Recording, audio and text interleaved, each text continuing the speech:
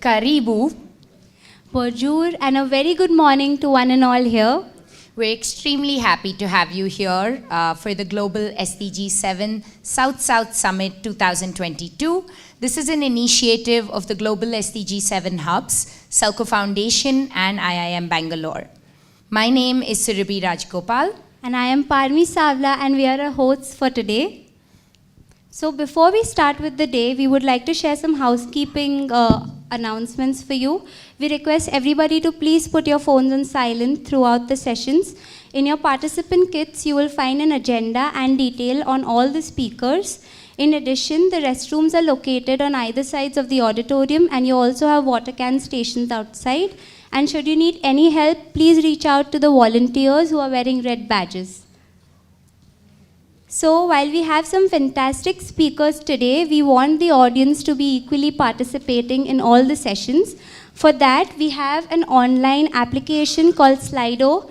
So we request you to log on to slido.com and enter the code 3080569. This will be displayed on the screens throughout the sessions. Please feel free to share your questions and these will go to the moderator directly.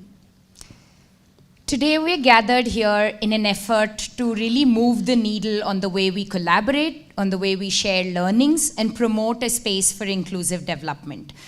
Over the next 2 days, we have a mix of plenary sessions, smaller group discussions, and live demonstrations of technology solutions.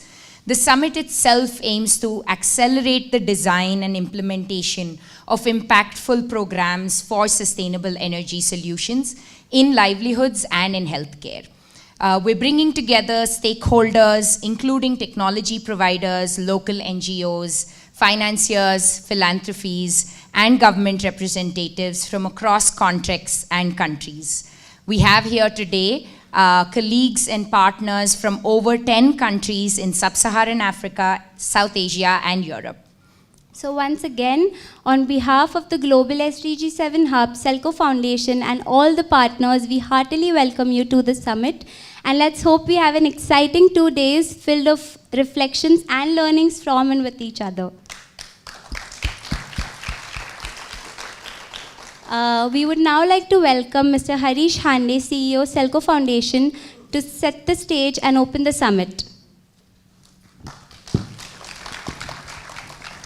Thanks, Parmi. Thanks, Surabhi. Thank you so much for coming. I guess I'm the only person wearing, except our friends. Not many of the African gentlemen are wearing African dress, actually. I'm so disappointed with all of you. So I thought I would have friends who would be wearing along with me. Paul, look at you, Hanok. No, yes. Tomorrow, I hope we all see you in Tanzanian, Ethiopian, Kenyan dresses. Even our colleagues, hopefully from India, would be wearing those dresses that they supposedly bought in Tanzania, Kenya, and Ethiopia, and Sierra Leone. So I'm glad we are having this here. One of the primary, and many of you were there for the Failures Conference on Friday, Saturday, and we hope that we continue to have the brutal frankness in which we spoke. Because as the statistics says that most of the people who are lacking in reliable livelihoods, health, education services lie in the subcontinent of Asia and in the continent of Africa. And it's high time we got together and created solutions that are beneficial for the citizens of these countries in a manner that is long-term sustainable, get away from the concept of projects which are successful in the first 2 years and the failures after that. We have so many assets around the world that are lying waste, as the Ugandan Minister of Energy who spoke to us 2 months ago said, 10,000 of the health centers in Uganda are run on solar and 9,500 of them are not working. It's a colossal waste of public assets that we are not designing programs or projects that are actually for the people, and we design projects just that we start installing them and we tick marking that these are installed. Does it actually meet the end use? No. Is it actually designed from an end user centric? No. Is it designed for the people for whom it actually serves? No. Who benefits? Some of the people who put in the money, initially, yes. People who sold the equipment, yes. And the expensiveness of the maintenance that normally comes from outside. It's high time, resources, knowledge, training facilities, ability to innovate, create the entrepreneurship has to be created in the local areas for local development and sustainability for a long periods of time. Both of us, from both sides of the aisle, we have lots of learnings, and the beauty of that is that we have enough solutions to go forward. As you would see in the corridors, there are enormous, when people today, in many parts when we go, the policymakers or even the innovators believe that solar is only linked to lighting. Solar has gone much beyond that. Solar has gone beyond lighting. If you can actually run an oil expeller or a sugarcane juicer, solar has come today to directly at the doorstep of the poor to increase access to different choices of livelihoods and access to health at the doorstep, making the life much easier, more viable, more inclusive, and respectful. I think this is where we want to get together for the next 2 days. We have great insights from these countries.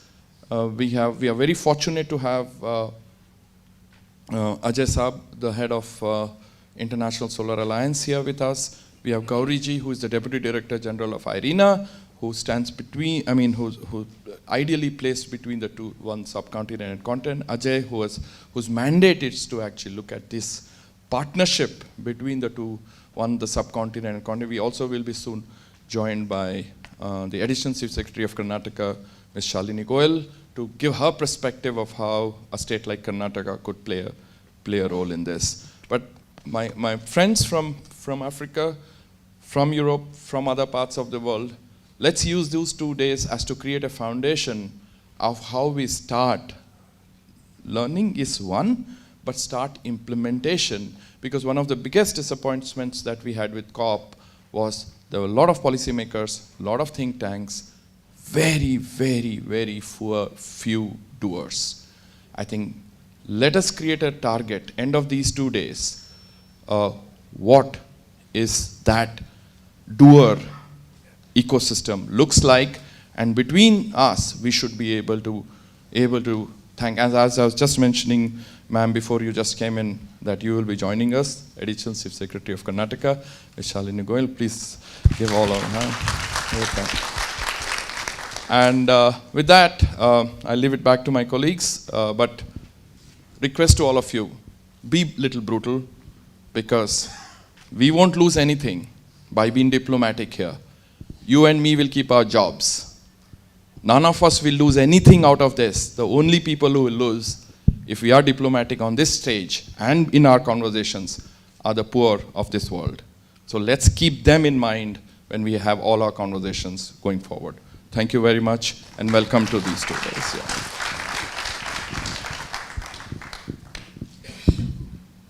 Thank you, Harish sir, for setting the context for us. I hope we're all ready to kickstart the day. We would now like to invite Dr. Ajay Mathur, Director General, International Solar Alliance, to present his opening keynote.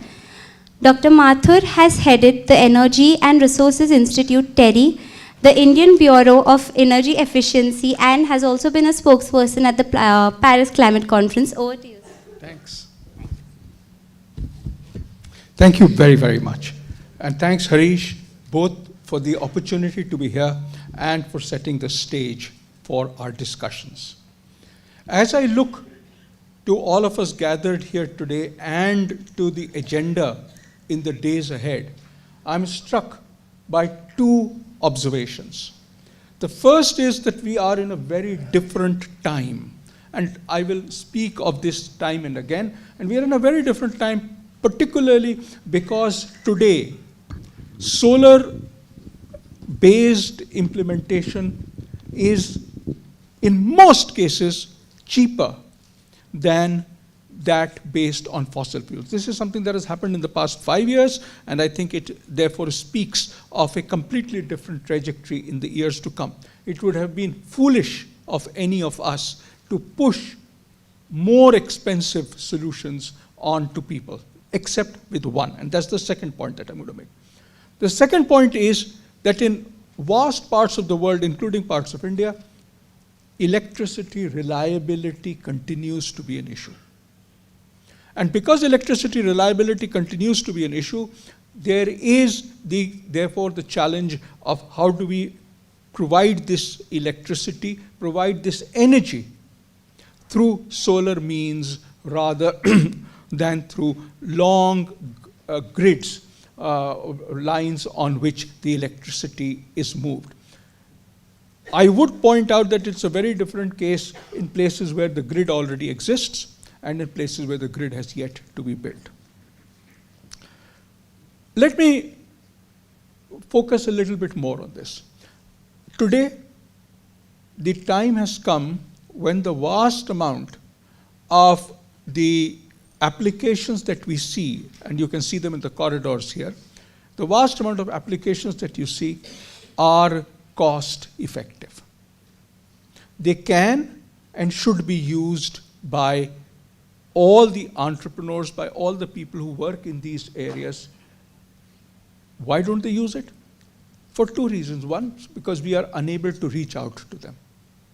And the second, because many of us are ourselves a little hesitant as to whether these exist in a cost-effective and a reliable enough manner. I think it behooves us to spend a couple of, maybe a minute on why is it that the kinds of collaborations that could have existed in bringing out these kinds of innovations and taking them to people who would be ultimate users, why has that collaboration not happened? And the answer, I think, lies to a very large extent in what Harish just said. The emphasis in the solar industry globally was in providing electricity. And the entire goal was that you have a panel and there is a bulb connected to it. There could be a battery connected to it as well. And at the end of the day, those light bulbs come on, and we moved from incandescent bulbs to compact fluorescent lamps and now to LEDs, which also meant that the amount of solar panels that were needed kept decreasing over a period of time. What is important now is that we are now not just focusing on the supply side, we are also focusing on the demand side. This is an issue that I would like us all to remember. The vast numbers of people who need energy in a reliable form in order to make incomes need solutions. And they need solutions more than light bulbs. Light bulbs are important, don't get me wrong. Light bulbs are important, but equally important is the livelihood promoting devices. This is a realization that has come, I would say, relatively, globally. Harish, you of course have been pushing this for many, many years, but globally it is something that has happened relatively recently. As we move, what can we learn from the past in order to move to the future? One of the key issues is how do we get successes to be transferred across countries, across continents. Consequently, we need the users on the one side and the technology developers on the other side to be able to see the mutual benefits. The users have to be able to understand that here's a technology that works, that is cost effective, and if anything goes wrong, I can get it fixed. This is important. Many a times, the technologies that have been put up in, and all of us have experienced those, as Harish said, work initially and then they fail. I call them as white elephants. These white elephants have actually spoiled the market and to a very large extent have turned people away from solar because that is what they remember. As we move ahead, therefore, it is equally important to provide information, not only by word of mouth, but by other means on how we move ahead. I was told recently that 3-minute videos on the phone are a very effective way to reach out. I belong to a generation where the written word carries a lot more emphasis, and was looking at the creation of books, 3 to 10 pagers, which focus on successful applications. The challenge was how to get it translated into languages. And then I was told that the people who are at the other side will not even understand them. You will have to do it in a picture form. I said, okay. Then the question was, if it is in a picture form, why not in a video form? And the success of having a large ecosystem of mobile telephony has therefore led us to a system in which possibly 3-minute videos could be a successful way. At the International Solar Alliance, I would like to see how we can help that. Because we do see that creating the infrastructure is important. We are and will continue to work with various countries to create local centers of excellence. We are, for example, working with the Aldous Institute of Technology to create what we call as a STAR Center, Solar Technology and Applications Research Center, which would, number one, gather this kind of information and disseminate it on issues that are important locally. We would use those as mechanisms for local capacity building. I mean, there's no way sitting here that training programs in Aramaic can be developed, but out of Addis they can. And in the long term, we would like these to be self-sustaining. We would like to see if, for example, testing of modules is something that they could take up, so that over a period of time, they develop the kind of economic independence that is necessary for these kinds of centers to take off. There is, however, one more key issue. Or let me say there are two more key issues, but the first is actually at a much higher level, which is at the level of policies. Mrs. Gauri Singh shared with me that the kinds of tariffs that are there in many countries for imports of solar panels are amazingly high and result in the costs being much higher. As we talk to leaders, one of the things that we hear from them is that, yes, we could, but there is a loss of money. There isn't much money coming in on solar anyway. The vast amount of energy supply that we are looking at is based on diesel, or in some countries, gas, in 1 or 2 countries, coal. So why should we even worry about it? There, I believe, this is where particular kinds of projects make sense. Because what do leaders ultimately respond to? They respond to, one, the fact that it is creating voters. Voters who, because of their experience, see that this government enabled these new kinds of technologies to come up. Second, they're looking at jobs. Very clearly in this ecosystem, we are creating jobs where none existed earlier, particularly if you're looking at the demand side. And third, in many cases, diesel is imported. If diesel is imported, it's a huge cost to the exchequer. I'll give you an example. A few weeks ago, I was in Guyana, which is a country where there's a large town on the coast, but if you go further away, the only electricity is by diesel. Diesel is imported. The government provides a subsidy to ensure that it is provided at not a cost-effective rate, but at a rate which at least can be borne by the local utilities. They developed a solar grid which sells its electricity at a price which is 1/2 of the price at which the diesel-based electricity is sold. 1/2. At night, they still use the diesel, but during the day, they use solar. In the 15 days since the start of the system and the time I visited, they'd already saved 45 barrels of diesel, and the government was ecstatic because the subsidies that they were providing on imported diesel did not need to be used. This essentially told me that demonstration projects are important as long as you sell the results of the demonstration programs in language which is meaningful to the leaders. So you have to sell it first in language that is important to the end users. Once it's there, it's working, you need to sell it in language which makes sense for policy change to occur, for policymakers. This implies a double challenge. And this brings me to my final point, which is that of capacity. One of the things that we have seen is that, let me back up a little bit. Last year, globally, across the world, the amount of investment that occurred in solar was about $200 billion.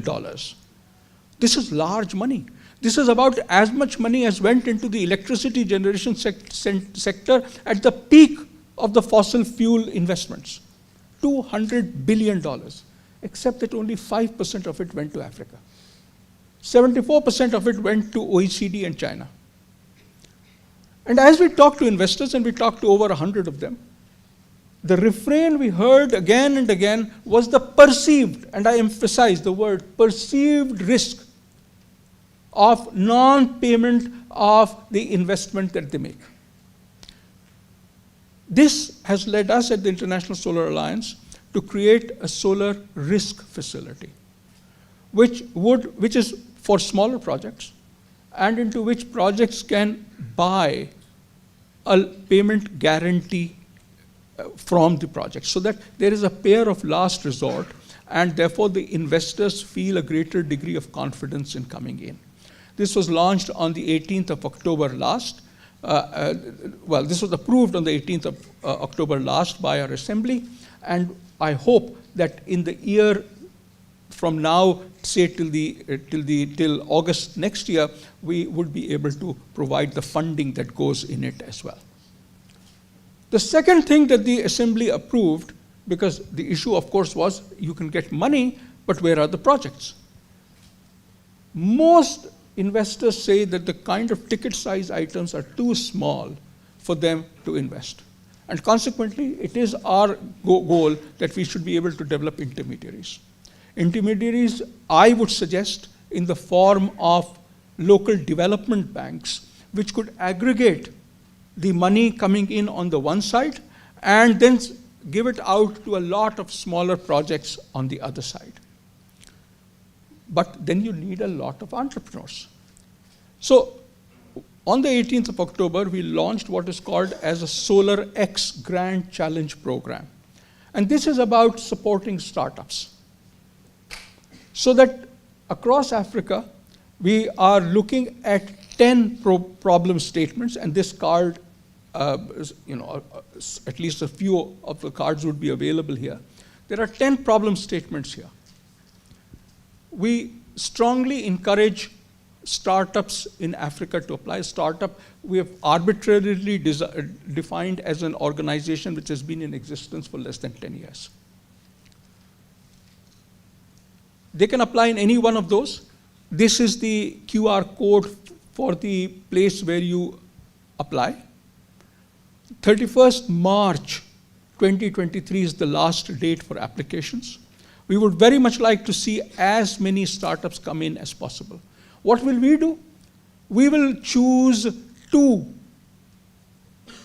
startups for each problem statement, so about 20 startups. We will support them through bootstrapping workshops in 2 key areas. One is financing. An adequate amount of financing is necessary, and therefore, in the SolarX Grand Challenge, we are collaborating with Invest India on the one side, and with the World Association of Investment Promotion Agencies on the other. With the African Infrastructure Development Agency, AFIDA, the Association for the Small Scale Solar Use, AMDA and GOGLA. In other words, both finance and technology are the two things that we want to enable. The bootstrapping camps would also look at managing the supply chains. We see this as a key area going ahead. As the Solar Alliance, we also commit to learning what are the kinds of challenges in different geographies, and then working with the governments to see where we could help in enabling the ecosystem so that we could see more and more startups occur. I'd like to end with the fact that as we move along the corridor outside, we see a lot of innovation. This has occurred because on the one side there is a demand, and on the other side there is a supply at prices that people are able and willing to pay. I would like to see that these kinds of innovations become global. The fact that these kinds of innovations make sense in an African environment as much as they do in an Indian environment is useful. It also implies that it will be great if you can reach out to vendors and then put them in touch with vendors in your own countries, so that these kinds of devices could be made across the entire African continent. We look forward to helping you support this. We look forward to helping us create an environment within which solar becomes the energy source of choice. Thank you very, very much.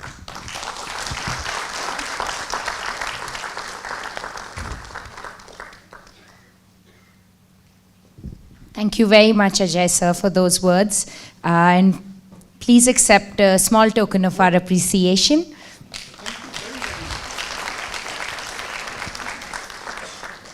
It's been really insightful to hear about both the opportunities and ISA's work in building those local ecosystems across Africa.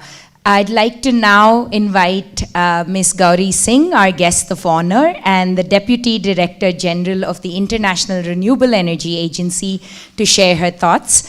Gauri ji brings with her more than 30 years of experience in policy, advocacy, and program implementation for renewable energy and sustainable development across India and developing country contexts. Welcome, ma'am.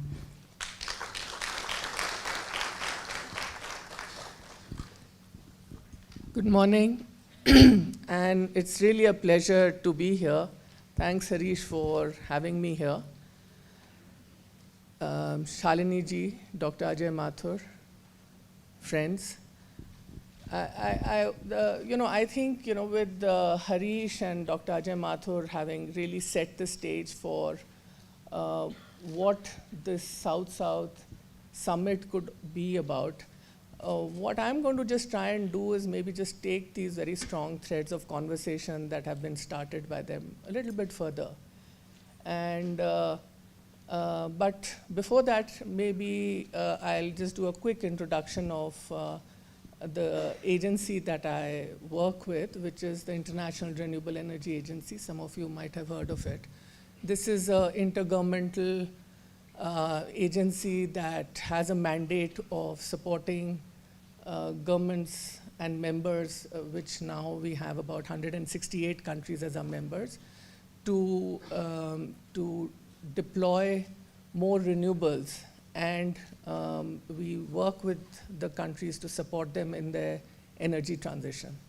So in the last decade, IRENA really has been a lot about building the analytics, both in terms of what's happening in the policy, the best practices around policy, where the costing is moving, the technology trends, the innovation that's happening. And it was in many ways more like a renewables think tanks that was getting analytics out to the countries to help them create their own policy frameworks. In this decade, what we find is that, renewables, because of the way the costs have come down, and especially of both solar and wind, what has happened is that the focus now of the countries, and that's something that we are hearing from our member states across the world, that the focus now also needs to shift into implementation and support action on the ground. So it's getting a lot about also creating capacities within our own organization and agency to really build up the kind of support that is needed for countries to put megawatts, to put kilowatts on the ground. Now, what did that really mean? That meant a huge shift in terms of how IRENA is really structured, because as I said, we are more like a global intergovernmental think tank on renewables. So my job there is really to make this shift happen. And my background is much more about implementation, at some level also policy at the Government of India level, but a lot about implementation because I've been in the development sector for years. And when I hear terms like white elephant, I'm sure they resonate a lot with you, but I'll just give you an example of when I was in West Bengal. Some of you might know it's the eastern part of India. And my first posting, I was in a small place called Haldia, and that's when I came across what a white elephant really means. There was this huge, humongous fertilizer factory, fertilizer plant that had been set up. This Haldia is a port town, so it made a lot of sense having a fertilizer plant there. Huge. It was like a tied grant that came from a country. I won't obviously name the country, but it came as a completely tied kind of a grant in aid, got set up, and it functioned exactly for 49 days. After that, it never, I mean, regardless of whatever people from the country that it came from came and tried to get it up and running, it never ran. It never again got running. So that was my first, very stark,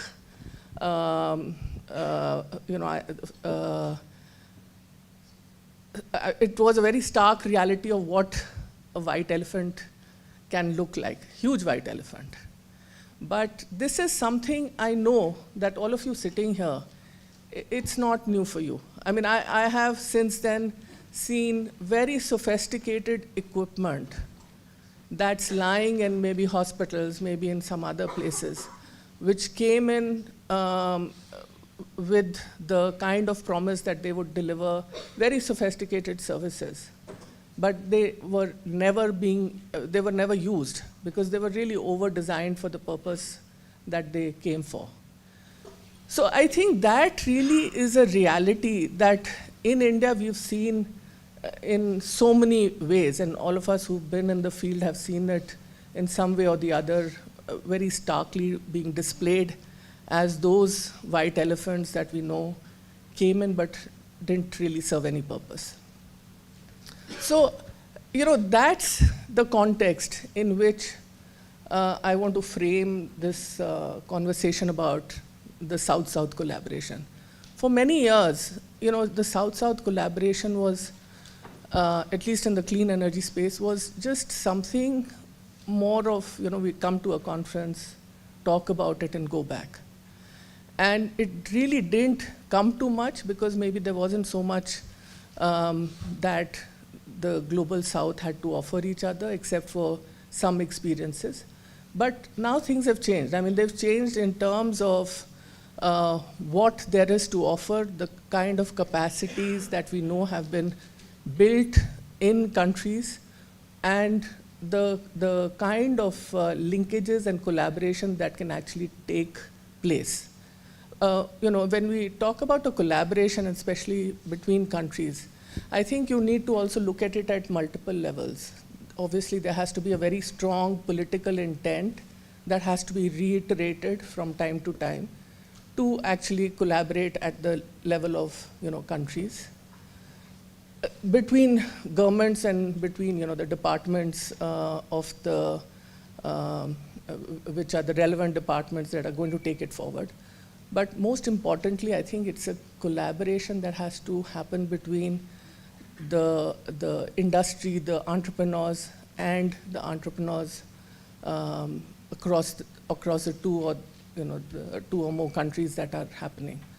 So, this and another thing that was very clear is that nothing and no collaboration. There's no better starting point for a collaboration than actually seeing things for yourself, and for being able to maybe doing these kind of exposure visits that this summit is actually facilitating.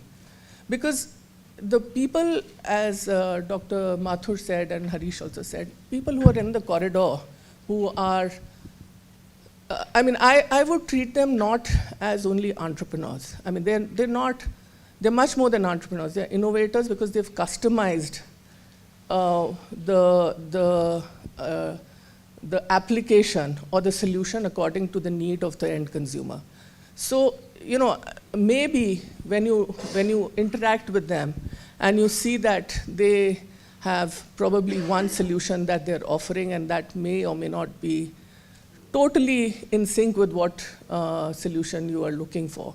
But I think the deeper conversation to have with them is to understand what kind of a mindset they have, which I don't think you'll be surprised, but I'm sure you'll all learn that they are grassroots innovators who have now also turned entrepreneurs.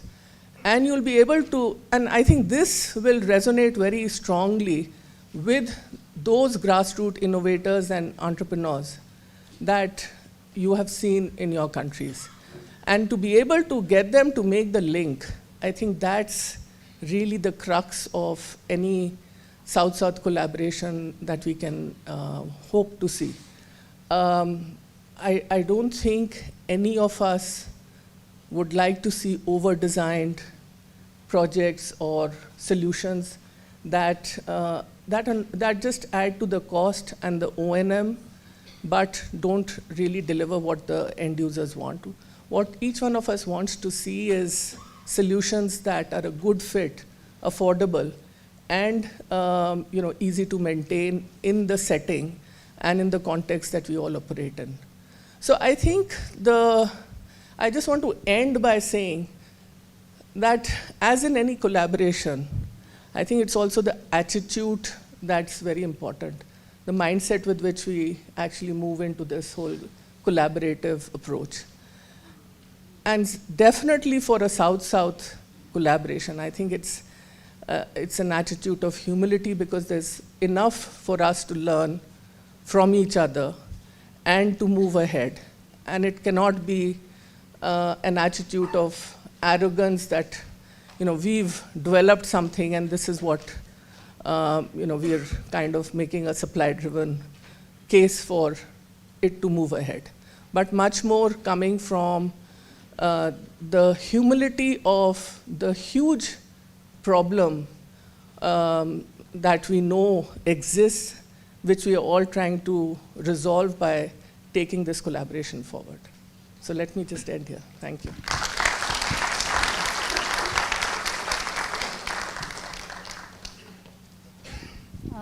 Thank you, Gauri ma'am, for your insights.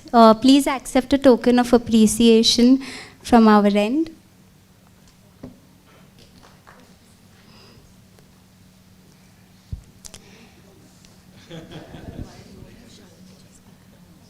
Okay.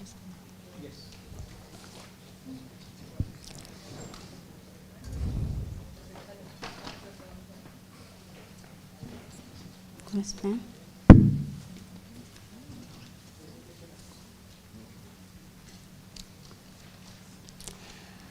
Our first session for the day is on the importance of South-South collaboration. To deliberate on the same and provide possible roadmaps, we would like to invite Ms. Huda Jafar as the moderator for the session, in conversation with Mr. Paul Ilya from TEN, the Energy Nexus Network, mainly working in Sierra Leone on energy ecosystem to define DRE interventions. We would also like to invite Mr. Henok Asifa, who is the founder and managing partner of Precise in Ethiopia.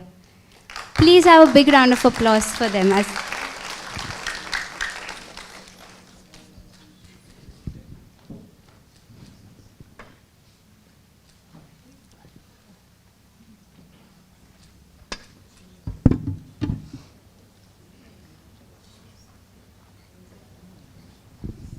Okay, I just want to alert everyone that Slido is open, and so if you have any questions for the two participants during the two panelists during the session, please feel free to put that in, and we'll try and get that, although this is going to be a short session, so we'll try and keep it crisp.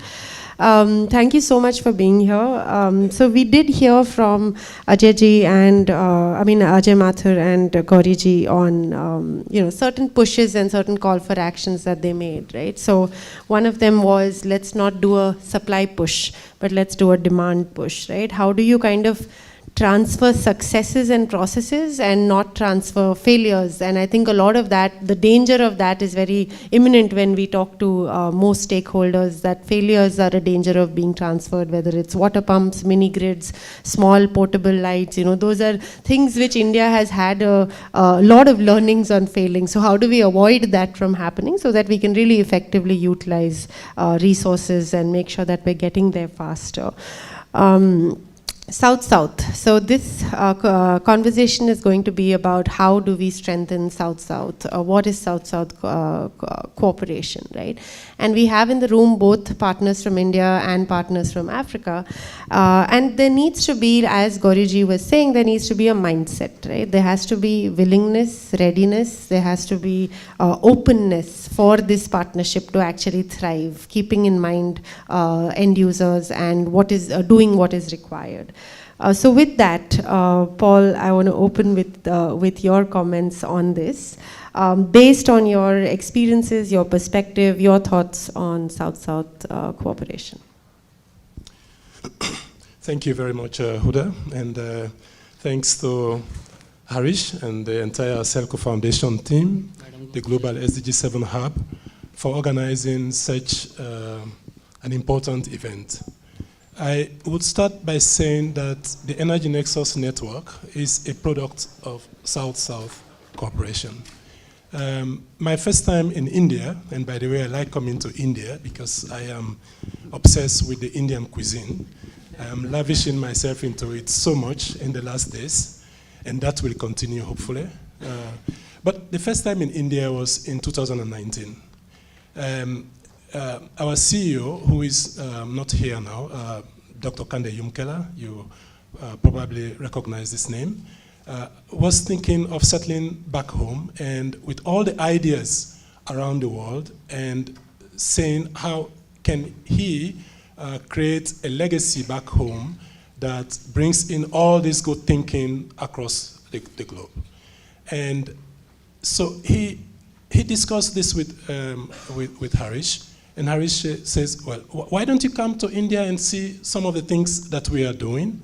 And we quickly organized a trip, and I was here for some time, about 10 days, and visited some remote areas in India. I was impressed with the diversity. I was in a region called Kalahandi. I think I still remember this name. It's some restricted settlement area in Odisha. And I was surprised that I could visit a village that looks very much like my own village in Eastern Sierra Leone. And even more surprised that solutions are deployed in this community that could be easily adapted in my own setting. This was an eye-opener for me.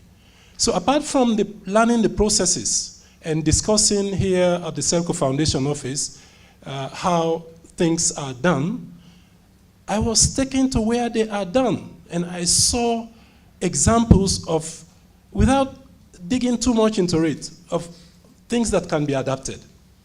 It sends us thinking. Fast forward, I stopped my engagement in Europe, 20 years in Europe. I said, I go back home to do exactly what I have seen. It's now 3 years down the road. I'm back in India, and already there is growth. I'll pivot a little bit because that growth is also connected to some work I was doing that also has some reflection in South-South cooperation. Because I am the National Energy Consultant for Sustainable Energy for All. And for the past 7 months, I have been working with the Power and Healthcare Program to design a market assessment and a roadmap for powering social infrastructure in Sierra Leone. And that work involved market intelligence, stakeholder identification, and documentation of interventions that have worked, that have failed, but also it involved close coordination and collaboration with the Ministry of Energy, the Ministry of Health and Sanitation, the Ministry of Basic and Secondary Education, and a number of stakeholders active in Sierra Leone in powering social infrastructure. Through these 7 months, we managed to come up with a report.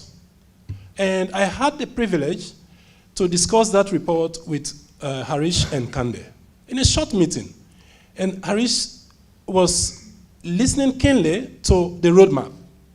In the roadmap, we had set an ambition to power all healthcare facilities. And by the way, there are not many, only 800 of them, at least those that were picked for lighting for powering in the market assessment, because there were 1,500 of them. Some have some electrification, but not adequately. But we said those that don't have at all, 800 of them, by 2030.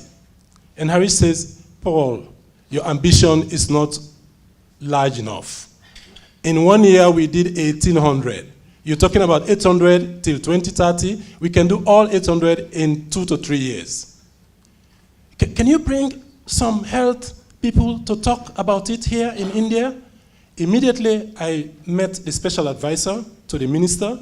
He's sitting here, Mr. Maurice Ferenke Kuruma, and discussed this with him. Because by then, I was trying to market the market assessment and roadmap to him. And then I said, what about coming to India for a week? And he says, give me time to think about it. After some time, he says, yes, I'm into it. And then I reached out to the DMO of the District Medical Officer of Western Rural District. I said, would you like to join us on a trip to see? Because I had reached out to her during the market assessment and to get data on electrification. And then she told me, you have to come and get that data because the data we have is obsolete. There's no point giving it to you. Come and get it. It was inspiring. Here was a health officer who knew or who knows the importance of up-to-date data for lighting up hospitals and healthcare facilities. So I asked him to join as well. So Huda, I'm here after 3 years, and thanks to SELCO Foundation and the Global SDG7 Hubs. I have not mentioned the other assistance we've got since, or the coordination we have since I came here in 2019. But I'm here with an ecosystem, actually, because we have a special advisor to the minister. We have the DMO, who is head of a district, of a rural district. In addition, we have 2 EPCs companies joining us. And also, with all due respect, we have the Honorable Member of Parliament, who is chair of the Energy Select Committee in Parliament. Okay, it's Kande's colleague in Parliament, Honorable Kekura Vandi. Please, could you stand, please? And then, of course, we have innovators who are also joining. So we are here in a delegation of 10 from small Sierra Leone, 10. So you could see the relevance of this type of coordination and this type of exchange. In the coming days, we are going to visit sites. We are going to learn, as the previous speaker was saying. We're going to see these sites, and for us, it's an eye-opener to know that the challenges we face have solutions, and these solutions are not too far away from us. So I hope this sets a context for... No, that's great. That's input. absolutely perfect. Thank you so much. Thanks so much, Paul. So I think Paul has set a stage for what kind of stakeholders do you need from an ecosystem perspective. First step being, apart from coming into it, just identifying who are the ecosystem stakeholders. Henok, your thoughts on South-South cooperation based on your past, current, previous experiences? Thank you, Huda. And I would also like to start by thanking SELCO Foundation, Huda, Harish. It's been an incredible ride for us, learning from the Indian experience, and it's quite symptomatic of what's possible with South-South cooperation. Paul has been very clear and practical, so I'll be as brief as possible, and maybe a little bit philosophical. I come from Ethiopia. We have 120 million people in Ethiopia. Most parts of the world, that's a very large population. In India, we feel quite small. But the reality of the matter is about 2/3 of the people make a living out of smallholder agriculture. 0.5 hectare to 1 hectare, 1.5 hectare, that's really how they make their livelihoods. And what matters most for growth is learning. How do they eke out the most amount of value on their limited land and limited resources? And how do we increase productivity, not for today and the day after, but for the next 10 years, 15 years, because that's what it's going to take. And South-South is quite important for that. A cotton farmer in India has a lot in common with a cotton farmer in Africa, in Ethiopia, in Uganda, and across the region, and vice versa. There is a lot that an Indian farmer can teach an Ethiopian farmer. There's a lot a Ugandan farmer can teach an Indian farmer. And that learning what works in global markets, what's most profitable, what seeds should we use, how should we plant, how should we harvest, all of these knowledges that we take for granted are available in the global south, not in the north. The north has gone through this 100 years ago. They have either forgotten or they are misinformed, because the realities on the ground are difficult even for us natives to quickly understand and take measures. So a lot of the knowledge is in the south, but we keep looking in the north. And well-informed and well-meaning support does come from the north. But the north tends to try to get us to do the things that don't really make as much sense in our conditions and realities in the continent at the moment. So from that point of view, this is so crucially important. For us, what aches us in our heart is how little of it is happening. What we're doing with SELCO Foundation, our partnership here is extremely unique. We value it so much. Theoretically, we knew what could be done with solar. But when we came in, I was actually in the northeast, in Odisha and Bhubaneswar, and some of the things we saw, simple things, it opened our minds, it opened our thinking, and that was extremely useful. So, and the relevance is huge. Most of the world lives in the global south. If this is about improving the human condition, if this is about improving humanity, then South-South cooperation is actually the key. We don't expect growth coming from the north anymore. It's quite difficult to eke out growth. Quite a lot of the productivity that could be taken out has been taken. If the West grows in 2 or 3%, that's quite amazing. But in our countries, 8%, 9%, 10% is possible in a responsible way. So we could be, in fact, leaders in terms of developing innovations and technologies that could help green the environment. These new technologies that are coming up now have more of a space in the global south these days than the north, which is quite surprising. I come from a country that has near 100% of its power generation from renewable energy. when we hear and see the North is using more and more coal. So this is, to me, let me stop there, but what disappoints us is how little of the South-South is happening. Thank you so much,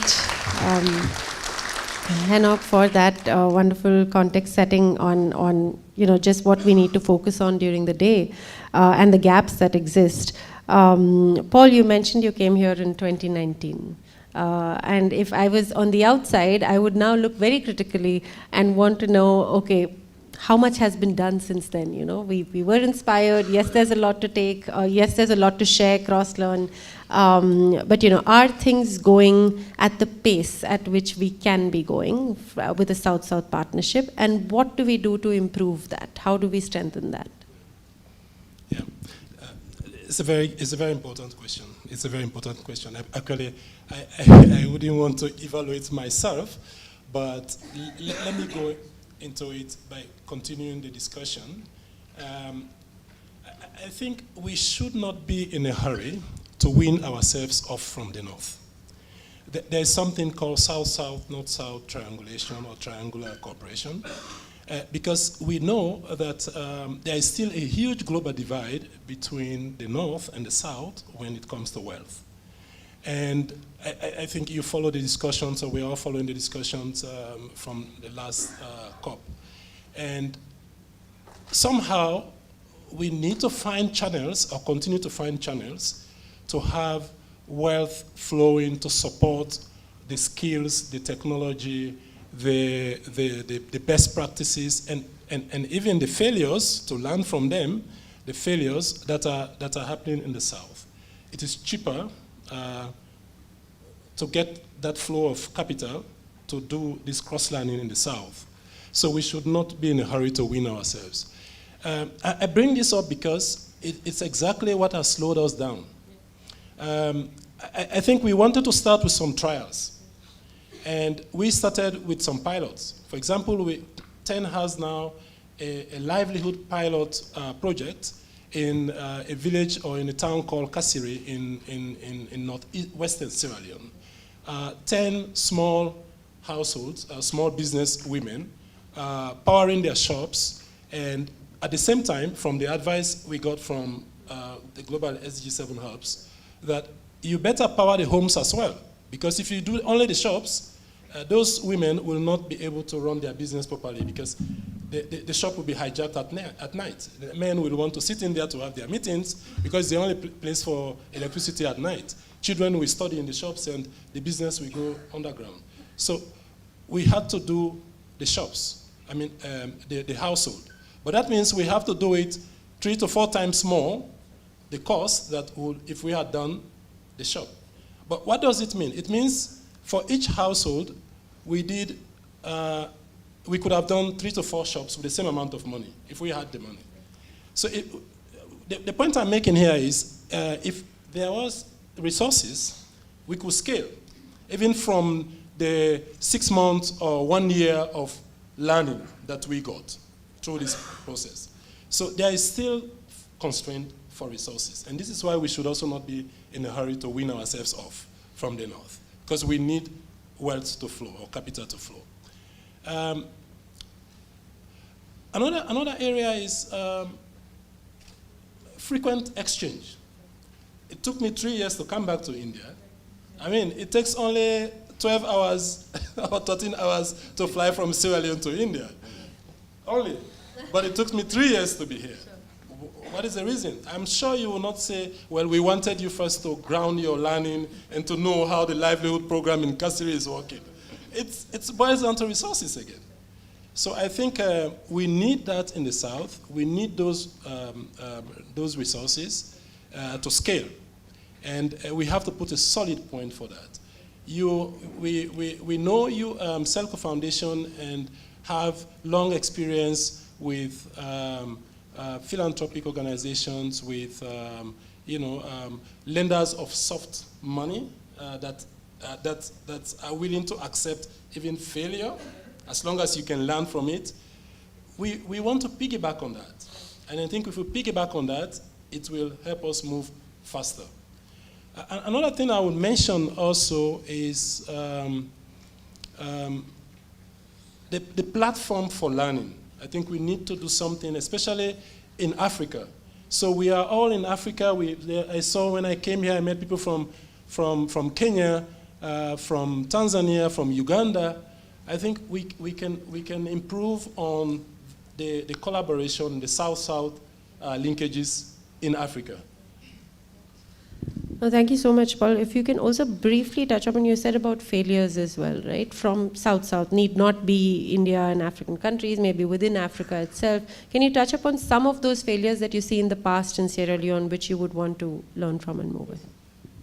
So, mini-grid deployment, yeah? So Sierra Leone has a very conducive environment for mini-grids because we live in clusters.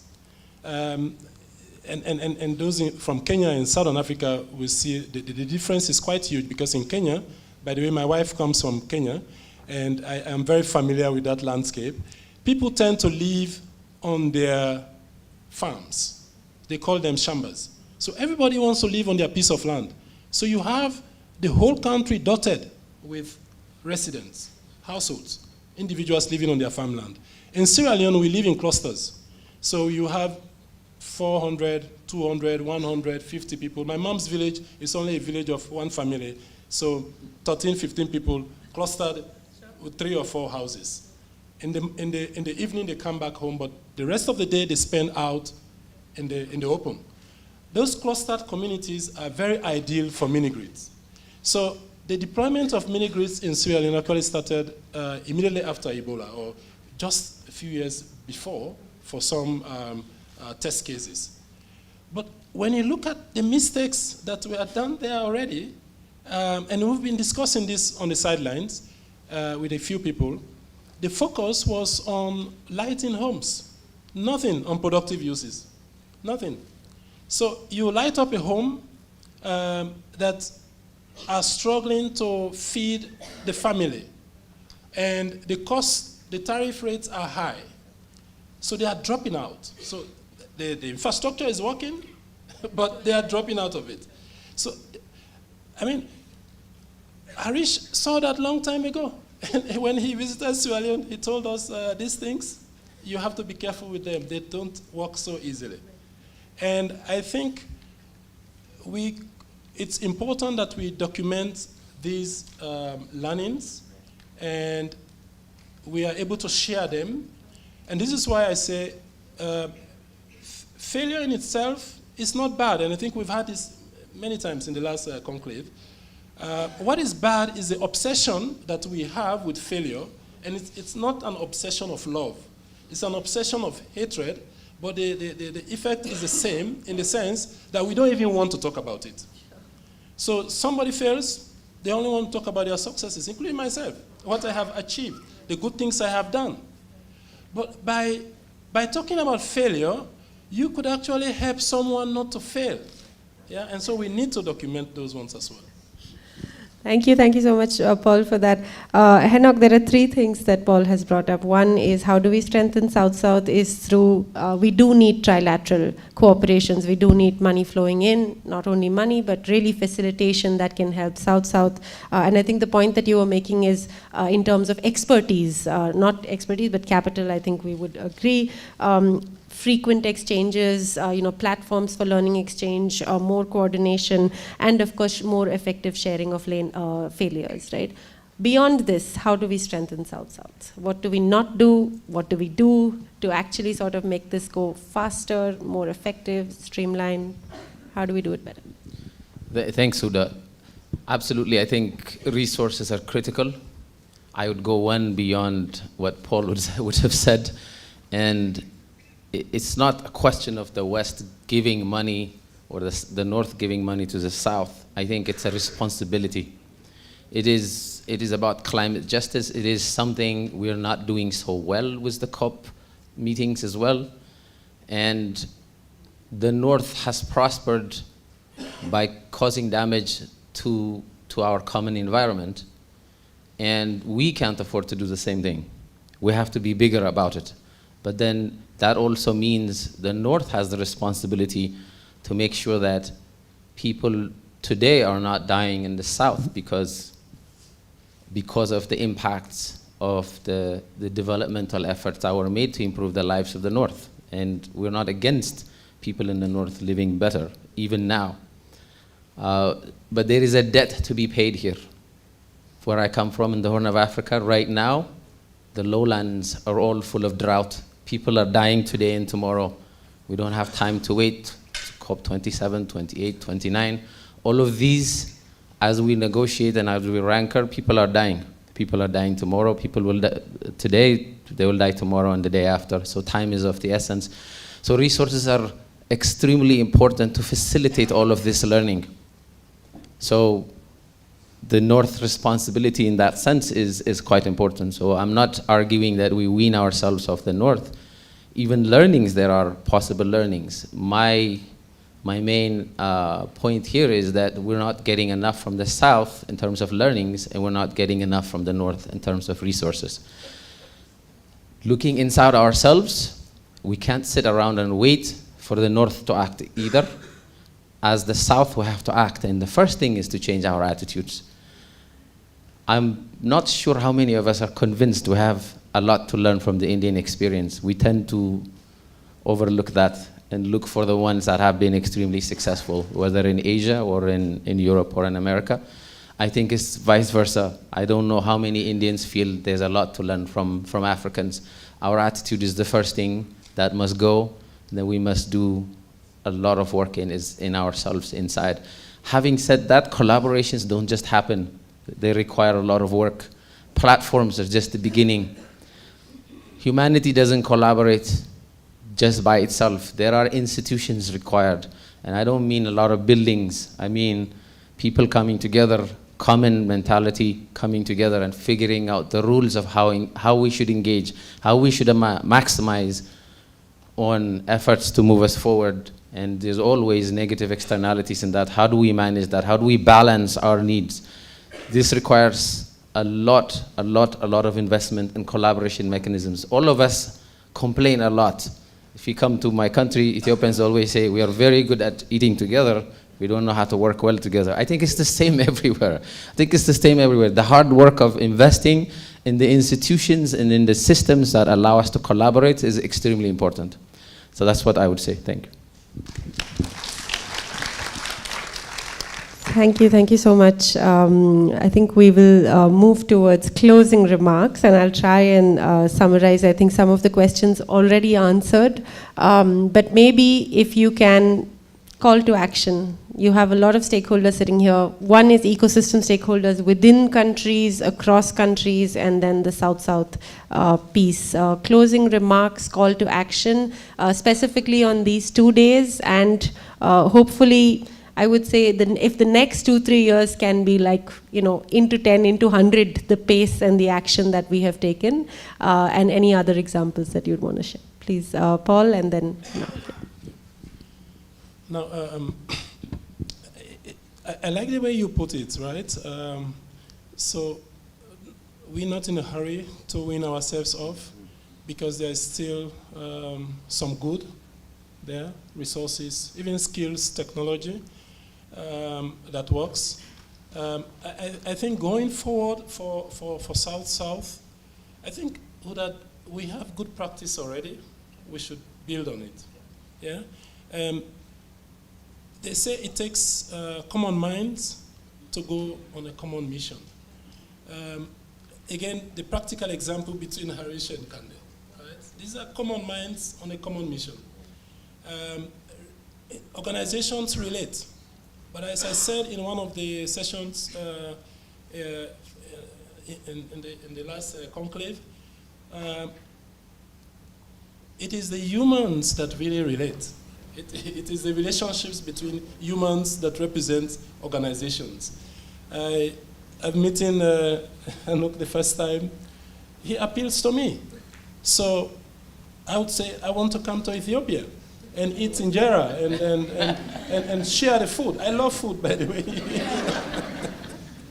So I think it really boils down to that. Let's use these events to build relationships between us as individuals, and then, of course, as organizations on a common mission. strengthen that through learnings from our successes, but also at the same time, our failures. Let's try as much as possible to bring in those that matter. For me, to be honest, it's a big achievement sitting here that I am not here alone, that I could bring the special advisor to the minister, that I could bring the DMO of Western Rural District, that I could bring the member of parliament, that I could bring other stakeholders, 2 EPCs. It's a big achievement for me. And I think I'll go back home very proud, but I encourage all of us to bring those people that matter to this type of conversation. Because they learn, and they are willing to learn. And they are taking decisions that make change happen. Absolutely. We need them in the ecosystem. Otherwise, we only see one part of the ecosystem, and we get stuck in failure. Over to you.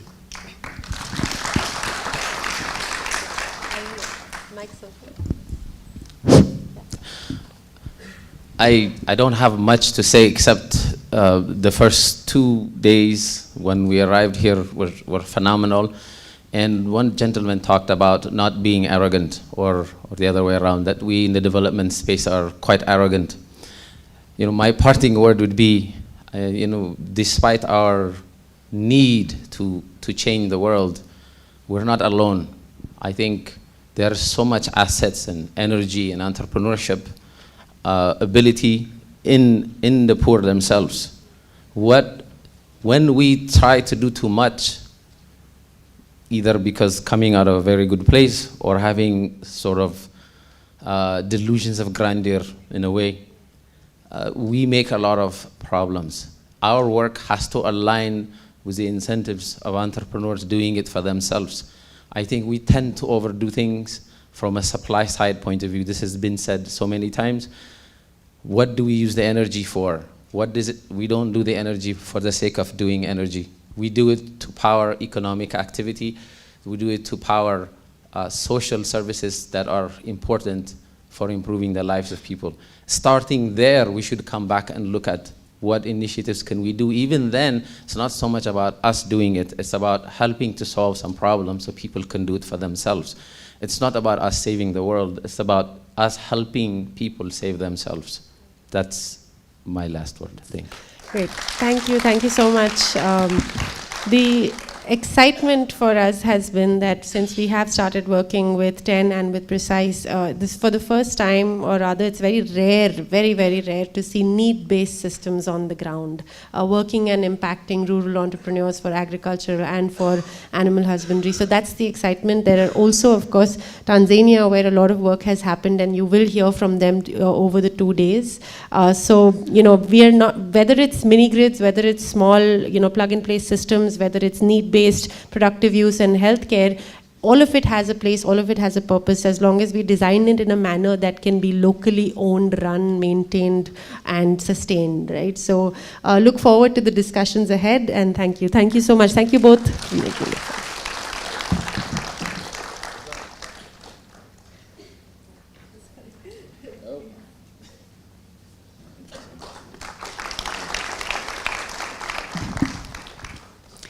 Thank you so much, Huda, Paul, and Hanok, for that very honest and open discussion. I think you've really set the precedent for us to be brutally frank here.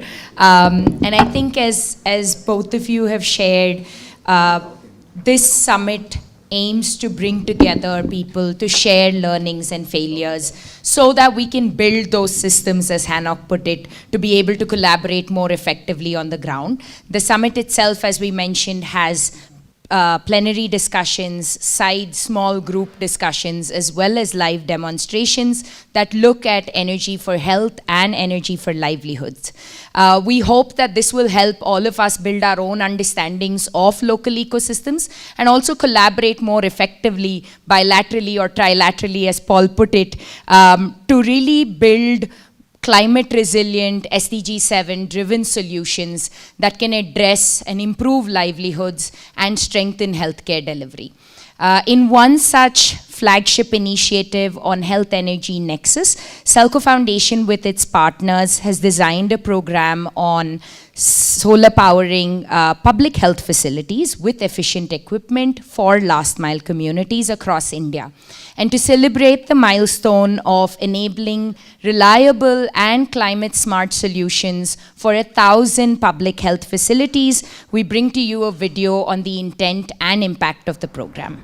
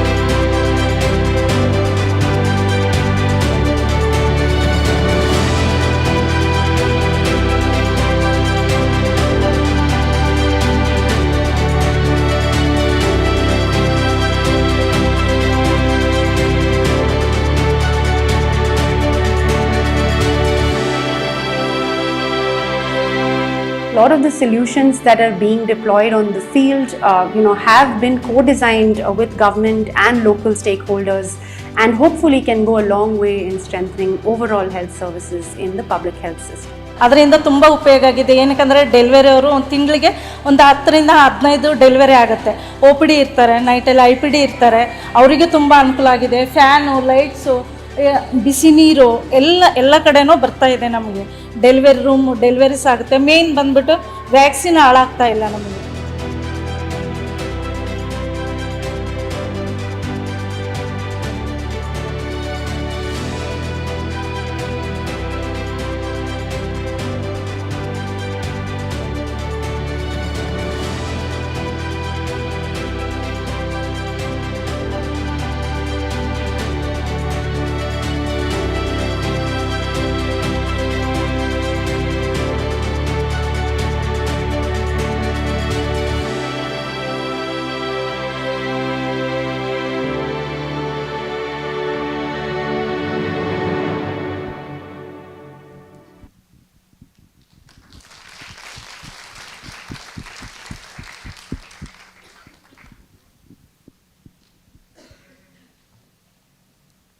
One of the goals of the global SDG7 Hubs, of which you all are an integral part of, is to replicate this in sub-Saharan Africa and to be able to strengthen this health energy nexus in 10,000 health facilities. Alongside partners like yourselves, we have been fortunate enough to have the support of champions like WHO and IRENA to be able to embark on this initiative. So to get a real feel for what this means on ground, we are going to tune into a live demonstration from the hill district of Churchandpur in Manipur in northeast India. This is a part of a larger collaboration with the government of Manipur and the National Health Mission. Our colleague Sonia will take you all through the primary health center in Sagang, which is located in the eastern part of Churchandpur district in Manipur. This health facility serves over 13,800 people from 72 surrounding villages. It is located at almost 63 kilometers from the state capital, which is Imphal. Over to you, Sonia.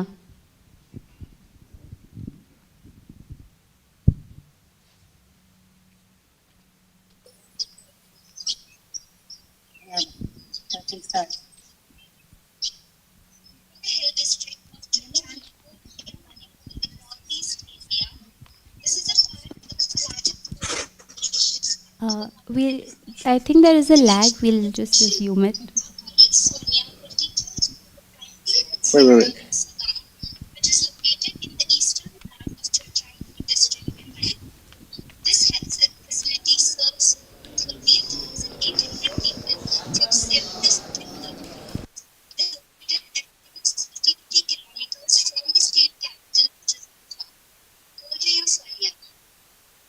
Thank you. So, good morning, everyone. I take this opportunity to welcome everyone present here today. So, my name is Sonia. I'm from SELCO Foundation Health Manipur. In collaborations with Government of Manipur and SELCO Foundations, we have solarized 84 health centers across Manipur, and we have planned to solar power the rest of the health facilities in Manipur as well. Presently, I'm in Sagang Primary Health Center, located in Chochanpur district. The health center faced a lot of power interruptions. During monsoon season, the health center faced 10 to 12 hour power cut, which is very hard to maintain the cold chain and the deep refrigerators. And the emergencies situations like situations at night like deliveries and casualties, etc. Many such incidents are witnessed by the staffs where they had to use torchlight and candle even for the deliveries. Considering the need to power to electrify the system, the health center 24/7, we have provided solar system of 6 kilowatt, which can back up for even 2 days. Now I request the medical officer of Sagang PIC to share his experience. Over to you, sir. Thank you, Madam Sonia. This is Dr. Zamtian Nan, Senior Medical Officer, Primary Health Center, Sagang, Chanpur, Manipur. As we have stated, Sagang PSC lies at the place where Bisenpur, Kaching, and Churchanpur meets. So there used to be so many casualties. There were times when casualties, injuries were repaired and treated at night with torchlight. Deliveries conducted under lamp or torchlight, and it used to be a difficult time. And there were times when our vaccines get spoiled, unusable, as indicated by the vaccine vial monitor. There is a saying that darkness moves away when light comes. Now with SELCO Foundation, we don't have only light, we have energy also.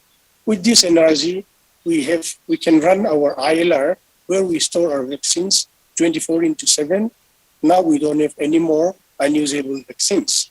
And we can even run our gifter where we make our ice packs for the sub-centers vaccination field.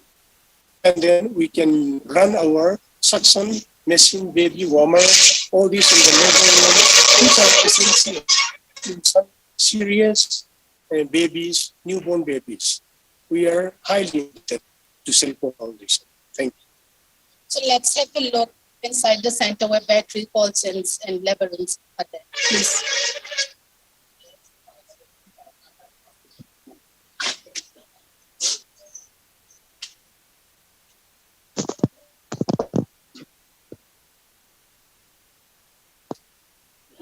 So this is the battery. We have provided 16 batteries, like 2,400 ampere hour. As you can see, now we'll move to the cold chain.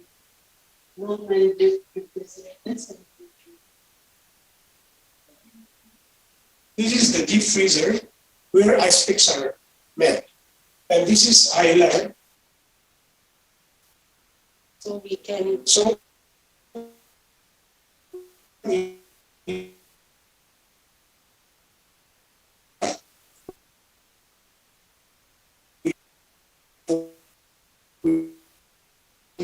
side.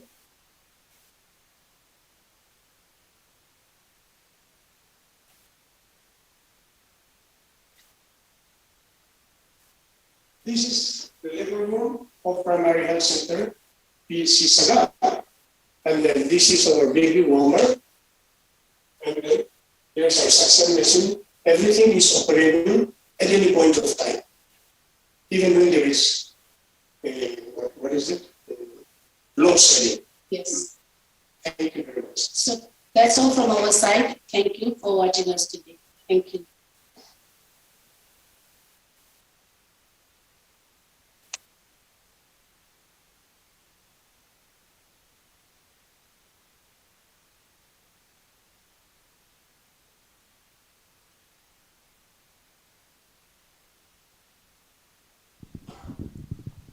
Thank you so much to Sonia and the health officials there. From the hill district of northeast India to the plateaus of West Ethiopia, in the true spirit of South-South collaboration, we're now going to head to a live demonstration and inauguration, which I think Abel has already started speaking about. Greetings, everyone. My name is Abel Ondasa. I'm from Precise. We have been collaborating with SELCO Foundation for the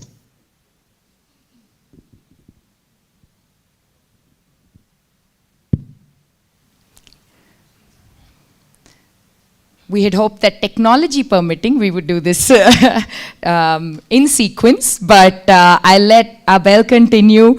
But this is a demonstration and inauguration of a solar energy system recently implemented at the Saglan Waji General Hospital in Holeta. It was established in 2000 and it's West Ethiopia's first private general hospital. It's one of the first points of access for rural and peri-urban communities in an 800-kilometer radius. Abel Wonderson from Precise will take over now.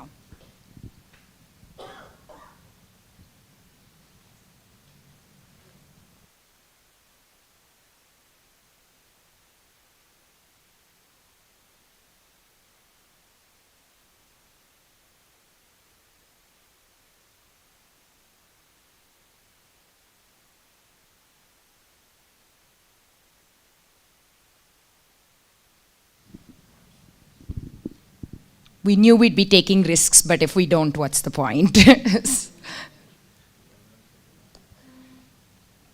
Yeah, learn from them. Greetings, everyone, and participants of the South-South Summit. My name is Abel Ondasa. I'm from Precise.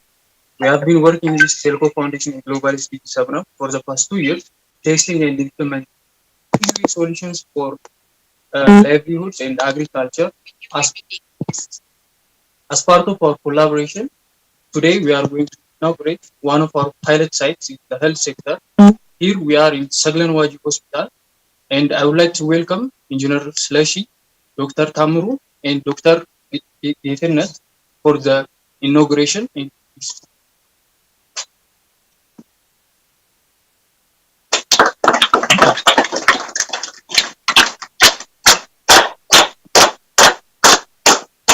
So here you can see that the control room has a 2.5 kilowatt solar system.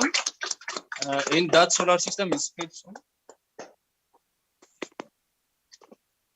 And that solar system is fed through a manual switch for safety purposes to change from solar input to grid input. And as we come into the operation in the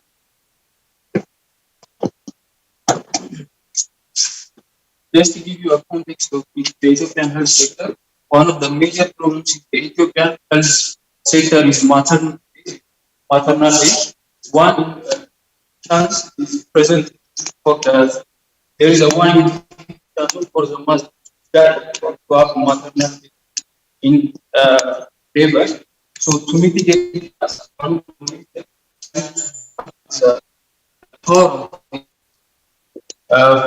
here, as you can see, the surgery room, we are powering baby incubator and stage machine because for the surgery. This is very critical for the hospital as the hospital is serving people in 800 kilometer radius. It is one kind of a private hospital in Ethiopia. So we would like to thank SELCO Foundation and the Global SDG7 for collaborating in implementing this pilot. So thank you.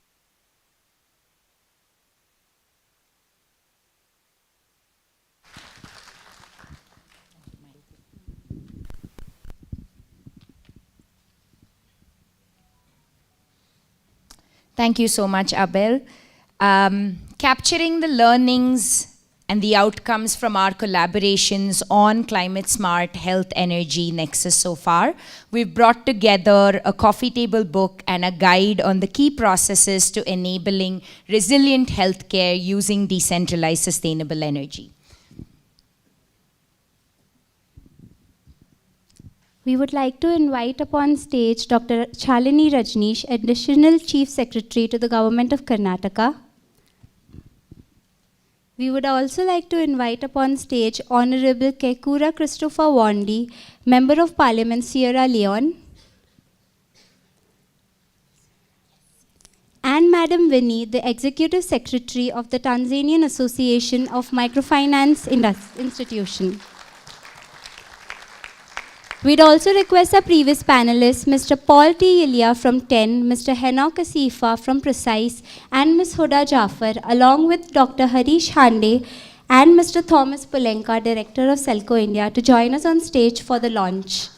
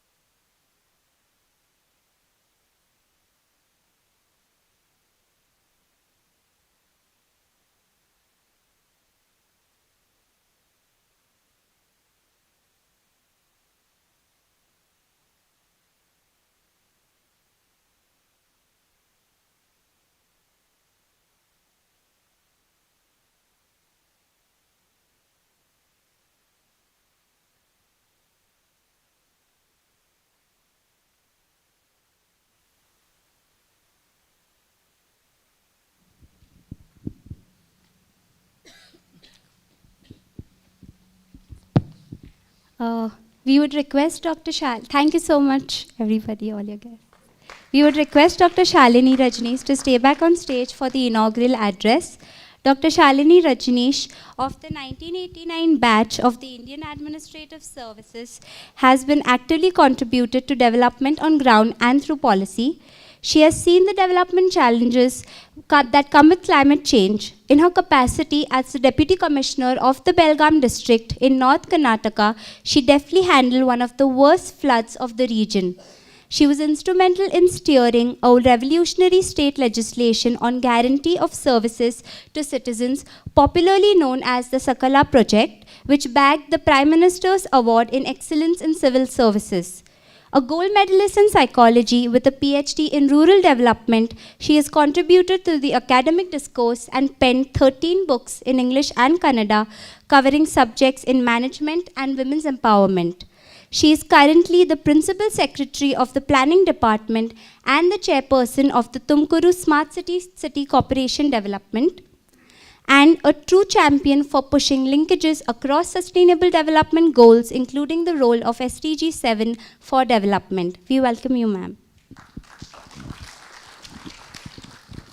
A very warm namaskar from Karnataka to all the delegates who have made it for South-South dialogue today on SDG7.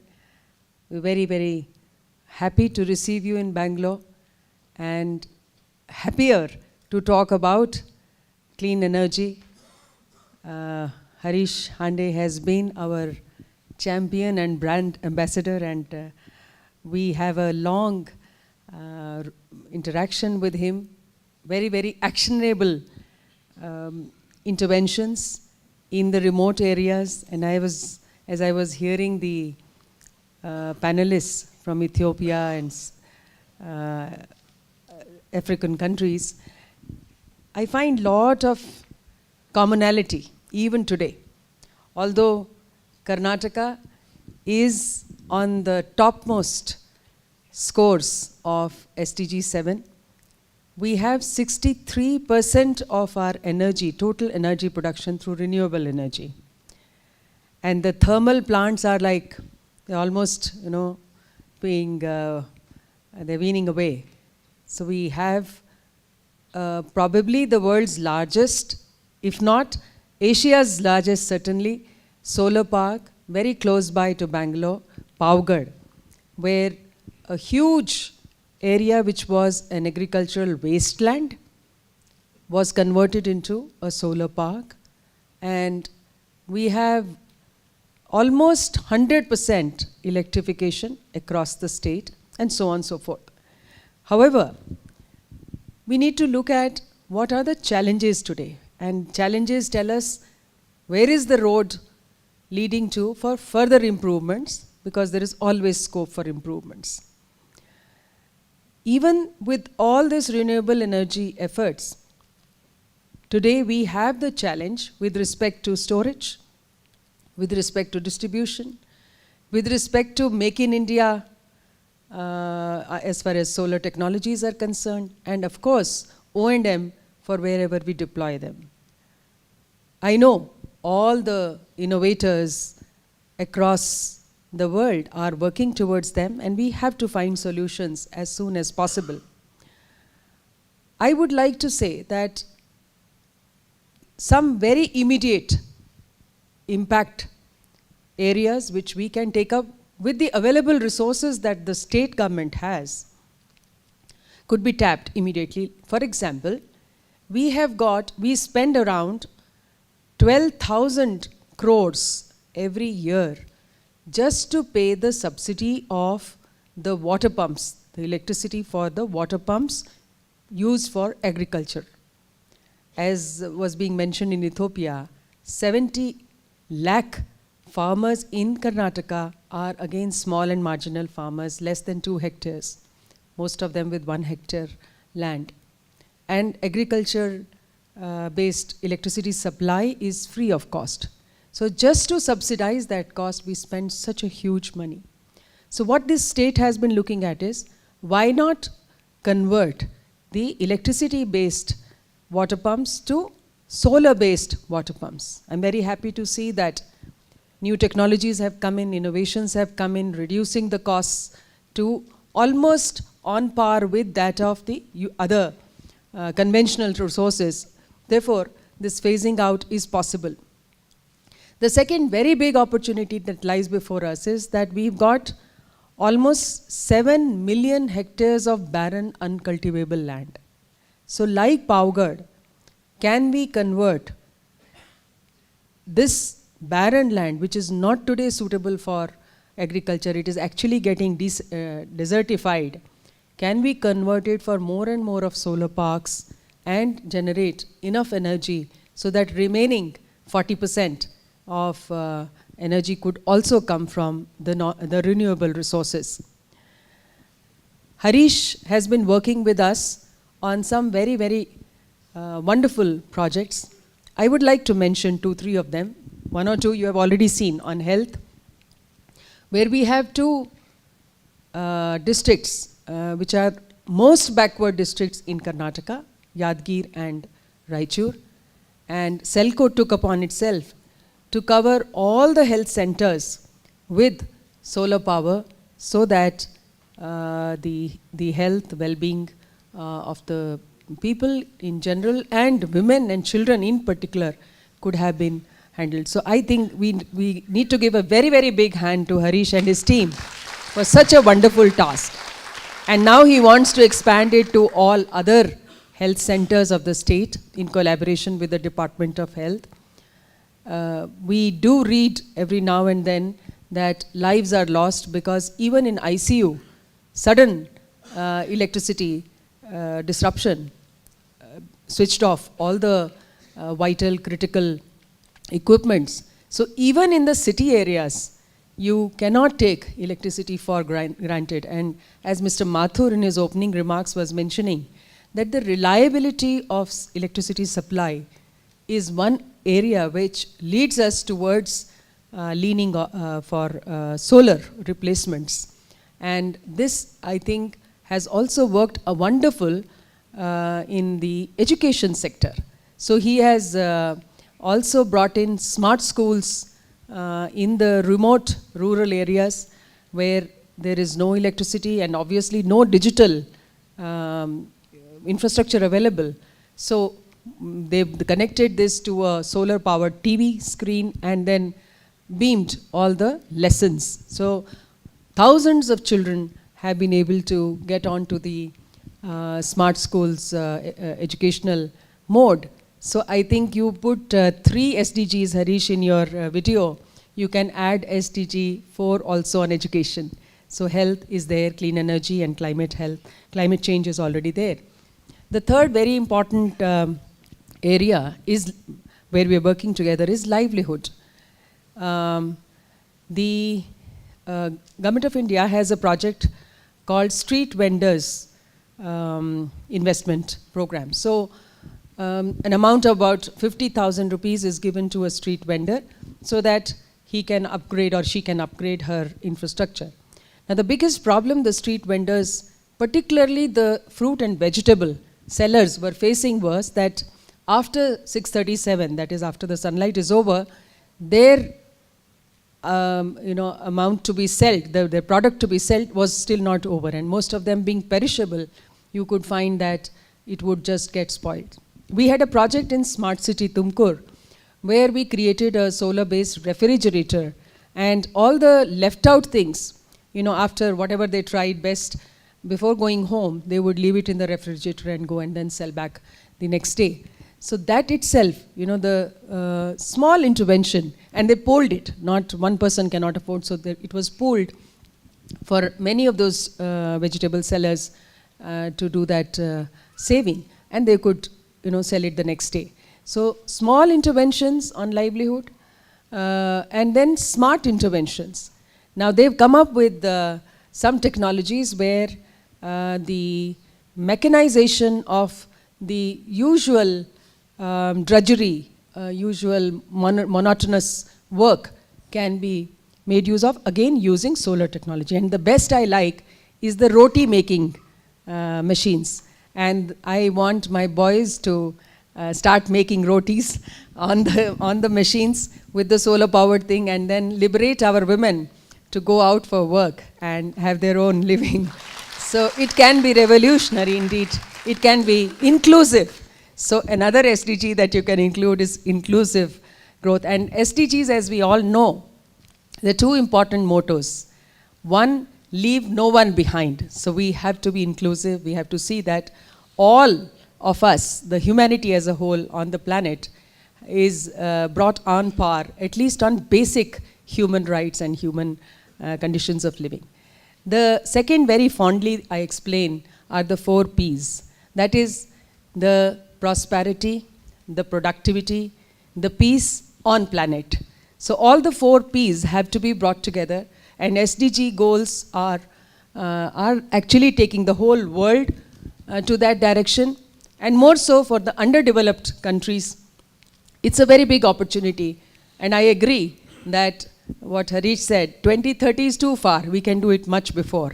And collaboration, cooperation, exchange of knowledge, exchange of partnerships is the way forward. One very big the opportunity that Harish has been exploring is the corporate social responsibility funds. In India, 2% of the profit of any company which has more than 5 crore turnover, profits, has to be spent on corporate social responsibility. That means socially responsible projects like this. So if the government chips in some 30%, he is able to get another 40% from the CSR partners. Why am I mentioning this is because in the initial panel discussions, we, especially in the South, we express about the resource constraints. Resources are very well within us, be it natural resources or the monetary resources. We just have to work together, we put our brains together, change our attitudes towards this, use the startup and other innovative measures, and then clean energy and other SDGs are not far behind, is what I would say. 2 very important suggestions that I'm taking away from today's morning session, which Mr. Mathur mentioned. One is on the networking with the financial agencies. So the bankers are very much here. We just have to motivate them to come together and then take the bigger investors, become the intermediaries, and then pass on to the smaller entrepreneurs. In this direction, we have a huge scheme very recently announced by Honorable Chief Minister of Karnataka. It is called Swami Vivekanand Self-Help Group Project. I think it is the first project in the world where boys of the age group of 19 to 29 are coming together to form a self-help group. All of us have heard of women's self-help group. On the same lines, we are putting these boys on self-help group mode, and we're trying to give them project interventions up to 5 lakh, in which 4 lakh is loan and 1 lakh is the state's subsidy or assistance, as you may say, to the group, to come out with these kind of livelihood opportunities. So I feel that I have to do that in all the villages of Karnataka. In the first phase, all the Gram Panchayats, which amounts to about 6,000 Gram Panchayats, 2 groups per Gram Panchayat, and later on 30,000 villages. So 30,000 groups should come in, each group having 10 to 15 youth, means, you know, we're looking at 5 to 10 lakh youth getting involved in it. And that is ultimately the agent of change. We need to bring in partnerships for the technologies to come in, particularly on the O&M and the local production. Make in India, as you know, is a very popular scheme of our Honorable Prime Minister.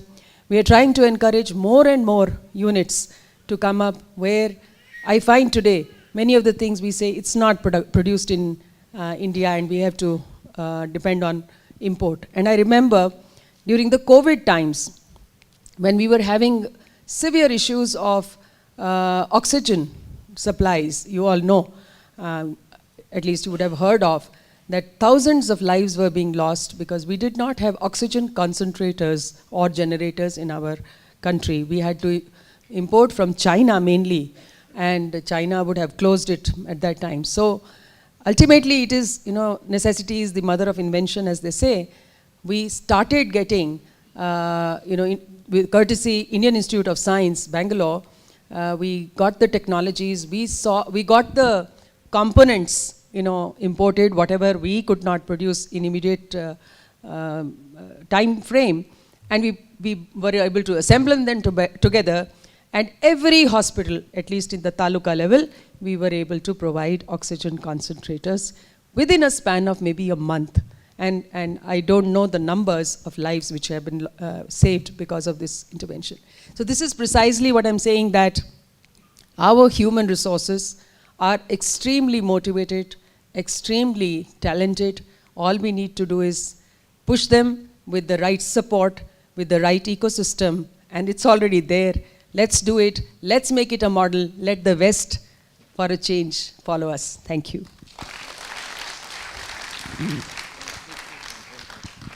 Let me embarrass her for some time, a little bit. No, because I don't know how many of you know, I mean, at least the SELCO people will know, and I'm just to some of people, like in 1995, when she was the CEO of the Jilla Panchayat in Mangalore, at the, like one where she was starting the career and we were starting our career in terms of, she said, she heard about us and said, can you do a solar water pump? This was 1995. And I said, ma'am, I don't have money. So I have zero money. We had only, she said, I'll give you an advance. You have to go. So first time I got an advance from the government, 100%. And when we installed the solar water, that was our first solar water pump that we did. That was 27 years ago, when she had faith. It was a single, that time SELCO were 2 or 3 of us. I think we followed our journeys, and I'm glad that you could make it today. And to have it. But also I learned O&M in a different fashion. Once when we had put the solar water pump and we had not yet finished it, she had to take her higher up that day. And that day the water pump was not working.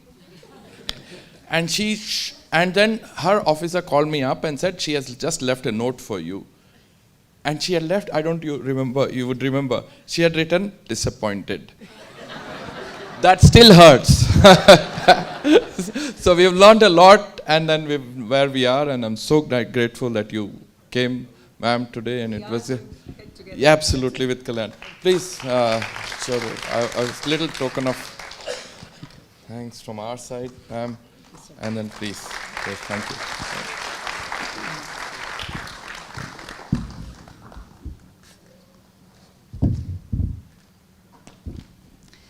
Thank you so much, ma'am, for this comments and sharing your insights and thoughts.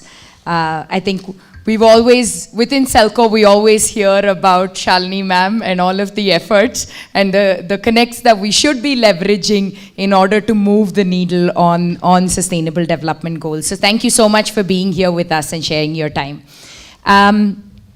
I think we have a set of live demonstrations happening outside. These cover different sectors: horticulture, agriculture, animal husbandry, as well as healthcare innovations. The live demonstrations are set right outside of the auditorium, and we have colleagues there explaining each of the solutions. I think we also want to take a moment to recognize the efforts of all our partners who facilitated the live inaugurations on the ground. We can see the similarities between Manipur and the Northeast, not just in the effort that they've put in, also in the bad internet connections, but we would like to specifically recognize from the Ethiopian Health Facility, Dr. Selesha Asefa, who's here. Please stand up. The Clean Energy Enterprise representative, Mr. Jonas, and the implementing partner, Precise. Please, if we can just have you stand up and get a round of applause. This is the first of its kind installation in Ethiopia, and they drove the entire program forward on the ground.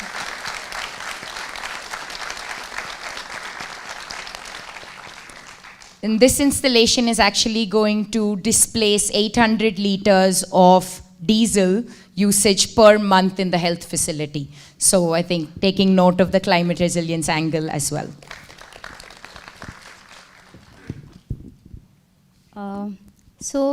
This calls for a quick hati coffee break, and we have set up the coffee station at the back of the auditorium, and we request all our guests to please use the rear exit for the same. And please note that drinks and food items are not allowed inside the auditorium. Also, the venue is a green campus, so please make sure you dispose all waste in the correct dustbins only.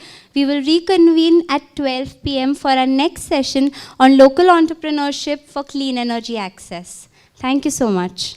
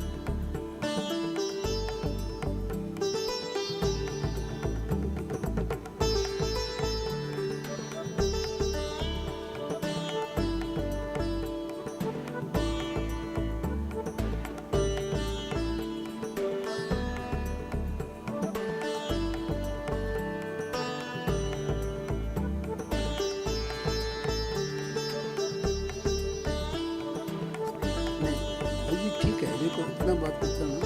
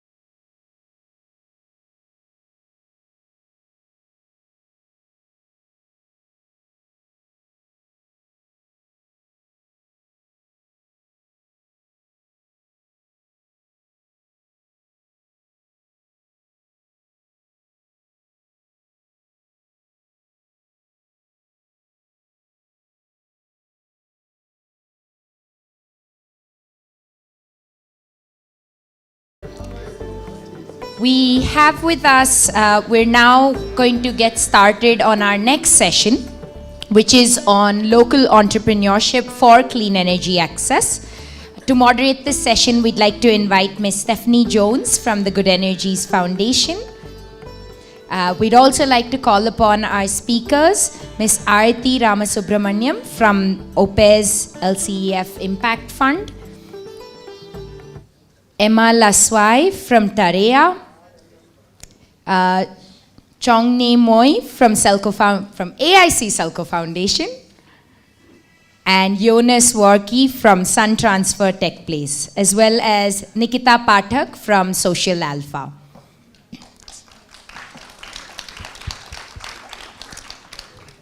Over to you, Stephanie.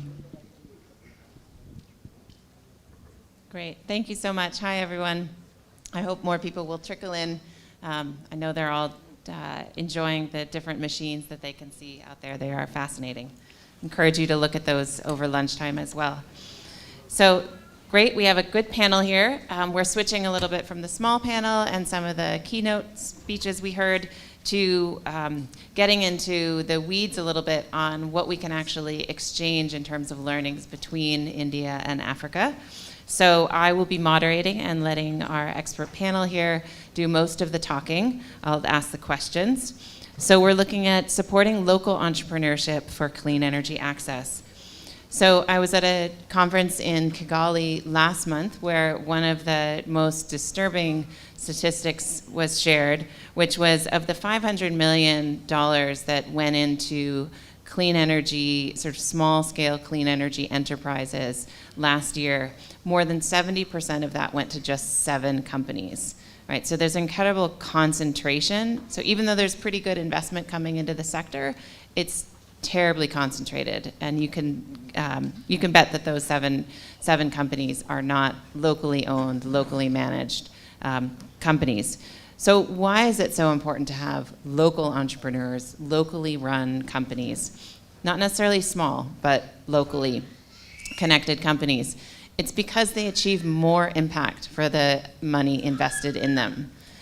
During COVID, the evidence shows that they were more resilient. They were able to keep operating when some of the foreign-run companies had to pull out of areas. They sent their staff home, they sent their management home. Local companies are leaner. They have smaller overheads. That's one of the reasons that the investment goes farther. And by their nature, they're more connected to the communities that they're serving. And so as a grant maker, putting impact first, that's really important to me. But I think even investors looking to see it's not just more impact that they actually achieve more revenue per investment. So for all kinds of reasons, it's really important for all of us to support local entrepreneurship. So we have a great panel here. We have a local entrepreneur. We have an organization that is supporting local entrepreneurs as an industry association. The AIC here in India, working with innovators who want to be entrepreneurs, and then 2 investors to share their experiences with us. So I'll quickly, I'll introduce you as I say, as I ask you questions. So we'll start with Jonas from Ethiopia. If you could tell us a little bit about your company and what in the ecosystem of where you're operating is working really well. Thank you very much, Stephanie. First of all, I think I would like to thank SELCO Foundation and Precise Consult for giving us this opportunity to put our potential and do projects in Ethiopia, also bringing us here to share our thoughts. My name is Jonas. I'm from Ethiopia, a co-founder and managing director of a solar company called Sun Transfer Tech PLC. Just to give you some highlight about our country's energy outlook, Ethiopia has the 3rd biggest population in Africa which has no access to electricity. It's more than 60 million, and it's just next to DRC, Democratic Congo, and Nigeria. So we also say that we have 13 months of sunshine in Ethiopia, and if you look the solar radiation map, global solar radiation map, Ethiopia, which is located in East Africa, and we have one of the highest solar radiation resource in the world. So far we are exploiting less than 1% of that potential. So this is the kind of demand, potential and demand we have in the country we need to work. So what works well for the enterprise is, I remember initially as a young engineer, I just joined the first solar enterprise in Ethiopia, which is called LeaderCo, and I was a sales engineer. And at that time, there is no awareness about solar technology in general. And I was at that time becomes aware of this technology actually. I saw a simple solar panel with its accessory just powering an CFL lab. So it's just for me an eye-opening in the sector. But what works well is most of the the customers were development partners, NGOs. They are implementing projects in rural community. We were doing solar pumping and other productive use technologies. We used to represent BP Solar at that time in Ethiopia, importing technologies. So what was important at that time is these works were the basis to lay ground for awareness creation and understanding the usefulness of solar energy in the rural community. So now, the awareness level is very high. People know the benefit of solar energy, and this kind of groundwork is important. And still, we need cooperation among different entities to put projects in rural communities. For example, one of our projects in rural community in south part of Ethiopia was to distribute solar home system based on pay-as-you-go model. And once we did that distribution, then we see that their rural hospital doesn't have power. They don't have water access, clean water access. They don't have power in their school. So this question immediately comes. If you don't have holistic approach to solve this rural communities problem, then it's just solar lantern home system is just a small part of that issue. So what we did is we collaborate with an NGO and even with a local government agency to provide fund through cost sharing. And as a private company, we did the installation after sales service. We were able to put 33 kilowatt solar system for their hospital, and about 15 kilowatt solar water pumping for village, for water supply, drinking water supply, and etc. So it was, the transformation in that village is huge. Yeah. And if you ask me, as a private company, we are not enough to solve those problems. We don't have that capacity. So you need such kind of collaboration to solve, at the highest level in the community's problem. Yeah. So would you say collaboration is one of the biggest things that's lacking right now? Yes, collaboration is lacking, and source of working capital for private entities is a problem still. There are also other challenges. We may discuss that later. But having investment funds and providing seed capital for private companies is still lacking. Yeah. Great, thank you so much, Jonas. So we'll turn now to Moy from the Atal Innovation Center, SELCO, in Guwahati in the Northeast. So what is the most important role that your AIC or AICs in general can play for entrepreneurs? Thank you so much, Stephanie. It is an honor for me to be part of the panel speakers in the South-South Summit 2022.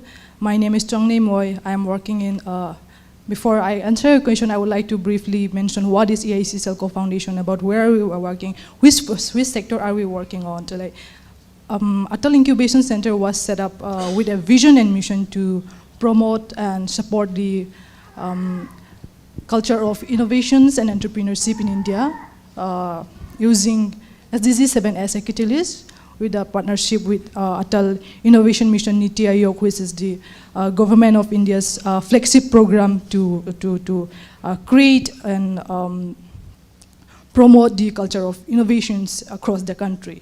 So, for instance, if you see AIC SELCO Foundation, we focus in the northeastern part of India, which is popularly known as the 7 sisters and 1 brother state. So with its population is around 45 million, which contribute to only 3.7% of the Indian total population. And as an incubation center, when you work in a region, I think it is very important to understand the complexity of the regions. If you see, like, for instance, Northeast India, 97% of the total international boundary is shared with several other countries, such as Bhutan, China, Bangladesh, and Myanmar. And if you see, in the lands of entrepreneurship, the biggest challenge being the lack of infrastructures in terms of access to road, energy, clean energy, healthcare systems, and other basic facilities, and also the difficult terrain. Another drawback being the inadequate access of funding, which remains one of the biggest challenges for the women and men entrepreneurs in this region to scale up, to start and scale up the business within the region.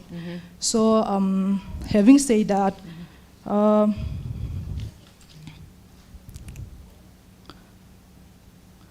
what is your next question? Yeah, sorry. So, so those are some of the challenges, and I think people will recognize those. So, other than encouraging the culture of innovation, what role does the AIC play with the individual entrepreneurs that you work with?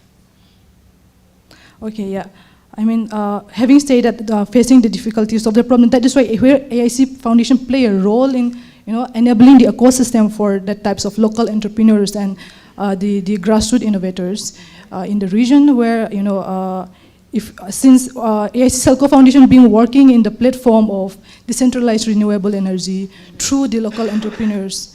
So for the greater good of the community, I think it is very important to know that to have a holistic approach where an ecosystem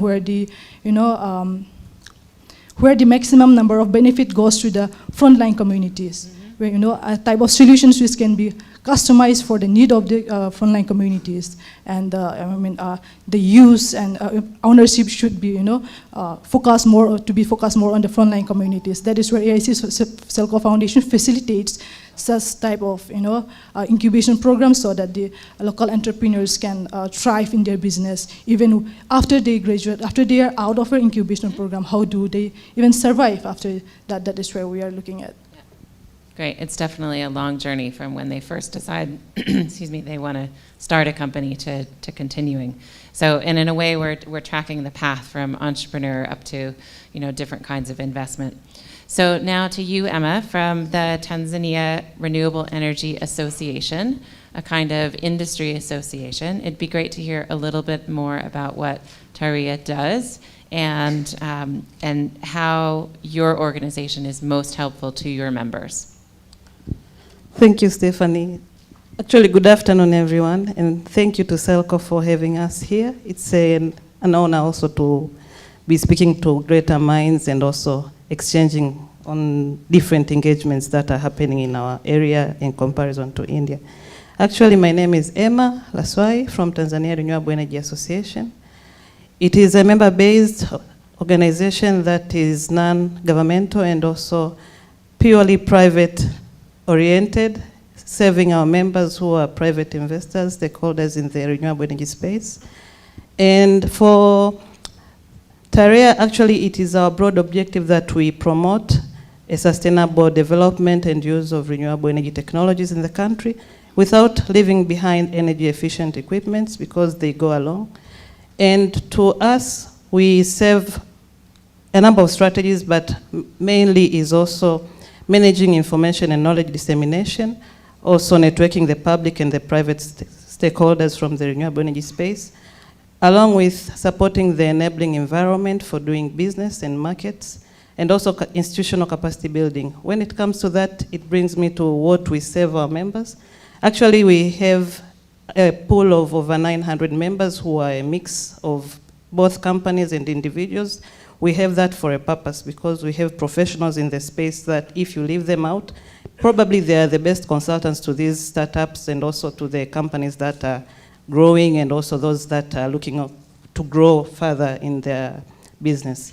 So we serve a number of goals. We also build capacity to these ecosystem, I call them, because you can have a company that is well established, but the technical skills are missing. You can have the experts who are in the space, but they don't know the challenges that even why the business is not growing. And also there are a number of issues with standards, there are a number of issues with capacities, and also a number of issues with political space issues where you hardly need such experts who could also back up the dialogues, because we most of the time do policy and advocacy, the dialogues, where we have to inform the government of what are the needs of the market so that we attract more investments, and also that brings in some income to the and revenue to the country. So in that totality, we best position ourselves that we engage all the players in the sector, leaving no one behind, so that we can address our challenges together. Mm-hmm. So I can imagine with 900 members or more than 900 members, they probably want you to do everything and more, right? How do you choose which part of the ecosystem to focus on? Is it just the members that are the loudest, or, right? How does an organization like TRIA decide what the priority is when you're being asked to do so much? Actually, it's not a choice. They are your members. They are like your babies. You either, for some of the issues, there are issues that you can also engage your members because they have different capacities. We have civil society organization in the network. We have a company that also does incubation, and also we have the startup companies. So you cannot be doing everything from one institution as a secretariat alone. So we most of the time engage our members in most of the activities that come, but we also go with the low-hanging fruits. If this is the most pressing challenge in the sector, that goes first. And we also have some member meeting, the annual general meeting, that we set priorities, which is our direction for that particular year. And what if any emergency comes, some new policies or new strategies or new challenges that emerge along the way, we find the best way to make the most of the network in solving and tackling that. Mm-hmm. Yeah. Great, thank you so much. So now we'll turn to Nikita from Social Alpha. And I'd love to hear a little bit more about what Social Alpha does in impact investing in India, and then what are some of the most common challenges that you're seeing in enterprises that you've been working with? Thank you, Stephanie. And thank you to SELCO Foundation for having me here. I'm Nikita Pathak, working in the climate and sustainability space at Social Alpha. So Social Alpha is a multi-stage innovation curation and venture development platform that supports science and technology startups, specifically addressing the social, economic, and environmental challenges. We support startups through their lab-to-market journey, and this includes a full-stack architecture approach, which consists of product innovation labs, venture incubators, accelerator programs, market access mechanisms, and capital pools. Now, these capital pools could be dilutive or non-dilutive, so could be equity-based investment or grant-based support for pilot or market access support. So investor is one of the hats that we wear.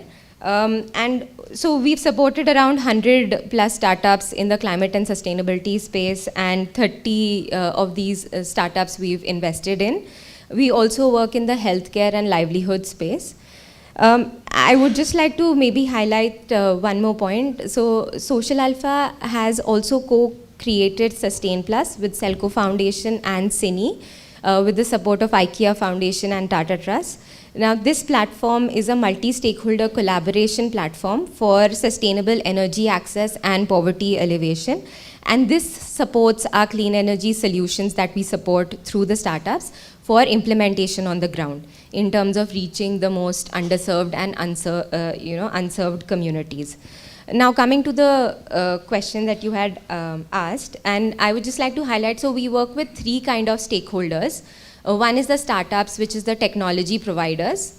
Second is the local enterprises that these startups work with as customers. And third is the end users who are going to use these services from these enterprises. Could be a farmer or a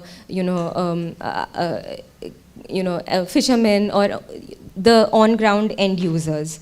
Now, in that context, when we are looking at solving these complex problems, there are a lot of challenges that these startups face, which is the technology providers. right from understanding the exact ground realities on the ground. So this could be very small things like not anticipating that you will not find a three-phase connection in remote areas, or you will not get access to network, so you cannot put, real-time data collection devices there. So understanding the actual ground realities and what is feasible, and also the challenges that, the community faces. So one is that. Second is, selling in a more consultative manner, because the requirements of all these local enterprises is very unique.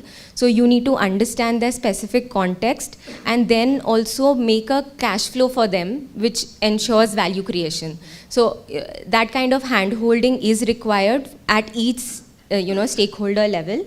Third is assured customer service, which is, essentially, these are very remote areas. So startups or technology providers don't understand the kind of resources that they'll have to put in to reach these remote locations, and to ensure that the kind of support that we expect from products that we use, make that available for the end users or the local entrepreneurs, so that they have sustainable usage of the product.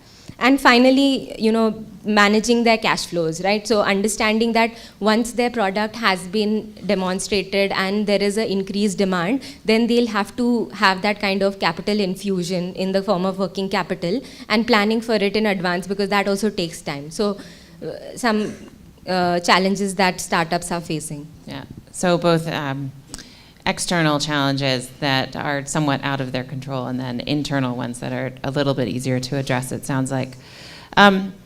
So as an impact investor, how do you think about measuring impact or determining impact so that you can take advantage of some of the finance that is dedicated to the impact side of the equation balanced with the financial returns? Right. So for us at Social Alpha, impact comes first, and then we look at profitability from a financial sustainability perspective. So these startups need to deploy their solutions on the ground in a sustainable manner to create that kind of impact, so that profitability is also important for them to sustain. But while looking at impact, we look at indicators. So primarily from a climate perspective, looking at GHG, emission avoidance potential, sustainable, equitable, and judicial use of natural resources, inclusive and sustainable economic growth, which is more from a livelihood perspective, and also ensuring overall quality of life, and finally plugging the gender gap. So while looking at energy access, these are the indicators that we try to assess while we are looking at startups.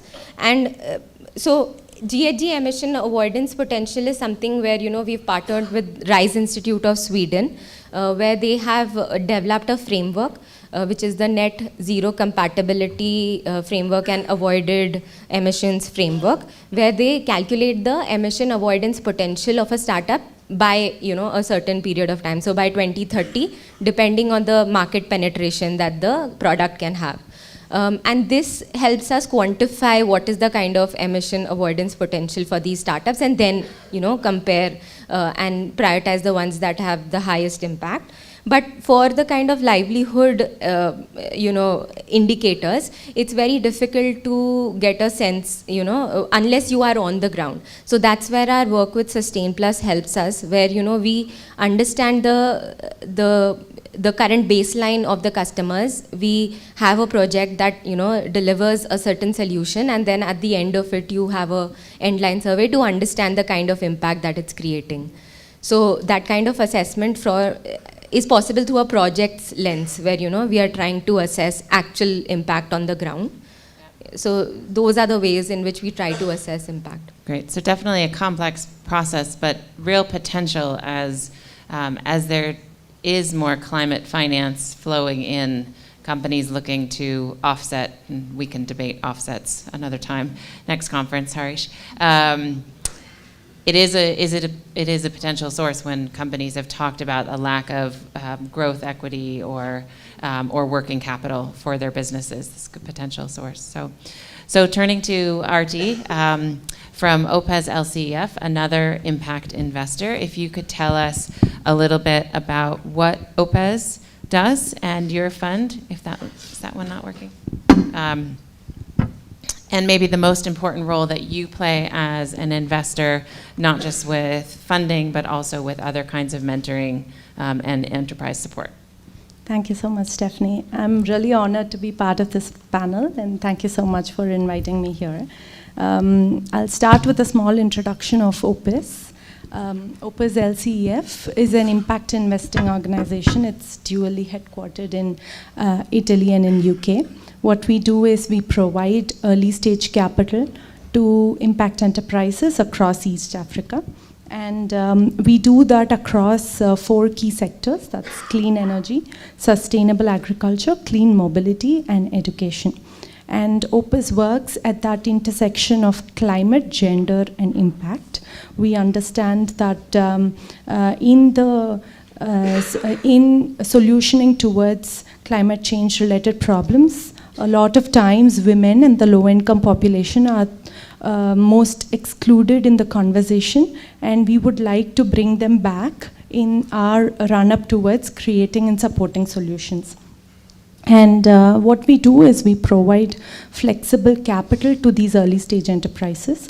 And for us, flexible capital could be in the form of recoverable grants, could be in the form of convertible instruments, impact-based, impact-linked financing instruments, and so on. And while Opus has had a history of investing across East Africa, I would just like to highlight one investment initiative that we did in the past couple of years. During COVID, we set up an investment initiative that supported enterprises in East Africa during COVID, where they were struggling due to the crisis in finding the next source of funding, in struggling with sustainability. So we invested across Kenya, Rwanda, Zambia, and Tanzania. And what we do is, because of the nature of our investment institution, we are able to provide slightly more riskier forms of capital. We are able to not only provide capital, but also support these enterprises with other forms of non-financial support. And when we come into these institutions, we sit with the institutions to evaluate the kind of support that they require.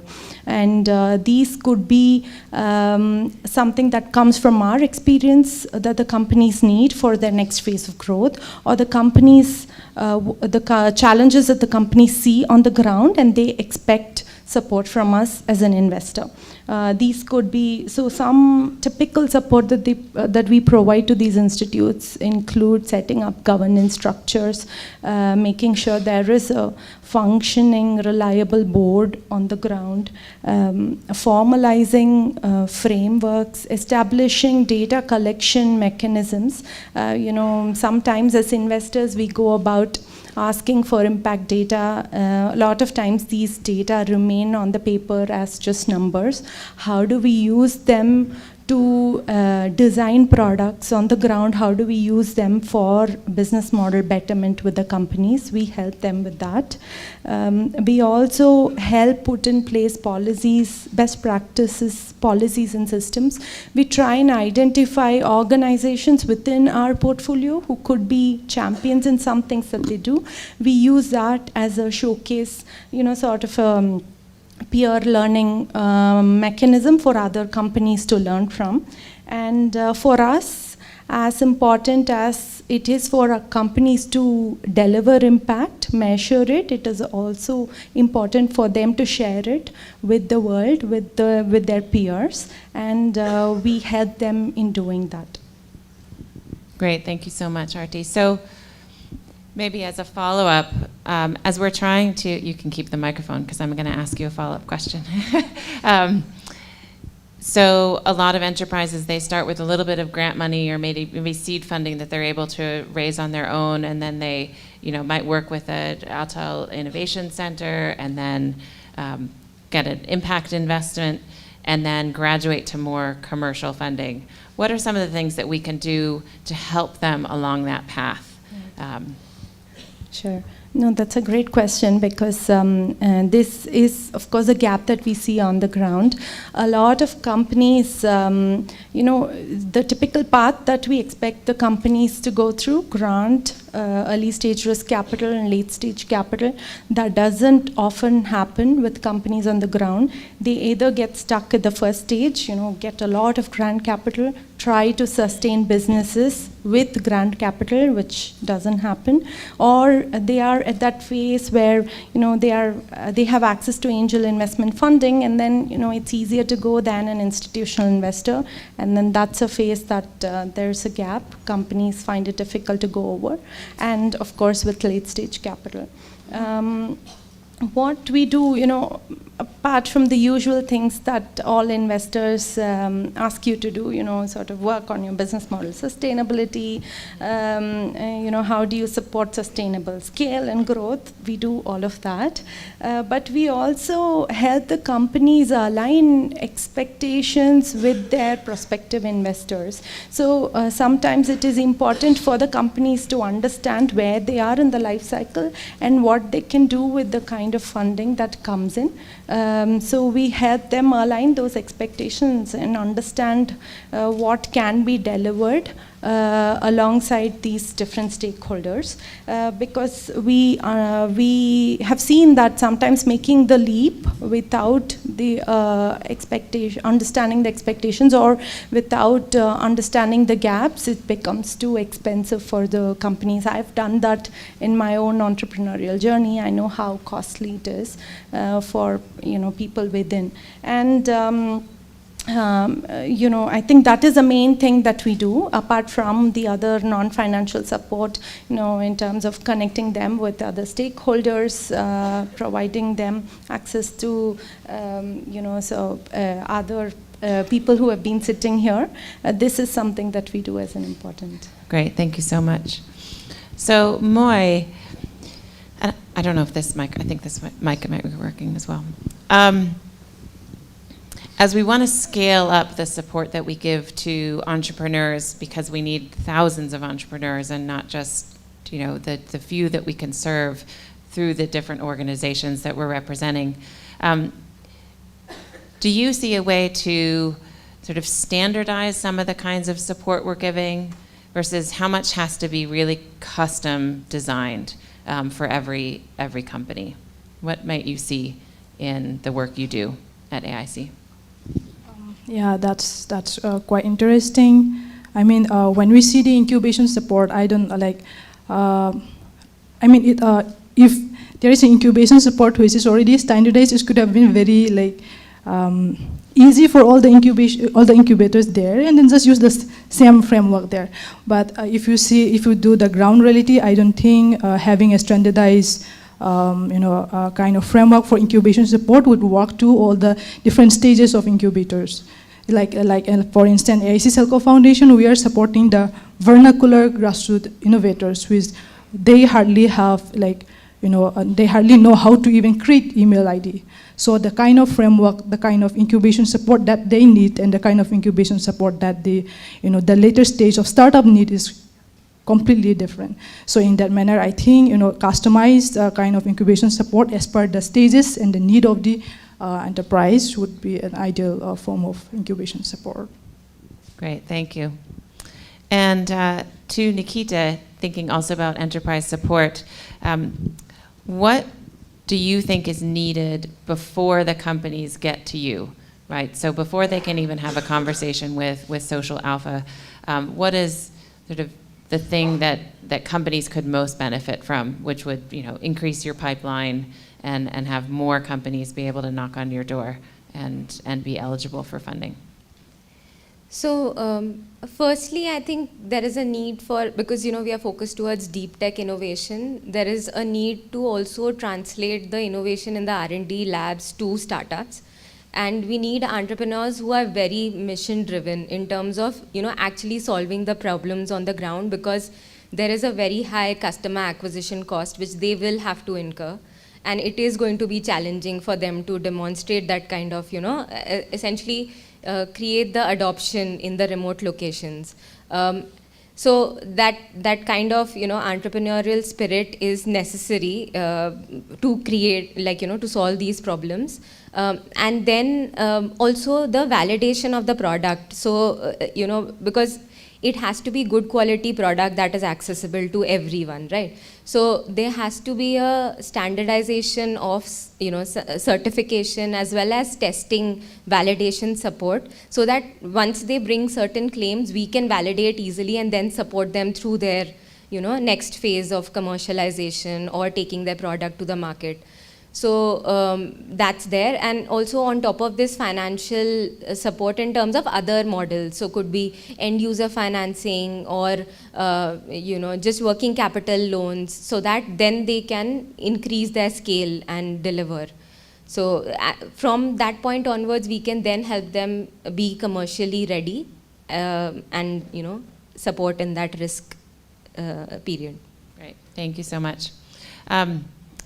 Taking a step back, Emma, you work with so many enterprises and other, try that one. Let's see if we have another mic. Yep. What kind of opportunities do you see for working beyond Tanzania to, more regionally with other organizations like yours in other countries, and then internationally, right? So your counterparts on enterprise support organizations in India and beyond, the international opportunities? Actually, there is great opportunity for working with other similar associations or partners or collaborators. And when you come to case by case, for us, we have already started, actually for a number of years, we've been working in the region, and we have recently managed to register a federation that hosts the regional, actually East Africa regional associations, renewable energy associations in East Africa. So it's a federation that is already registered, just to help us to tackle issues that cannot be tackled by a single country. So in that sense, I see there are issues when it comes to import duty you cannot address on your own. Some of the financing challenges you might not be able to address as a country alone.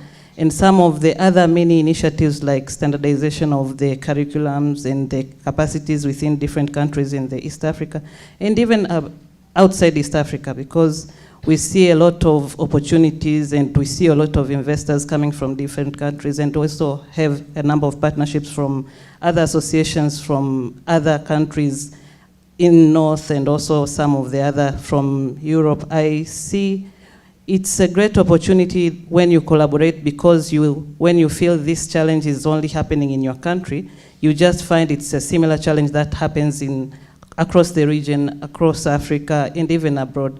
So for Tanzania, for TAREA, we are always ready to collaborate with many of these partners that are available, and we are open for discussions, because there are a number of challenges that we also feel that it is kind of too heavy for us. We might also need to build our own capacity internally, and also for our members to attract some of these financing challenges that they're facing. It would also need them to interact more with the other players from other countries and even outside the region, so that we are able to address their challenges in a more sustainable way, so to say.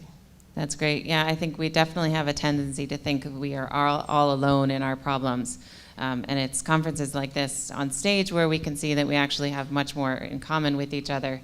But also in the conversations that you can have in the hallways in between the sessions and over the lunch, connect with colleagues from very different environments and realize that you actually are facing some of the same challenges and might have ways to solve those, if not actually working together, but by sharing learnings.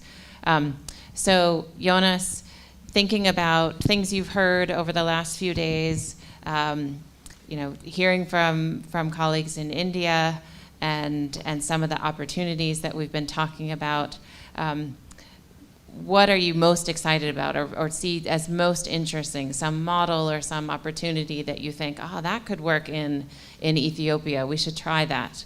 Is there anything that's sort of you've made a note of like, I need to follow up on this?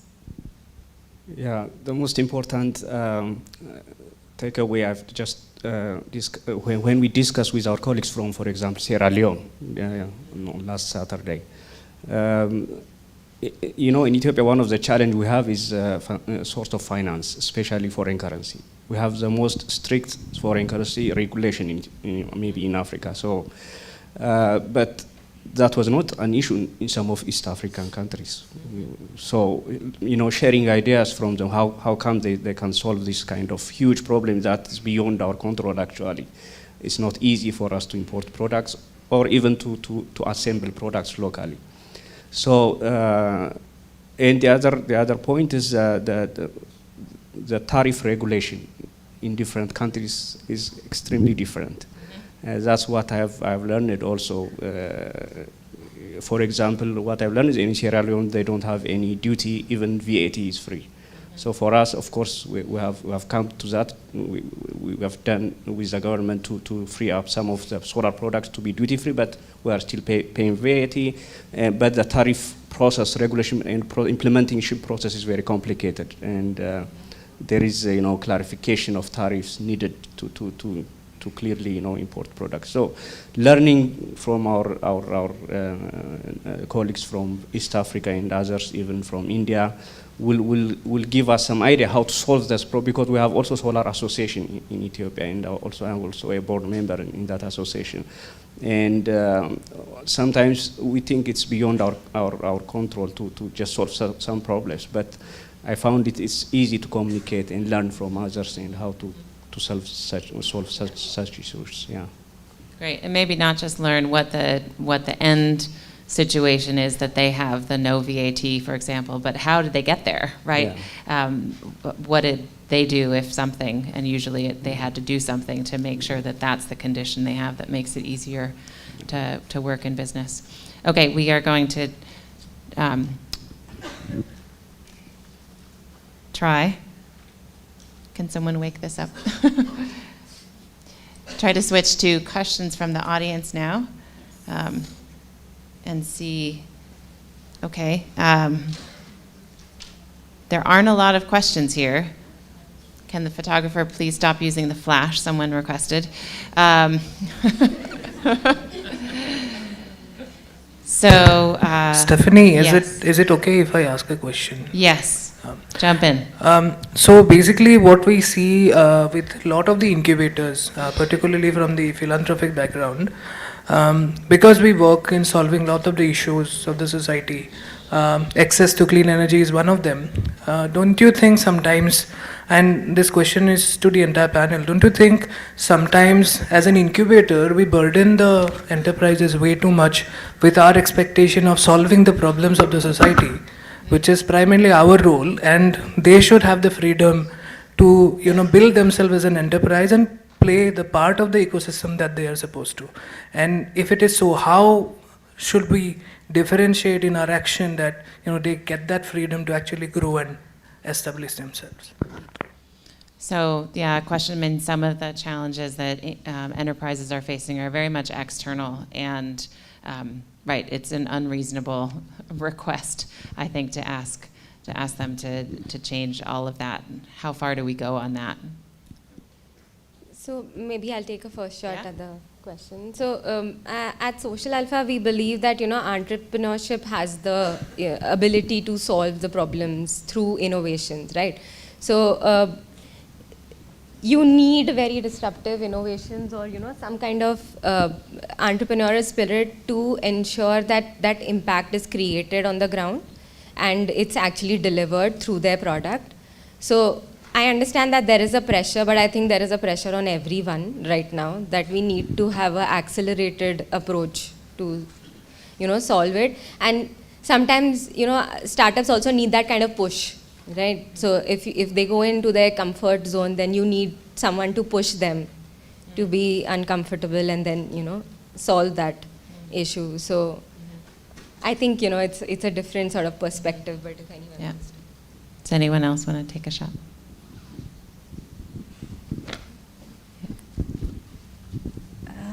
I mean, I echo with some of his thoughts. Yeah, because some of the entrepreneurs that we see go through multiple accelerator programs before they end up coming to us for access to finance. So what is it that they gain with all of these accelerator programs? There must be something to gain at the end of each, right? Sometimes I feel there is a lack of access to finance which they are not able to get from early stage investors. At the end of each accelerator program, there is a prize money. There is something for them to look forward to. And that will take them through 3-4 months of runway. And sometimes some of these accelerator programs provide very specific inputs, so some investors ask for, do you have a board with technical expertise? Some of these accelerator programs help them with access to such networks. I feel, there is some expectations even as investors, as ecosystem players that we place on these early stage companies, that is making them to seek some very specialized solutions from each of these different players. So everybody has something to give, so why not go to these people and get what I need? So I think it's everybody's responsibility to act towards this, not just one person. Yeah, exactly. I think coming together is one way that we don't put all of that burden onto one particular entrepreneur. But yes, Emma, maybe you can say something to that. Actually, not far from the other speakers. From my point of view, I see most of these entrepreneurs have good solutions, very innovative, but some of the solutions need to be, some of the accessories they are using need to be kind of coming from elsewhere, whether they buy, whether they import. And when you talk of importing some accessories, you are already talking of huge investments here, because you cannot just order a single unit. It becomes even more expensive, and you cannot even get it from the local market sometimes. That's why early this year, we managed to have some entrepreneurs, some of these local enterprises, sit at a table with some of the ecosystem players when we organized the commercial banks to be around, because they also have their role to play. Some of these advisors and experts that would also coach them, and already matured companies that maybe have had passed that route to kind of exchange, because you might have a best solution. If you are not connected to the right ecosystem, you might even end up losing hope and discouraged, and you don't implement anything. So connection, collaboration are very key to these startups. Yes, they can not be reliable, or they cannot access that finance, but they also need some advisory services. That how do you navigate to get to this product maturity, and how can you access financing? What do you need? This information is not anywhere they can read and gather and provide the solutions. So I see there's that opportunity for them to be networked from their early stages, so that they grow as they go, and they are coached, whether remotely or even close by, or follow-ups, but they need that. Great, yeah. Yeah. I just also want to answer Gonaz's question. See, I mean, again, if you see as an incubation center, if you see, we are also supporting the kind of the grassroots technology innovators who has come up with certain kind of solutions, certain kind of sustainable energy solutions. But the challenges that we found is that they have a very brilliant idea in terms of innovating the solutions. But again, when we see in terms of entrepreneurs, in terms of entrepreneurship, the spirit of entrepreneurship, that is what we think it is missing. Or since they are expert in developing the technologies, making the technologies, that is what they are interested in. But at the end, I think what also important is where do you sell your product? Where do you do your marketing? And another like enterprise, how do you instead of not only focusing on the technologies, how do you focus on the entrepreneur side, on the enterprise building side, so that you can scale up your technologies and commercialize, and then become a successful entrepreneurs, innovators as well. If we are answering your question. Mm-hmm. So that the end part of your response was getting to one of the questions on Slido, and then I want to turn to the audience. So if you have a burning question, think it through so you can ask it concisely so we can all get to lunch. Some of the technology entrepreneurs, so some of the technologies we see out there, they have a go-to-market problem, right? So they have trouble getting their products out to sales.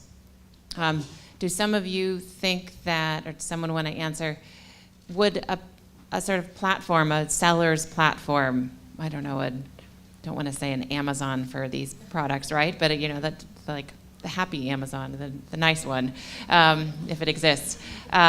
Sorry. Other funders that I work with a lot. Anyways, would something like that, a platform that allows potential users to find those products, for people to, you know, distributors to compare the different kinds of products, would something like that help in a market like Ethiopia or elsewhere? Yeah, I think there are enough technologies as we have seen outside in this sector. Products, there are mature products, so in the most easy way to disseminate these products to the rural communities by demonstration, live demonstration, you know, to showcase how you know these technologies can solve the problem in the rural areas. Those are the most effective way of marketing in our case. And for me, what's challenging for most enterprises is how to identify the right funding and understand the funding requirement and how to align with the business model so that they can, you know, have the right finance at the right time to distribute these technologies in the rural area. So in incubation, you know, apart from helping to do some projects, it's important to coach these enterprises, you know, on the business skill. You know, how to handle on the finance side and how to get those resources to implement these technologies. And I think that's what I can say. Mm-hmm. Great, thank you. Okay, turning to the audience. Does anybody have a burning question that they want to ask? Yes, Hanok.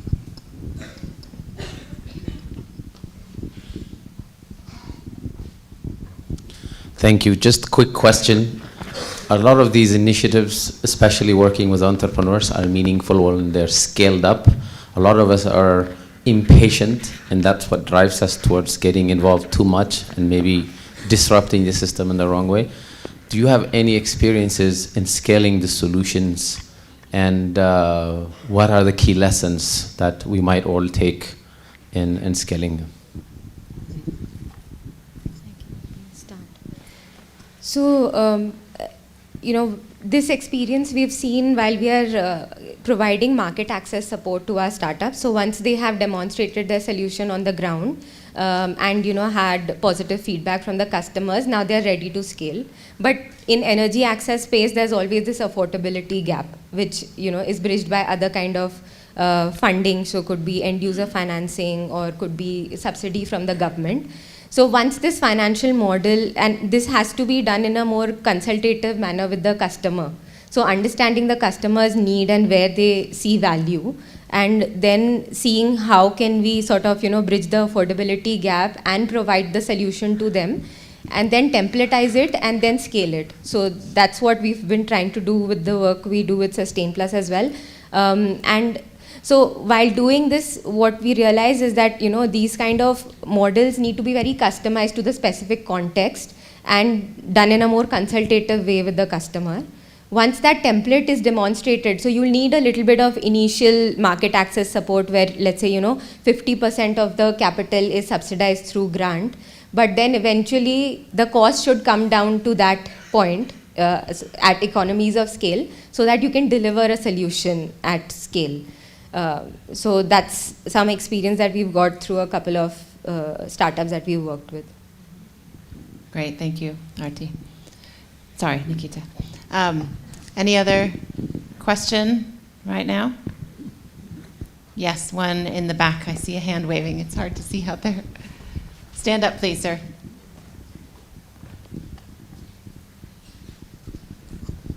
I was just wondering, we have, you know, in the accelerator space, impact funding space, we often talk much about the investments, the targets, etc. But, you know, the founders' crisis is a big space which often gets neglected. be it a local or a scale. So where does that fit into the puzzle? Working with entrepreneurs, but the leaders, how do they deal with their crisis? Because that's a journey.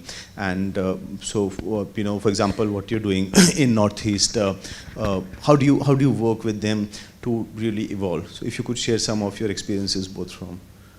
So how do you support the founder themselves? That journey also is a very, very critical journey, right? Okay. Their crises, their dilemmas, where does that fit into it? Because it tends to, get more focused on the enterprise. Get lost behind capital raise and data modeling or something like that. How do you support leadership growth of the founders and hopefully then the founding team or management team as an enterprise grows? In Northeast, if we see, we have been conducting a very extensive capacity building programs. Like I said, since they are most focusing on the developing the technologies, but we are really focusing on the building the entrepreneurship mindsets, how to make a business plan as well. And regarding the financial part, I think it is the type of entrepreneurs that we are incubating, that we are supporting are really a very grassroots type of entrepreneurs where no funding agencies would like to fund on them. Not even the banks would like to fund on them, where in Northeast, again, like I said, inadequate access of funding is one of the biggest challenges. People who does not have a government job, it's very difficult to access funding from the banks. Who's have been a little bit improved by now, but then and then we can expect the same for the grassroots innovators and entrepreneurs there, and providing a platform for such type of entrepreneurs, a very grassroots, grassroots entrepreneurs, where we're looking for a type of funding, a flexible funding is very much required to that type of people so that they can grow and push up instead of just example like just one basic example. If we said. The type of entrepreneurs that we are supporting doesn't fit into the partnership. If we talk about the legal registration, they don't even fit into the private limited company type of registration because of all the legal compliances that they have to do. So that type of people who does not have the capacity or who does not have yet reached the stage of this private limited company, there are very limited number of fundings essentially who would like to fund on them, if I am not wrong, right? Yeah. So providing a platform for such type of people is what AIC is planning to do, and also we have a flexible funding sources, fortunately, in our ecosystem. Great. That's how we strive to grow with the innovators that we have supported. Okay, thanks, Moy. And that's a good question. I mean, leadership mentoring is also really important. And Arti had mentioned investing in governance, and I think leadership is part of that. So we're going to wrap up so that we can get to lunch. Thank you all for staying a few extra minutes since we got a late start. So just to summarize a couple things, I mean, in places like in Ethiopia, sorry, is there? Okay, one more. Thank you very much. I was already given the mic, so yeah, thank you. Thank you, moderator, and thanks to the panelists for the great discussion. My name is Desmond Tutopio. I'm from Uganda, particularly the Uganda Energy Credit Capitalization Company. My name, rings a bell in so many countries. A friend from Tanzania earlier told me, please add the Tutu, because that's my name anyway, Desmond Tutu, but from Uganda. I work for Uganda Energy Credit Capitalization Company, a government agency that was created deliberately to have government intervene in providing credit to financial institutions and the private sector so that we can scale up uptake of renewable energy technologies. And right now, looking at the discussion, we are taking the direction towards capacities of the SMEs vis-a-vis financing. In Uganda, to my sister Terea, my immediate neighbor from Tanzania, in Uganda we have umbrella associations like the Uganda Solar Energy Association. We have the Uganda National Alliance on Clean Cooking. There are other umbrella organizations for the different category of enterprises, not one per se. Now, we realize that probably financing alone may not be the biggest challenge right now. Financing may be available. So many presenters are mentioning the same. But one of the biggest challenges is the capacities of the SMEs to absorb this financing, to increase their bankability, to increase their credit worthiness. And as umbrella bodies, probably there must have been interventions to increase on the capacity, on the potential of your members, your SMEs, to access credit, to access financing. Even when we talk of early stage, even when we talk of startup capital, but the SMEs have to start from somewhere so that they can be supported. What has been some of the deliberate interventions or actions that you have done to increase the capacity of your members to access credit from the different financiers? I'm saying this because we have a program that we want to improve through technical assistance, the capacity of SMEs. What have you done in Tanzania that you can learn and draw and replicate in Uganda? Thank you. Great, thank you. Okay, no more questions. You'll have to save them for lunch and find one of the speakers. So if I can change it just a little bit so that entrepreneurs can access that money, it's not necessarily only something that we need to change with the entrepreneurs, right? I mean, we can also educate bankers because I know there's often requirements of collateral or things like that. So maybe solutions on both sides that allow entrepreneurs to access the kind of local capital that is so important for them to access. Does anyone want to give a quick response, Emma? Yeah. Actually, thank you, Desmond, for the question. And maybe just for your information, in Uganda, there's an alliance that is an umbrella top association for all the renewables. I think it's a new baby, maybe. But for us, it's very new, I know. But for what we have managed so far for us, it's not a work completion, it's a work in progress. You cannot say that we have managed because there are always new entrepreneurs that are coming up daily. And those that already are working with us, we managed to kind of organize some of the capacity building training workshops for the startups especially, just to have them equipped with the right documents, right skills, right actually approaches to such proposal writing or access to funding or the requirements that they need. But on the other side, as Stephanie said, we also managed to put them in a room with the financial institutions, both microfinance and local commercial banks in the country, just for them to discuss, because sometimes you can say they don't have the required documents, but the banks also have their gaps. They don't even understand critically what renewable energy technologies maybe look like and how long might that take for them to finance before they get their returns. So it is both parties that need to sit together, but also for the local startups, the grassroots ones, it's always good to have them networked. There are some of the microfinances that are also assisting that. I think we have a colleague from Microfinance Association who would speak for that. But for Tanzania, I see most of these startups gradually grow. It's not a process that you can attain in the first year or the first month.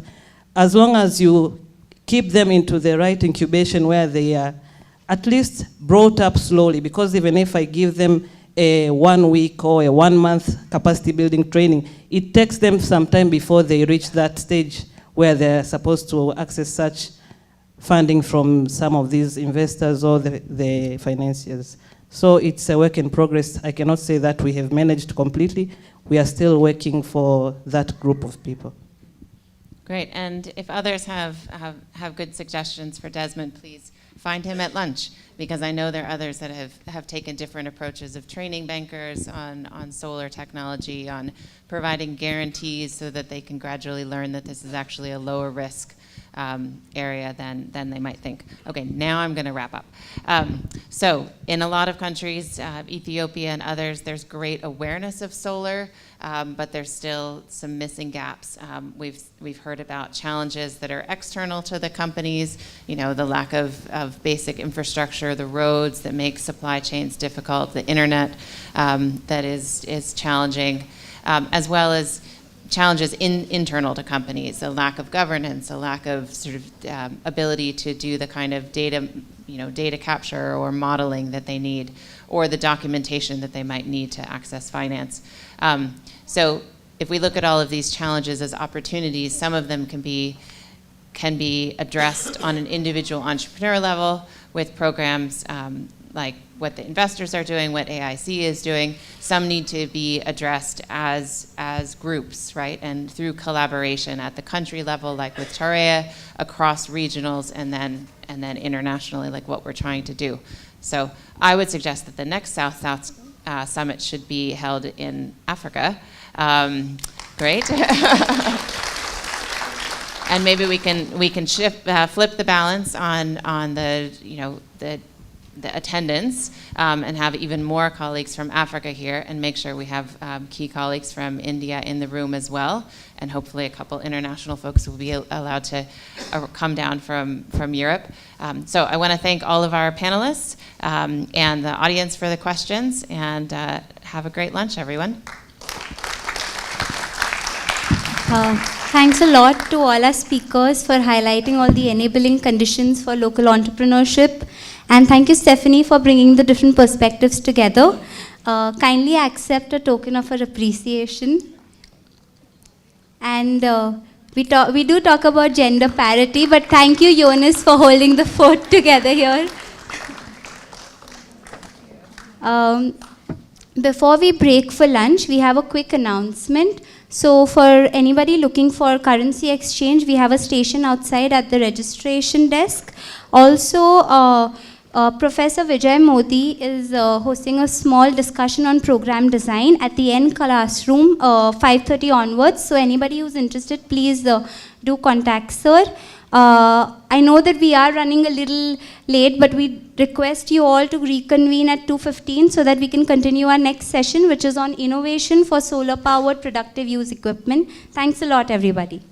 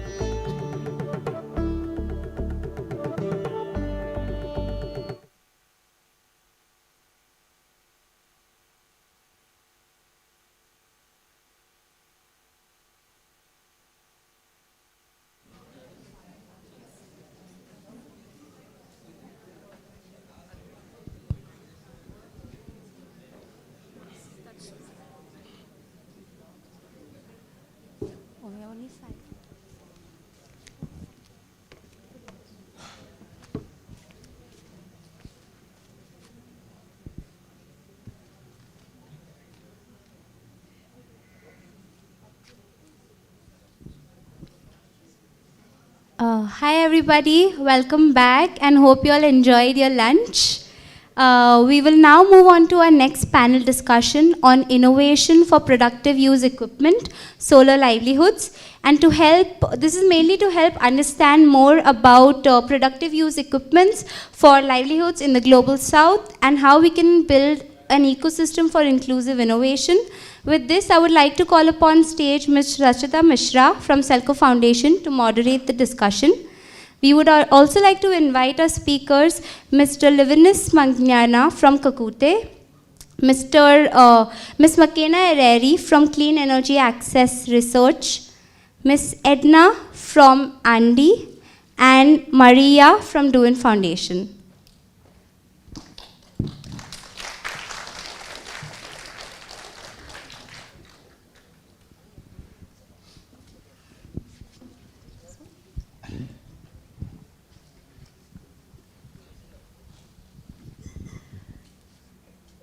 So apologies on behalf of Mr. Abdulal. He actually just landed because of some visa delays that he had earlier, because of which he had to reschedule his flight. So hopefully we're able to hear from him again, because very rich experience there as well. But I think we have a very good mix of panelists here. So just to start off in terms of just the context in which we're having this discussion itself, which I'd like to bring forth before we get right into it. So when we're talking about innovation here, I think one thing that all of us on the stage right now agree is that we want to speak about need-based innovations. And that is something that I think we'll all try to keep in mind when we're trying to highlight our points, but that's one thing that I wanted to point out.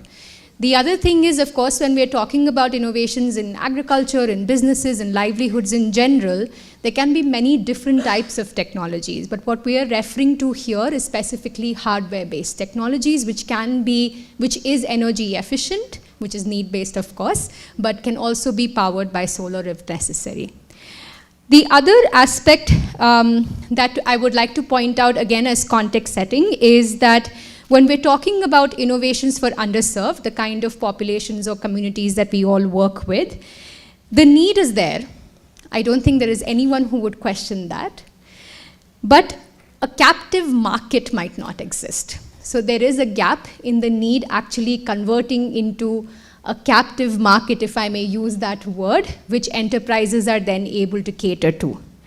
The other aspect that I would also like to point out before we start the discussion is that when we're talking about enterprises or innovators themselves who are actually looking to deploy these technologies, innovations itself might be coming out of a need-based context, but the innovator might not be from those geographies. And the other aspect is that innovators and enterprises are themselves coming out of that context, which is saying that they themselves are facing those issues, and so they are innovating for those issues. That again is an important context to point out, because a lot of the enabling players that we have on the stage today, their support, their value to the innovation and entrepreneurship ecosystem differs then, quite significantly. So how we would like to structure is that first I would like to have a conversation with Mr. Manyanga, who is based out of Tanzania, and would like to listen from him on what are some of the grassroots understanding of need-based innovations and challenges in need-based innovations. And from there, we'll move on to our three panelists who are representing different parts of the enabling environment that allows for innovations to happen in a certain way. So to start off with, Mr. Manyanga, if you could share with us first, with the communities that you work with, the innovators that you work with, what does need-based innovation actually mean? And where do you feel the gaps lie, and where do you feel the opportunities lie?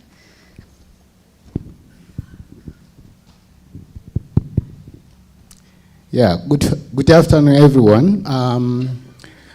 I really want to thank everyone for being able to participate in this discussion, and my thanks be extended to SELCO, who has been enabled us to get together here. Yeah, talking to this topic of technology innovation and how do we experiencing it in our local context. Kakute stands for the Company for Technology Dissemination. We are an NGO based in Arusha, in Tanzania, and we have been in operation for the past 27 years. We are equally the same age to SELCO, I would say, but we are not as big as SELCO. One of the things that we do is the innovation and entrepreneurship for rural community livelihood. That is what we do. And looking at the innovation that we are talking about and the entrepreneurship, that is main for rural setup. It is quite challenging and diversing. In Tanzania, more than 50% of the population lives in the rural area, depends on the livestock and farming for getting their livelihood. Now, if you talk of 50%, meaning that the total population in Tanzania who are living in the rural area, they are approximately 70%. So 50% of that 70 are depending on those two livelihoods. You will find that how many potentials that are available for innovation. In most cases, that the innovation should be geared and focused on the agriculture value chain and livestock value chain. Those are the area where you should touch in your innovation to touch the rural community. Now, when we talk about livestock and agriculture, you will find that the technology that is required are also different in many aspects. There is an innovation existing in the rural area. It isn't that they are living in the rural area empty. So innovation, where should it come from? Should it come from the urban area to the rural area, or should it come from the rural area to the urban area support? So Kakute, our approach is that when we are trying to look at the innovation, we start at 3 stages. One stage is to scope around, to understand what are the needs on the ground. And the second level is to identify the solutions, where you discuss with different stakeholders at that level. You involve government, you involve public organization, you involve, but the only institution that are not easily to be available at that stage in the discussion is the financial institutions. Go to the rural area, you will find that it's too difficult to find a financial institution who can come on board in the designing process. The second one is that the technology developers and facility to develop the technology, they are not easily available because of the lack of energy.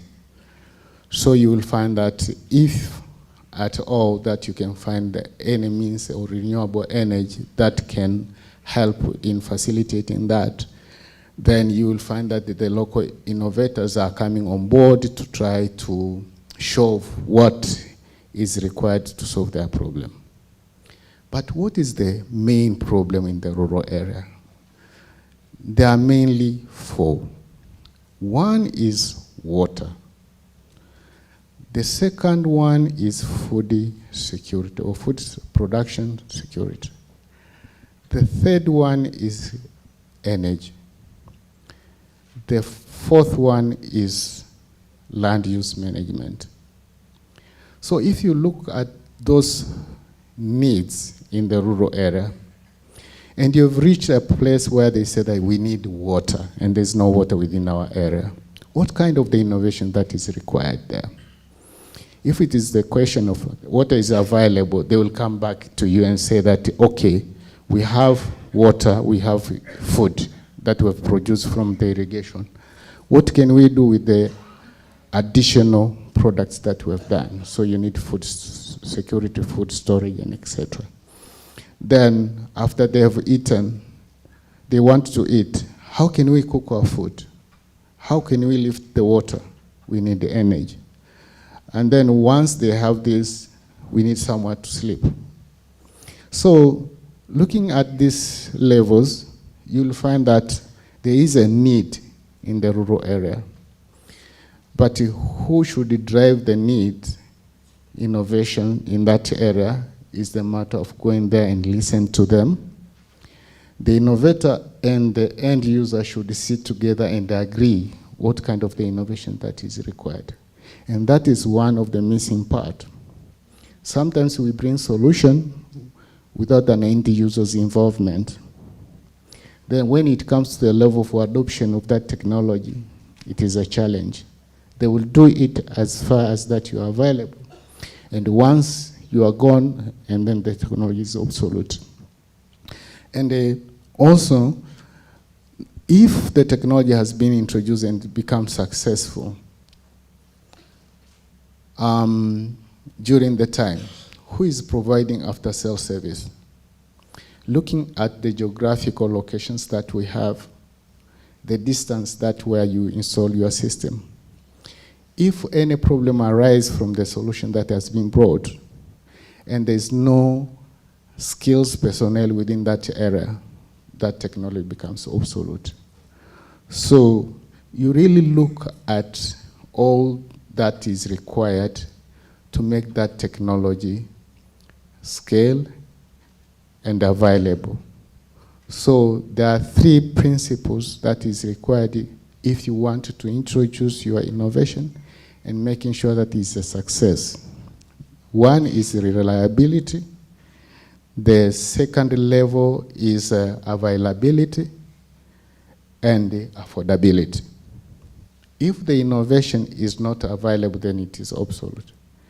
If it is not reliable, it is obsolete. If it cannot be affordable, meaning that to buy it and maintaining it, then it is obsolete. So the innovations that we need to look at, and if you want it to be sustainable, it should include all stakeholders to make the solution sustainable. Thank you for pointing that out, Mr. Manyanga, and I think you already pointed out to several aspects. One is, of course, you highlighted like the human resource aspects that enterprise might need, an innovator might need. You brought in the aspect of validation on the field itself, so the enterprise or the innovator sitting with the end user, understanding that need and getting that final validation. You also then pointed out the transaction costs, because for you to be able to just do that and travel into the field and do that in the right manner itself has transaction costs which the innovators would have to take up. And then of course it's the whole aspect of your end user does not really have the capacity to pay maybe, so you need a financier to step in. And that itself is a missing ecosystem in many ways. So could you also give us examples of enterprises that you have been working with?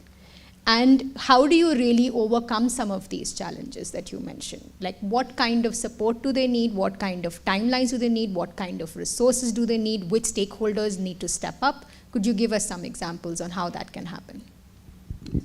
Yeah, in the scoping process, we have realized that the government involvement at that level is very important. So in the providing of the solutions that the government, we involve the community development officers at that level to really make sure that the innovation that is being brought in, it address the problem that the government also see it as a problem needs to be solved, so that in that level you are getting the support from the government. The second one is the end user.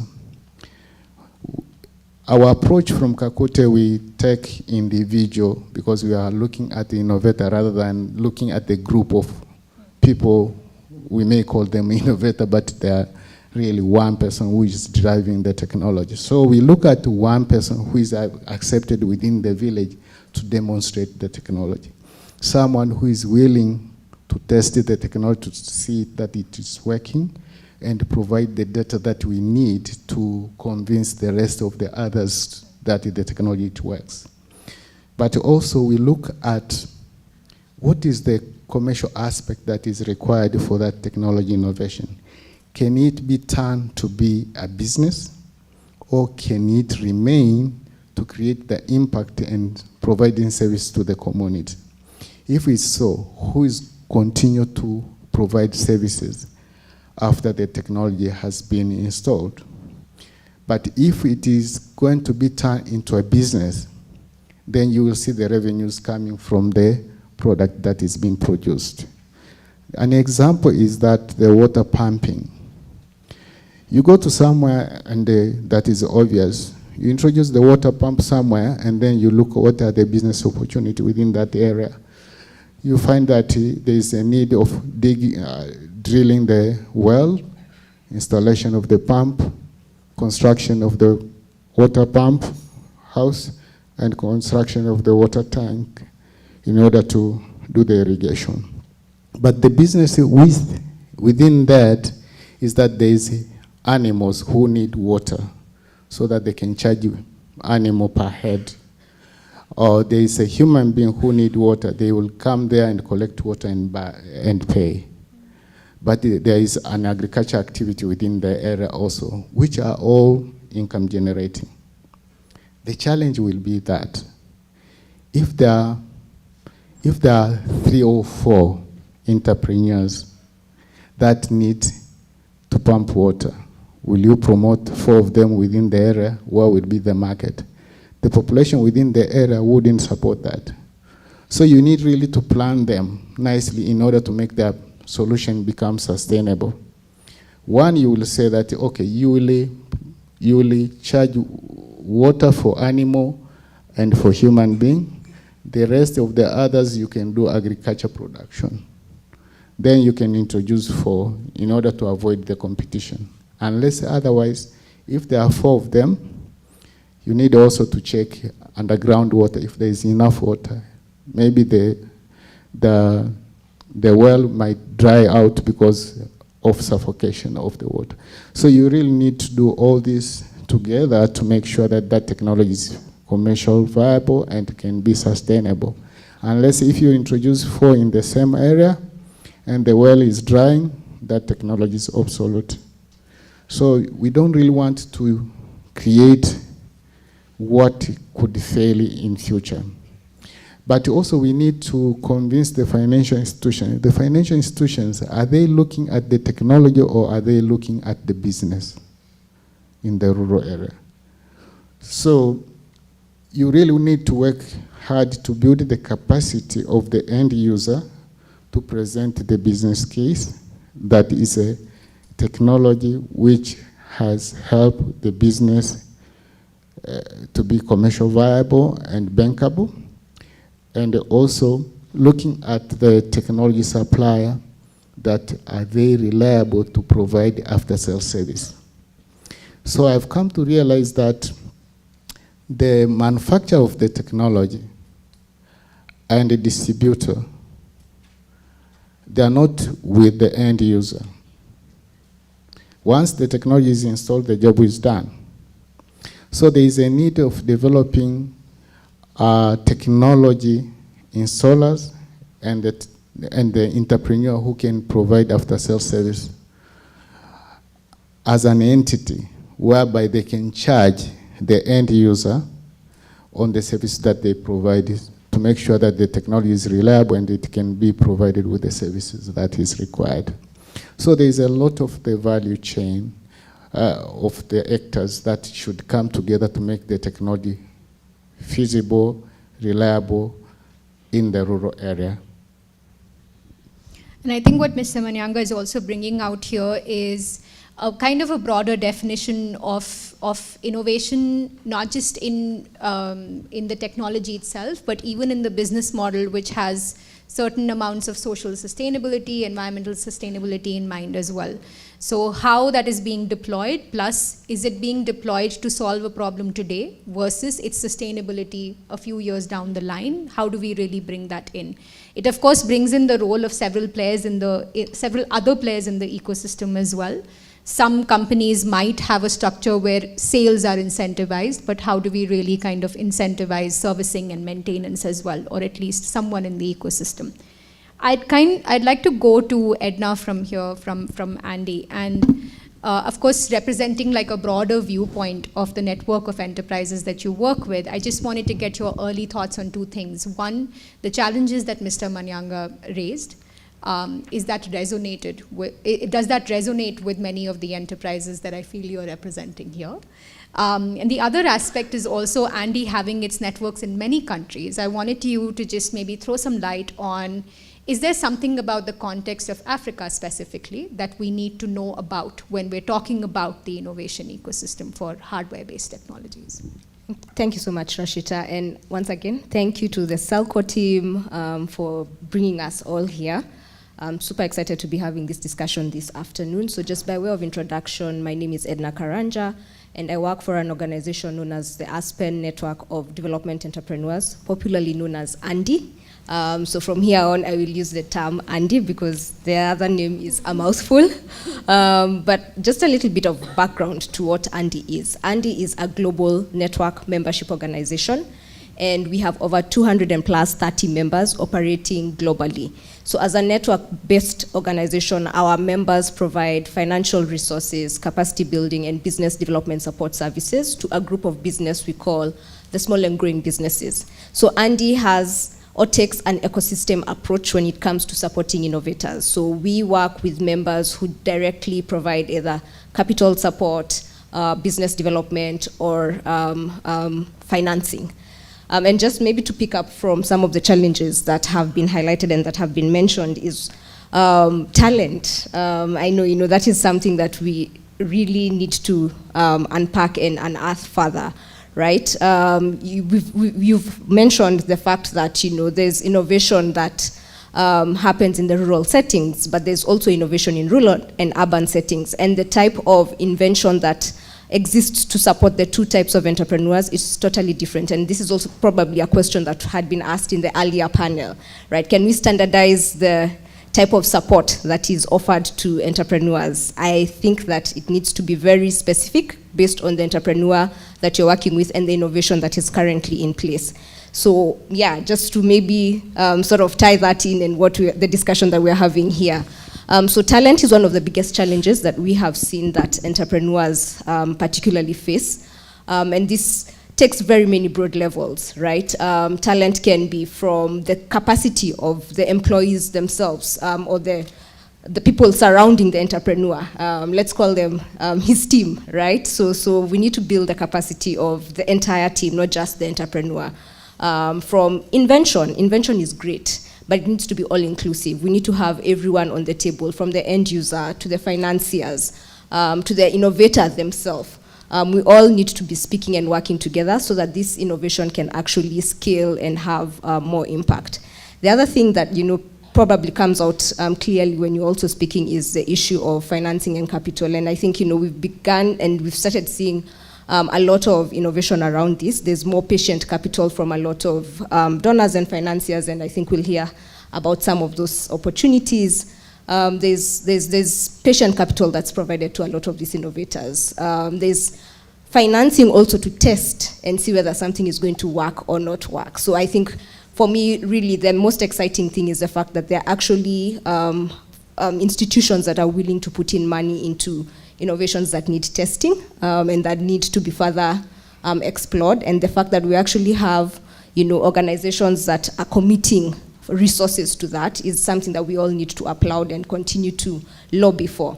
So one of the things that ANDI does as an organization is research, convening different ecosystem players, and capacity building and advocacy work for us to ensure that we close the financing gap and capacity gap that exists for innovators and a lot of innovators in the ecosystem. So that's one of the biggest roles that we see and we play in the ecosystem. Just to follow-up question to kind of deep dive on one of the things, like you definitely spoke about patient capital, which is in like desperate need with every single entrepreneur that we speak to, innovator that we speak to. In India, we know that it's very hard to actually unlock it and actually be able to access that capital. And I'm pretty sure that in Africa it's the same, harder actually. And I'm sure like all the entrepreneurs who are here as well are always in need of capital and always looking for that source of capital. Could you highlight a bit on like some of the opportunities that exist, whether there are sources, whether there are things that they can be on a lookout for when either they're trying to access it or when they are creating proposals, anything at all on that front? That's a very good question, and if there are any entrepreneurs in the room, I think one area I could actually advise all entrepreneurs to look into is joining accelerator and incubator programs, and that is something that was talked about earlier on. So a lot of these accelerator incubator programs tend to have a financial aspect tied to the programs that go through that. So that's one way of also getting your business in the spotlight. You're able to learn the critical skills that you need to interact with investors. You're able to learn how you can actually identify the different sources of financing. Once you go through an accelerator program, if you're an entrepreneur, you'll quickly realize that not all capital, you don't need to be going after all capital. You need to be very specific about the amount of financing and the financing that you actually need. So aligning yourself with the right stakeholders, aligning yourself as an entrepreneur with the right opportunities and going after those opportunities. So definitely being part of accelerator and incubator programs is one of the ways to get financing. The other model and the other way that we have seen really come to light in the past couple of years is that we are beginning to see financial institutions taking a keen look at entrepreneurs. We now have opportunities and some financing resources made specifically tailored towards innovators. And why is that? That's because there has been a constant lobby, there has been a constant advocate and case made for different financing that needs to be made available to entrepreneurs. So we've started seeing that the financiers are also listening and coming up with products that generally fit the needs of the entrepreneur. So we are learning to also just take what we are hearing from the ground and actually implementing and coming up with programs and designing programs that meet the users that they are meant to serve. Thank you. And I think like just extending that question slightly to Mariah as well. Where do you see your role in the same conversation around access to capital? And again, like when we're talking about working capital, flexible financing, patient capital, low cost of financing, I think these are just terms that come automatically in all the forums that we are getting involved in. So again, I know of Duan's portfolio and the way that you've been looking at innovative ways of financing, even niche players who need that funding. But how do we expand that pool? And what are some of the learnings that you would like to share with that pool? Thank you, Rashida. Thank you, first of all, for having me here, and thank you, SELCO Foundation, for organizing this important conference. Thank you for asking the question. I wanted to say that I think these guys are really doing the real work, and I'm only here to bring in the funder's perspective, so I will try. I'm Marije. I'm a program manager at the Doen Foundation. We are based in Amsterdam, in the Netherlands. We were founded 30 years ago by the charity lotteries in the Netherlands to support early stage entrepreneurs that have bold and risky ideas to work towards a green, social and creative society. And so we are quite flexible in terms of timings and instruments, and our main focus is on the Netherlands, India and Sub-Saharan Africa. So just to give you a bit of background on Doen. About how is Doen looking at this and trying to play a role in this ecosystem. I think for us, it's really important to combine a kind of direct and indirect support. So we feel only supporting entrepreneurs is maybe not enough. So we moved into this kind of ecosystem support as well, and to provide actually the conditions for entrepreneurs to be able to reach their impact goal. And when you talk about need-based, Rajita, I think it's really about bottom-up And I think I've heard that before, like in the first 2 days conference, but also today. I think it's really about pull instead of push. And if you believe that as a funder, I think then you have to be also holistic in your way of funding. So I think what we try to do is not only look at like the business model, but think about the capacity building, think about like the pre-work that needs to be done before you can actually get to this business model. And I was having dinner with Mr. Manyanga last night, and I think, as you said, like don't rush into the ground implementations too fast. And I think that's really true. So for us as a funder, I heard the term patient capital, we try to do that, but I think as important is also the flexible capital. And to be actually able to pivot with the entrepreneurs in their journey, because you know things will change. Like straight after getting your funding, things are already changing. And I think you have to be really careful as a funder to be open. And for example, in cold storage examples that we have in the portfolio, you see things will change, and some of the other funders might be having restrictions, so we try to be able to bridge the gap and connect us to them. And I think it's also our goal to be catalytic, and I feel also the responsibility once we fund an organization to get in other funders, for example in Tanzania.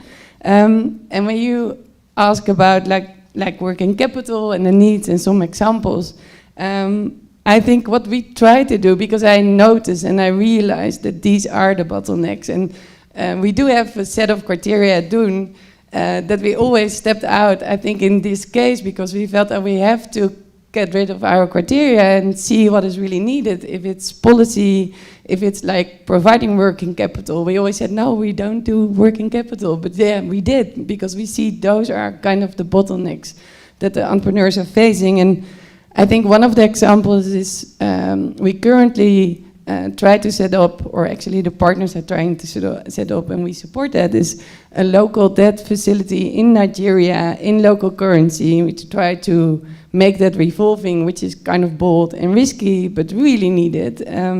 We also try to work together with other partners like Open Road Alliance to provide working capital and to leverage with local financial institutions, local banks, to say, okay, this is a condition to us, we can come in, so maybe hopefully you can join. And we try to change our instruments. So we have equity and loans, grants, and kind of revolving grants, convertible grants. So we try to experiment with that and also to see how we can help with these kind of financial issues. Thanks, Mariah. And just kind of, you know, while we've been discussing, I think the last 2-3 questions around financing itself, kind of bringing it back to the technology aspect of it and going to McKenna. So, of course, a lot of the entrepreneurs here might already know of CLASP, might be, you know, working with CLASP already. CLASP has been playing a role in the regulatory mechanism and really looking at the quality of technology as well that is going out on the field. So of course there's a need-based aspect, but there is a quality aspect. When we're looking at, you know, the role of regulation and standards, like how do we actually use that as an incentive to push for need-based technology? And I just wanted you to throw your light on how CLASP sees that. Like, is that different when you're looking at it from a need-based innovation perspective? Is it different that you're setting up regulation and standards for that versus any other technology? Yeah, thanks. That's a really good question. And I'm glad you mentioned CLASP because I don't work for Clean Energy Access Research. Sorry about that. It's all right, I work for CLASP. And we are an international organization that is concerned with the quality of appliances. So the efficiency, but also the durability, reliability you mentioned, because quality is not just one aspect, right? And so we think that quality appliances are useful for people, but also for the planet. So I think we can't also forget that, because not taking care of the planet eventually reduces the impacts that we're having with any of these technologies that we're talking about. And so reflecting back into regulations, we do work a lot. For example, here in India, we work with government, we work with BEE, and I've got my colleagues in the audience who can speak to that. But then also in Africa, we work with quality standards. So trying to set quality standards for appliances to make sure that we're protecting people, to make sure that the appliances are delivering what we are thinking that they will, because then there is no impact if you don't have the quality guaranteed and the reliability and the durability. But the role particularly of regulation needs to be managed very carefully, because regulation can really stifle innovation if it's not paced together with the innovations that we're trying to promote. So if we're really starting at the beginning, and Mr. Manyana has talked about how you're growing, you're incubating a technology in a rural area to serve a very specific need in that rural area. Coming in with heavy regulations about what minimum energy performance standard it should meet, what quality criteria and all these things could really just kill that innovation before it's begun. So you need to start with where that technology is and do the regulations that match that technology. So sometimes reducing that criteria, shifting, being flexible, right?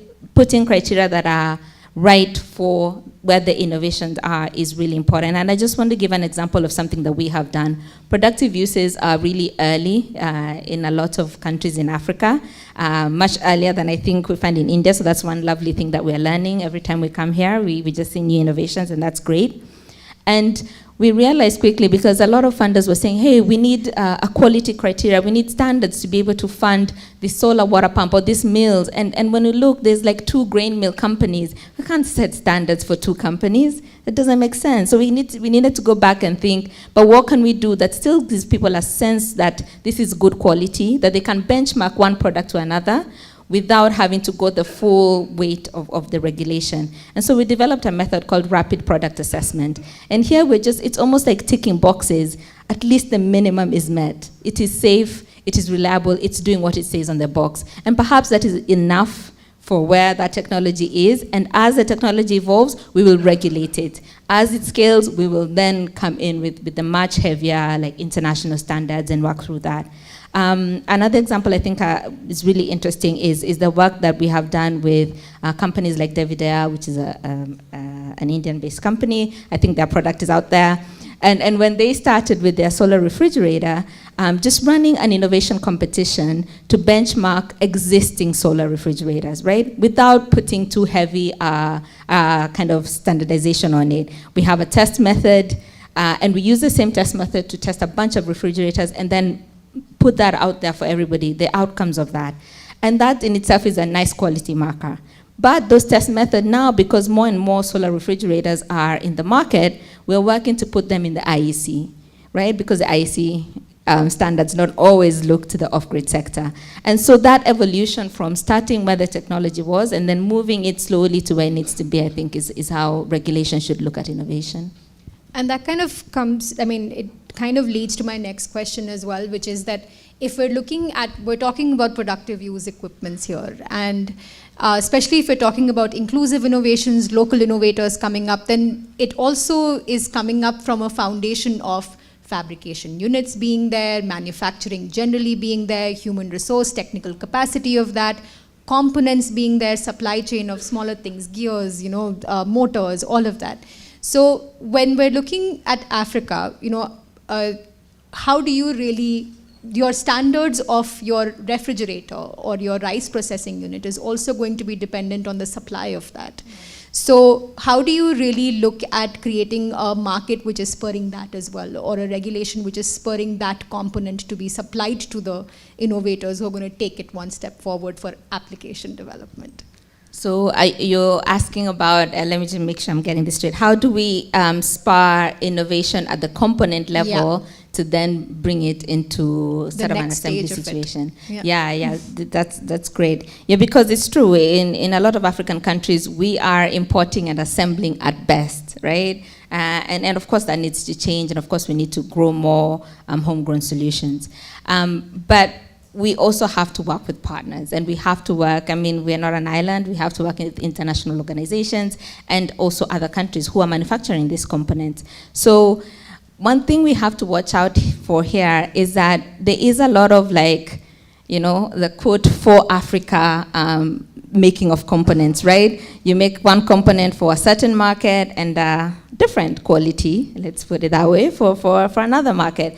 And so one of the things we do is that we help to regulate markets where we know the products are coming from. So we do, for example, clasp as an office in China, and we work a lot in China because we understand that those products are the products that are going to end up in African countries, right? Those components, we need to make sure they're high quality because those are the ones which are going to be imported. We also work a lot to support the bodies that are existing in the African countries that are in charge of taking care of quality. So the bureaus of standards, the importation bodies, to give them technical advice on how to ensure compliance of products that are coming in, and how to, we capacity build them to make sure that we're not inadvertently allowing dumping of products, especially in African countries. So really you have to work upstream of the supply chain. You can't just focus on the technology at the end point where it's being assembled. You really have to work throughout that whole chain to make sure that you're guaranteeing that quality. Thank you. And I think it was also coming from Mr. Manyanga's point earlier, which was saying that, if the components or technologies are there, then, you also are looking at the servicing and maintenance aspect of it. And again, how does regulation and standard kind of imbibe that? And that's something that, of course, you have been looking at as well. So just wanted to point that out. In terms of, coming back to Mariah, I think one other aspect is that, we've had, I think, several discussions even in the previous conference in impact failure around like measurement of success. And innovation is kind of a little hazy. So I'm just wondering, being the perspective of the funder here, how do you see success of innovation, or how do you measure innovation? Saying that we're looking at patient funding is easy, but we also need to understand Mariah's perspective as well. So if you could throw some light on that. Yes, of course. And thanks for asking these questions. You're right, that came up earlier. And I have to say, like, I'm in the luxury position to be able to actually leave criteria behind and take risk and be flexible. But we really need that. We really need more funders to look at it like that. And I think we have to get rid of the impact metrics, the numbers, and then I think we spoke about it earlier, like saying that you're really for impact and then measuring on financial returns much more than like on the impact returns. And I think one of the ways how we look at it and how we try to follow innovation, and I think also like SELCO Foundation is doing very important work on this in their Global Hubs program, is actually try to navigate with the initiative and the entrepreneur, and to understand, like, to see the innovation in the process itself, and to see kind of, I think I heard it yesterday, like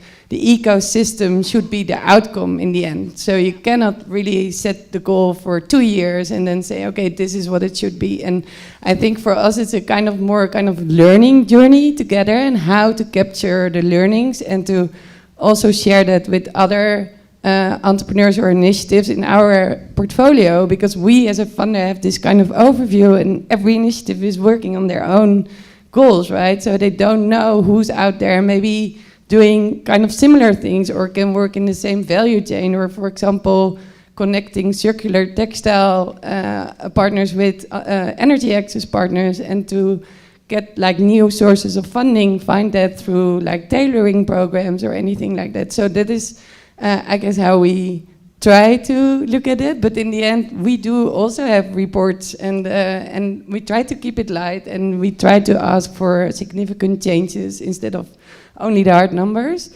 But I know we still have a kind of responsibility to report back to our funder, and so it's a kind of a learning path, I guess. It definitely needs to be shared with a lot more people, for sure.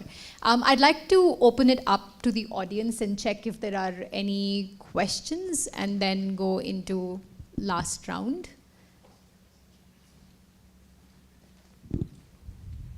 I know it's after lunch, guys, but come on. Okay, so I'd go to my last round of questions, and actually we have just 10 minutes, so so we definitely need a coffee break in this room. But so of course, like, you know, the whole aim of this conference has been to share, you know, South-South learning and create like a platform which is not just learning between countries, but even with different ecosystem stakeholders itself. Maybe, you know, a way to check on if the audience is still awake is, you know, I think there are several points that I can think of which should definitely seep into conversations that we're having the rest of the day today and tomorrow. I just wanted to maybe get a sense from all of you. Some of your partners are here. What do you think are some of the points that we should definitely learn from each other in order for innovation to move forward?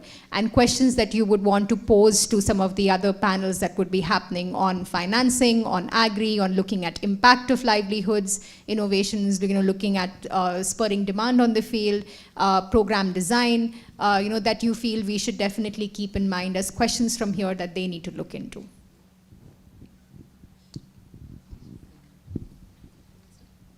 No, I'll start. I think I've been asking myself as I've been sat through the other panels that, you know, I think we're in a space, we're in a development space, we want to create impact, so we're very positive. Everything is yes, yes, yes.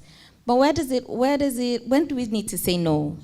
I think sometimes we find ourselves agreeing, like if you're a funder, or not a funder, if you're a company, you say yes to all types of money with any kind of conditions because you need to progress, you need to move forward. You know, your working debt is increasing, you're lending to so many people, so you just say yes. And so I think one of the things I'd want to ask us as a group is, you know, when do you say no? When do you say not yet? Not this type of funding right now for me. When do you say no, that it's not yet ready for regulations, or no, this doesn't work here? Like, when do we find ourselves saying no, and how can we reflect on that? Because it's not always right, it's not always appropriate, and I think we don't always find ourselves in those positions where we can acknowledge that and then do something different. So maybe if I could just sort of just piggyback on that and say that, you know, as an entrepreneur, as ecosystem players, you know, when do we say no is something that can only come to the surface if we have the right knowledge and the right resources. So I feel like, you know, as all of us basically here, we need to do a better job at, you know, knowledge sharing, cross collaboration, and that is why forums like this are very important, because then you get to learn from different stakeholders, different ecosystem players, you know, where are the gaps, where are the opportunities. So I feel like the only way we can move the needle is if we have and we are open with sharing knowledge and resources. That way we are able to learn from each other and not repeat some of the mistakes and possibly even advance some of the innovations that currently exist. So I'd just say, you know, that having more knowledge and sharing more knowledge and resources as an ecosystem is very critical. Yeah. The issue of the technology innovations, there is one part which has been forgotten, and you will find it that it might be costful more than the technology itself, or more than the business itself, is the BDS providers. The people who are providing coaching and mentorship of how the technology works. How can this business grow into a business at the commercial level? It involves a lot and is time consuming. And if that is missing, it's like born a child, you leave it in a wardroom and then go away and think that the child will grow.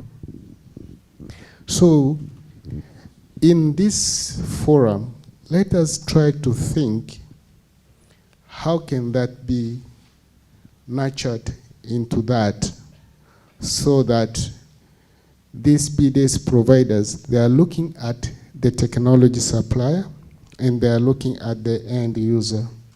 How do they come together, understanding each other, modifying the technology, modifying the financial model, until when it reached to a level of where to produce a document which is bankable.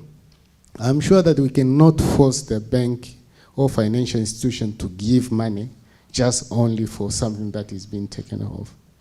This is the reason why organizations like DUEN and other funders who are supporting that, but they cannot support that forever and ever, amen. There is a point where it should reach. This technology should be sustainable and commercial viable to grow. There are some limitations also when you are looking at a rural area. The one of the limiting factor also, no matter how good is the technology is, how perfect it is, how is the entrepreneurs is enterprising, is the market. The demographic contributes a lot about the market and the size of the technology that you want to. So it is very clear that you don't need to over-design or to under-design. It has to be balanced to the population that is available there for the market, unless there is an export market. And many African countries, they've been suffering also for this. We have the capacity to produce, but there is some restriction for the export, and we are not able to produce, no matter how good quality is or whatever. So you will find that we are limited for so many reasons, despite that we have the resources within our area. Fully agree to what you've said. And I think about like becoming commercially viable, and I think one of the pieces of advice that I would like, or like also to say to myself, but it's like to be transparent about the pre-implementation work that is needed to actually set this up and to include it in your budget, and not like, oh, TA kind of piece of work, but it's really a core activity. And I think also as funders to be transparent about it, like after talking about successes, saying, okay, but this was needed also in the pre-implementation phase. And I guess like for exchanging knowledge, I feel that of course everyone has their own specific context and you cannot compare a lot of things, but I think we can learn from the approach itself and the approach that we have. So that would be my recommendation for these days. So thank you to all our panelists, and I think like just as some takeaway points. I think there's definitely, we had examples, and I think Mr. Manyanga specifically pointed out how like the need from an energy linkage to water, livelihood, housing, food, whether it's food security, food production, like it exists everywhere. But it's more in terms of course, how do we kind of leverage that need itself. There was also like, of course, like, we have ideas, but taking that idea into an actual innovation validated technology. There is not just mentorship, there is not just collaboration required, but there is, again, pointing to like how there is just technology missing sometimes, just manufacturing units missing sometimes, just components missing sometimes that might actually limit the capacity to even innovate further or set those benchmarks itself.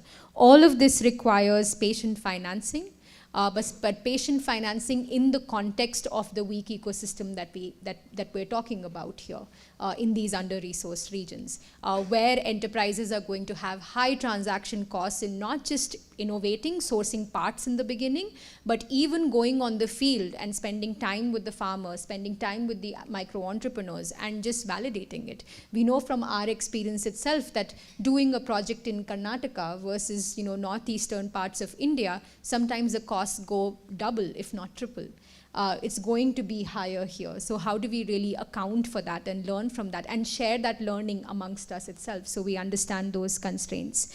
The other, extremely important part, which I think all of them pointed out, was how there is a need to support the enterprise, but also the ecosystem around the enterprise. There is a need there, but then there is a strategy for business development overall that needs spurring from all different partners. That is, again, another point of learning that we need to take back amongst ourselves. And how do we really work towards innovation as partners, collaborating, but also not curbing each other and not making programs in a manner that it actually reduce our flexibility to innovate. Again, not just on the technology, but the system that is required to disseminate the technology itself. So several points here, several answers here, several solutions here, but also several points for us to take back into conversations which are happening offline and other panels as well. So big round of applause, please, for all our panelists. Thank you so much for sharing your knowledge with us. Thank you so much.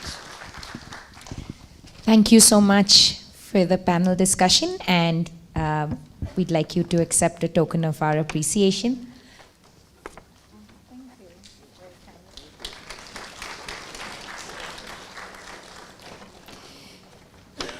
We'll now break for coffee, and we'll come back into the room by 3:50.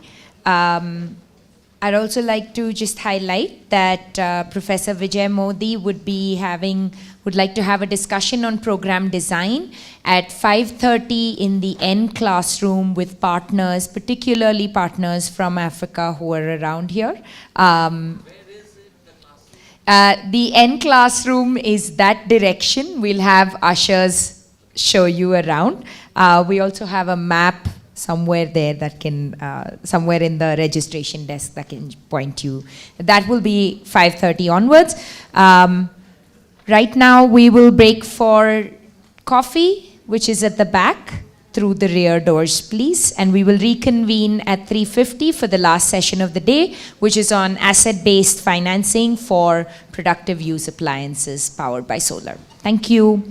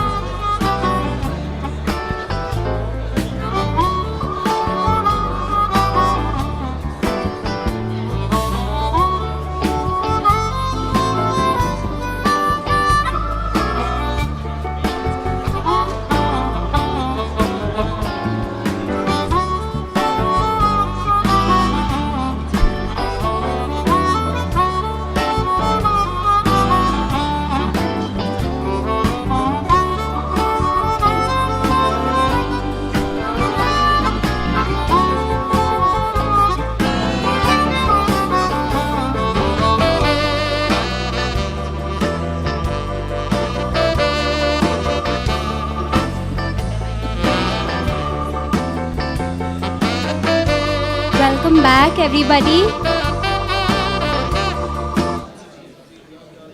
We request everyone to be seated, please. We'll now move on to the last session of the day.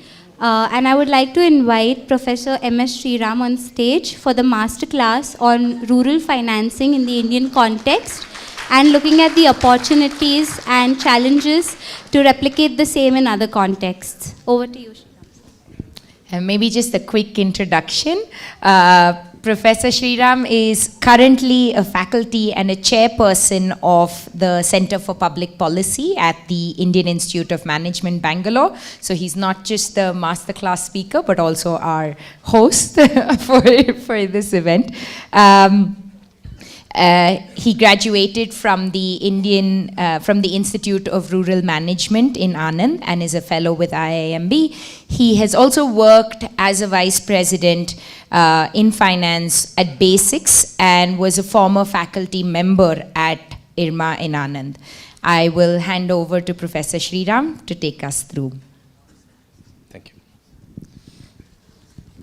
Thank you. Thanks for reminding that I was a vice president of a company, Surabhi. That company is no longer solvent. So, not a right guy to give a talk. But nevertheless, it did not get insolvent when I was around. So that is a smaller this thing. I lay the seeds for eventual liquidation when I join a private sector. In fact, both my institutes where I've had a non-academic involvement have both closed down. So I've had a 100% record of being a destructive guy. Anyway, so I'll take about 25 to 30 minutes because there are very illustrious panelists here and we would like to hear from them as well on the broad scene of rural finance, inclusive finance and so on. Partly setting the context from the Indian perspective as to how our policy is evolved and then opening up some challenges and posing some questions so that we could, as a group, discuss some of these issues and come back to. I don't think we'll have many takeaways and conclusions, but it's good to keep crying over each other's shoulders and hope that there will be a solution at some point in time. Because, in fact, when Huda asked me to take this session, I said, is the audience going to be different or the same as I had done a few years ago? And she said, the audience is different. Then I said, I can say the same thing if the audience is different. Because the problems are the same, the issues are the same, so we continue to talk about it. Once in a while, there's a little bit of a solution, but nevertheless, we cannot cease talking about it. If we look at I'll take about 5 to 8 minutes just to give a quick overview of the Indian financial system, particularly the inclusive finance space, as to how it evolved over a period of time, starting with 1950 all the way till, so I'm giving you a quick 70-year, 1 minute per decade sort of a overview. So, in the mid-50s, the Government of India set up something called the All India Rural Credit Survey Committee, with the idea of understanding how we could extend banking to rural areas. And traditionally, till about recently, when I say recently, obviously I am looking at it from my age perspective, so recently is the last 20 years. So till about recently, the approach of the state has been somewhat looking at the inclusive space of those who are excluded are people who are in the rural areas, people undertaking agriculture, and the service that they need is credit. So in one sense, the problem is identified as problem of rural equals agriculture equals credit. And not about savings, not about, and poor. Poor are in rural areas and they undertake agriculture. That's the stereotype we have. So therefore, most of the programs that you look at traditionally, or most of the policy interventions that you look at traditionally, has been at institutional interventions which address the issue of credit and poverty for rural poor in largely the agriculture sector. I mean, that's the stereotyping. So obviously this is a generalization that I'm making. Somebody will put their hand up and say, no, there was this 20-point program, there's self-employment program and so on. But substantively, this was what it was. Second, the approach of the state was also largely institutional, and I'll sort of differentiate between an institutional initiative and a policy initiative and a hands-on initiative as we go along. It was institutional in the sense that every decade there would be an institutional intervention. Now, what do I mean by that? In the mid-50s, when the All India Rural Credit Survey Committee came up and looked at the scenario, they found that around 91-92% of the rural credit was being met by the informal sources, and only 8 to 9% was being met by the institutional sources. So, obviously, institutional sources are much better than informal sources, and therefore we need to make an institutional intervention. And All India Rural Credit Survey Committee said the best way to deal with this is to use the cooperative route.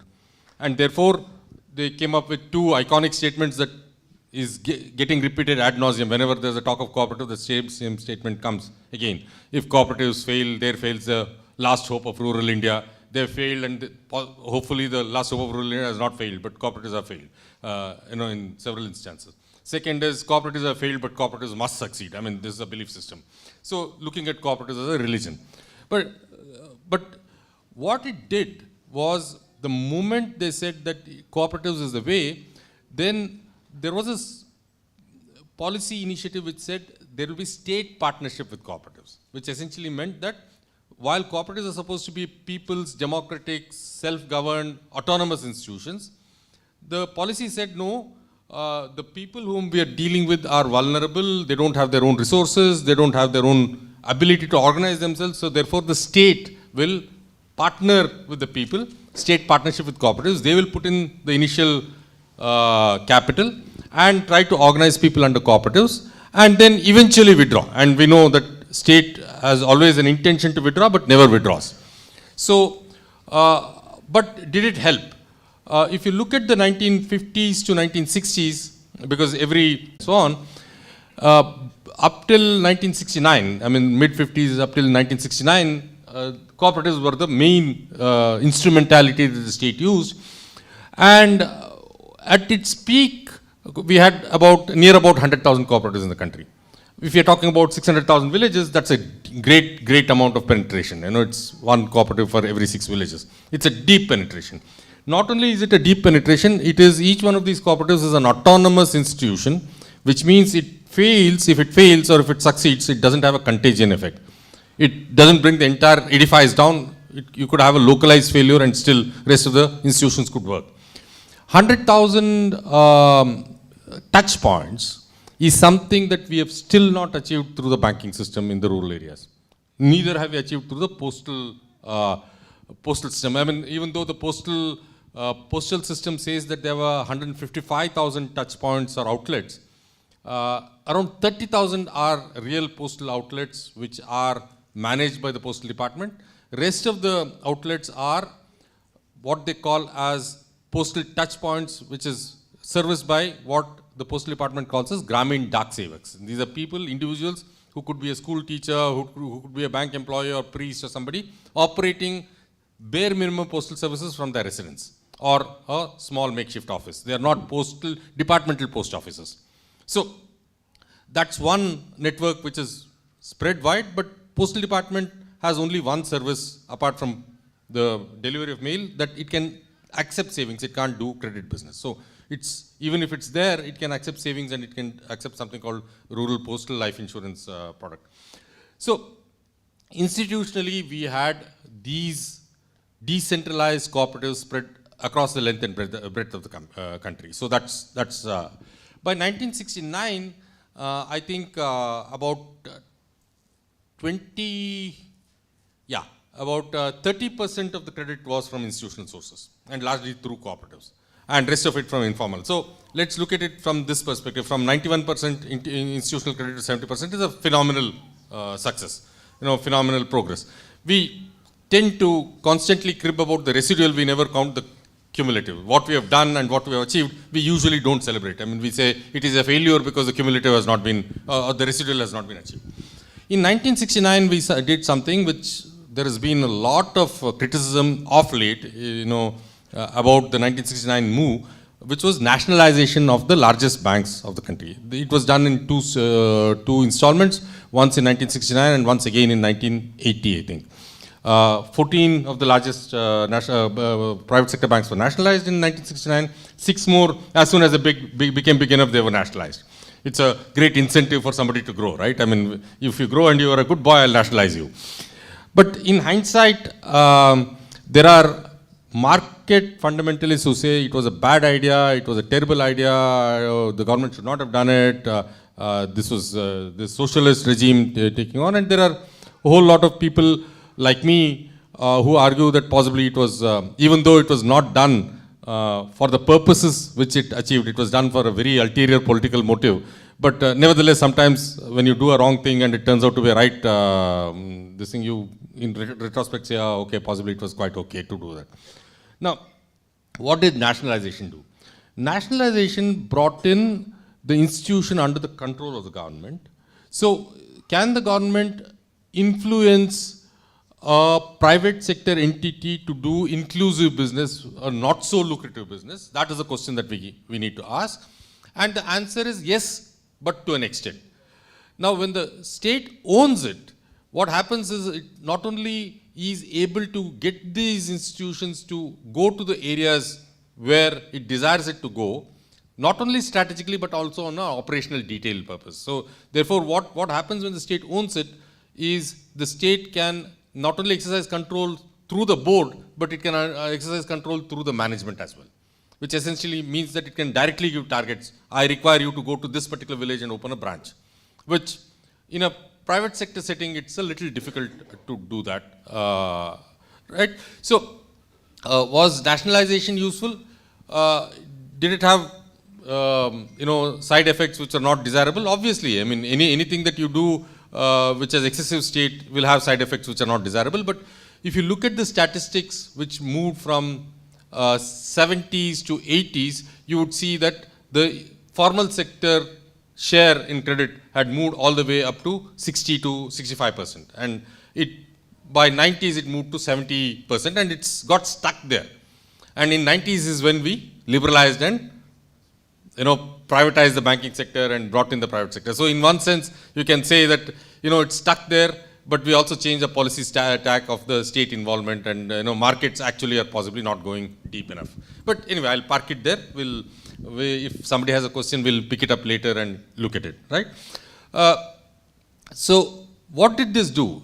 Both these cooperatives, and in 1975, we had one more institutional intervention, which is what is called as the regional rural banks. We set up regional rural banks. Regional rural banks were the great, Bernard Shaw. I know you would have heard this joke ad nauseum. That somebody, a beautiful actress, went and proposed to George Bernard Shaw and said, well, you have an intellect and I have the looks, and imagine what our kids would be. And he said, what happens if they have your intellect and my looks? But so RRBs were a merger of it was very explicitly stated. We want the professionalism of the banks and the local touch of the cooperatives.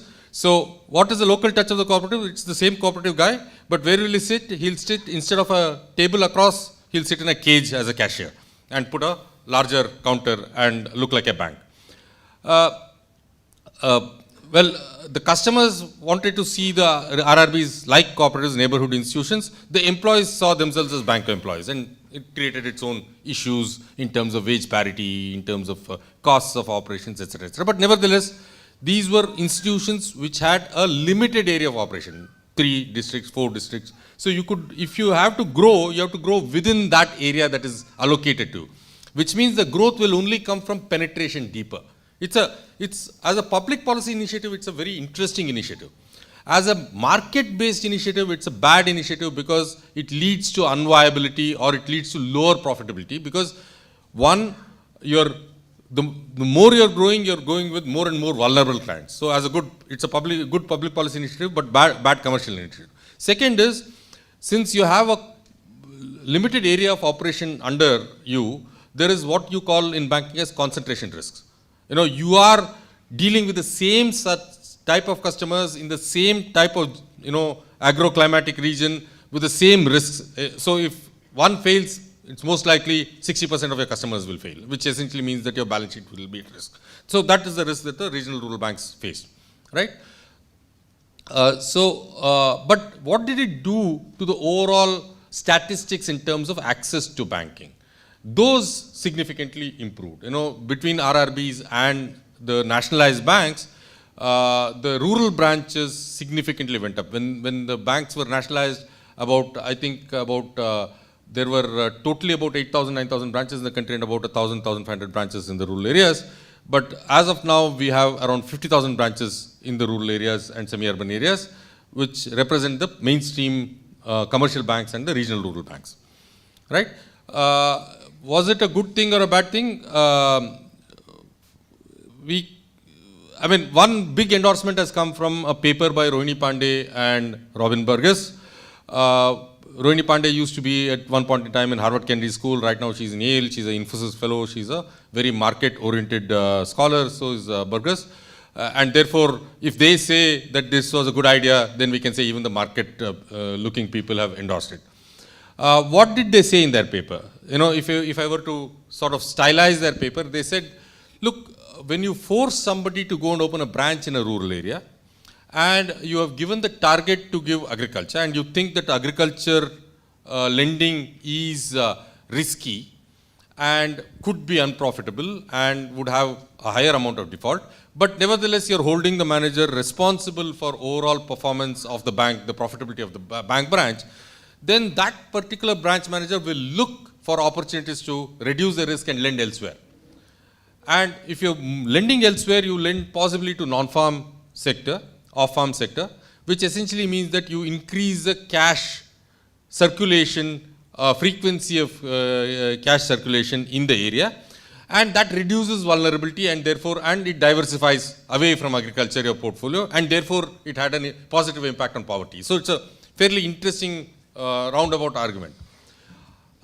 They make that argument basically using the rule that the Reserve Bank of India at that point had, that you would get a license to open a urban branch if and only if you open 4 branches in locations which do not have a branch. We call it URC, unbanked rural centers, right? And therefore they said it was a good thing as far as poverty was concerned, right? How do they come to that conclusion? They come to that conclusion using panel data between 69 and 91, when the 1:4 policy was there. And in 91, as I told you, we liberalized and we became market facing. At that time, Reserve Bank of India said, you can open a branch wherever you want. There is no quota, there is no allocation. And that policy continued till 2005, I think. So they used the panel data between these two to look at poverty impacts and say, yeah, because there was no, banks did not open further branches and therefore poverty impacts were not there.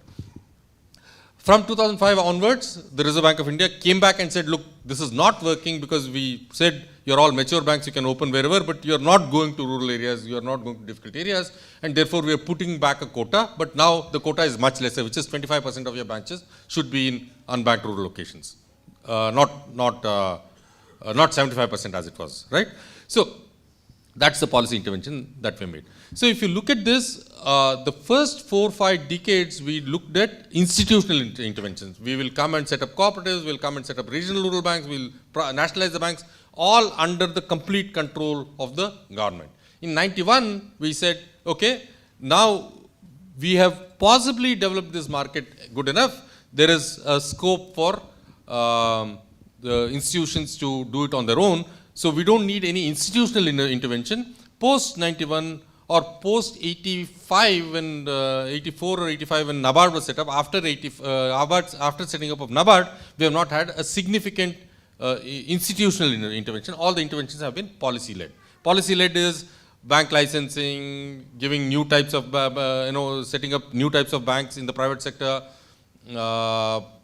priority sector lending targets, which was always there, but reiterating the priority sector lending targets, continuing with the branch, quota for rural, urban, and so on. So those are all policy interventions without the government actually setting up an institution. So that's been our policy journey.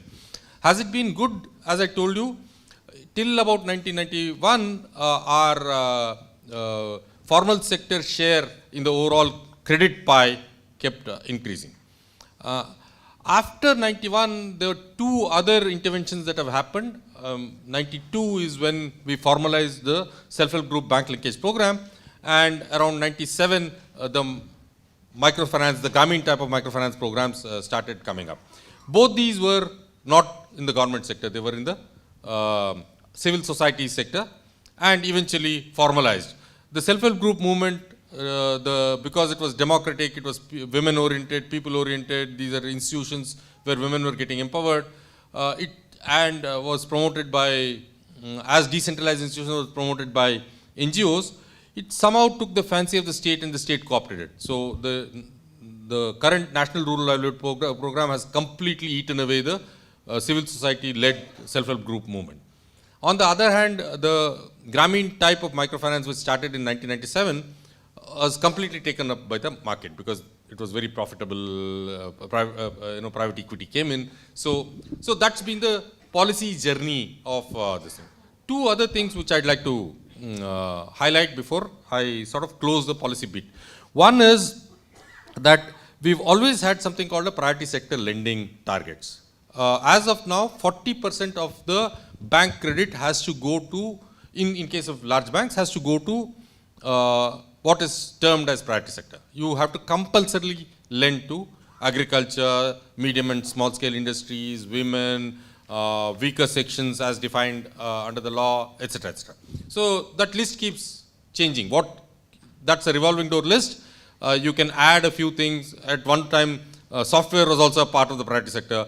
Export credit is also a part of priority sector. Low cost housing, education, these are all a part of the priority sector lending list.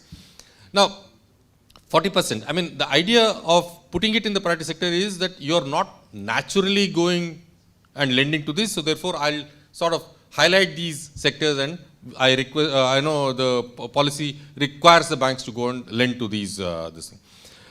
Within that there are two sub-targets. One is for agriculture, 18%, not 18% of 40, 18% of 100% has to go to agriculture. And now there is a sub-target in agriculture that about 10% of that has to go to small and marginal farmers. It was 8%, it's slowly getting increased to 10%.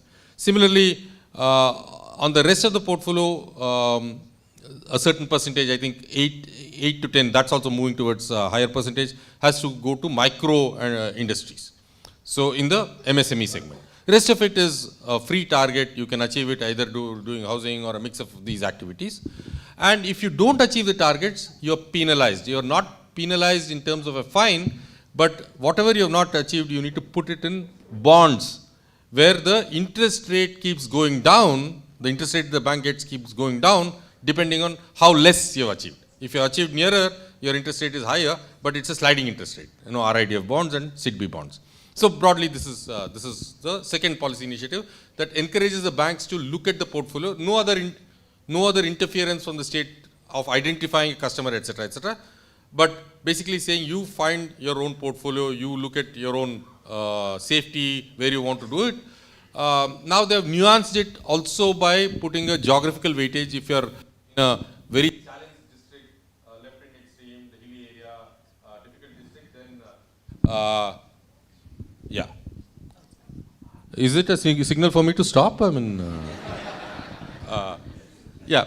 Then there is a 1.2% weightage. If you are in a very advanced district, then there's a 0.8% weightage. So, and then you can trade your portfolio and so on. So there are much more nuances in that. But that's one. Second is something called a lead bank scheme. Every district had a lead district manager who would coordinate the banking activity across the banks in that district. That lead district manager would be represented by an identified lead bank. That bank would be the lead for the district. They would take the leadership in trying to get the portfolio. So there's been quite a bit of policy intervention in this. So this is the journey of how it has. As we go along, why are these portfolios difficult? Particularly if you're talking of decentralized rural energy, DRE type of portfolios, why are they difficult? When you're looking, and why is it that bankers don't do it? And I was talking to Ashok over lunch, and he was mentioning that there is no motivation of the bankers to do this, and they don't. There's no risk appetite and so on. Okay, I mean, one way is to motivate the bankers. You create incentive systems, but how do you ensure that this is done? You don't need to motivate bankers to go sell credit cards, or you don't need to motivate bankers to go give housing loans or raise deposits in a brand setting, right? Why is it that they do some of the things very naturally and some of the things need to be, encouraged? They need a motivation to do some of the things. One of the things is that ultimately, if you're there for doing business, and you're being measured for the business that you do. Some of these soft businesses that you do, which is, poverty related, this thing, might add to your brownie points in a very indirect way through your reputation and things like that within the banking system, but it just doesn't add up to your hard numbers at the end of the year, right? So therefore, how much of it would I actually concentrate on? So that's one, how do you get the motivation? Now, if you were to look at the motivation, then what is it that creates that motivation, and what is it that this thing? It should make, that business should be meaningful, which essentially means that we should have no priority sector. The priority sector should be the mainstream business. Like, Harish was mentioning last year, SELCO made a little bit of profit and had to contribute to CSR. He said, what nonsense? The entire company itself is CSR, and how come we are contributing further to CSR beyond it, right? So, if the company itself is CSR, how do you make that, So that is a question, and it's not an easy question to answer, because when you're looking at a typical lending proposition, you're looking, as a banker, you're looking at 2 or 3 things. One, how safe is it? Am I going to get this back, and is it profitable for me, right? Relatively profitable for me. I should not bleed out of this, right? Now, one of the things is that these are always, we call as quote unquote risky customers. Why are these customers risky? They're risky essentially because we don't understand them. We don't understand why is it that we don't understand them? Because the language that the informal sector speaks and the language that the formal sector understands are 2 different languages, right? We don't understand their cash flows because their cash flows are not recorded. We understand only books, right? We understand something that is codified, and this is not codified, right? So that's one thing. Second is, we understand collaterals in case the codified knowledge is not there, in case the cash flows are not there. And they don't have collaterals. If they don't have collaterals, then it is risky. The third is, it costs, and this is real. It costs, and these are small transactions, there's administrative costs involved, there's cost of recovery involved, and therefore, and there is a cost of this uncertainty involved because of the opaqueness, because it's not codified, it has a premium. So therefore, the interest rates have to be higher. Now, the problem is, the moment the interest rates are higher, it is politically incorrect. You will immediately say, oh, you're exploiting the poor. How come you're giving the rich guy a loan at 8% per annum interest rate, and how come you're charging this poor guy 24% interest rate?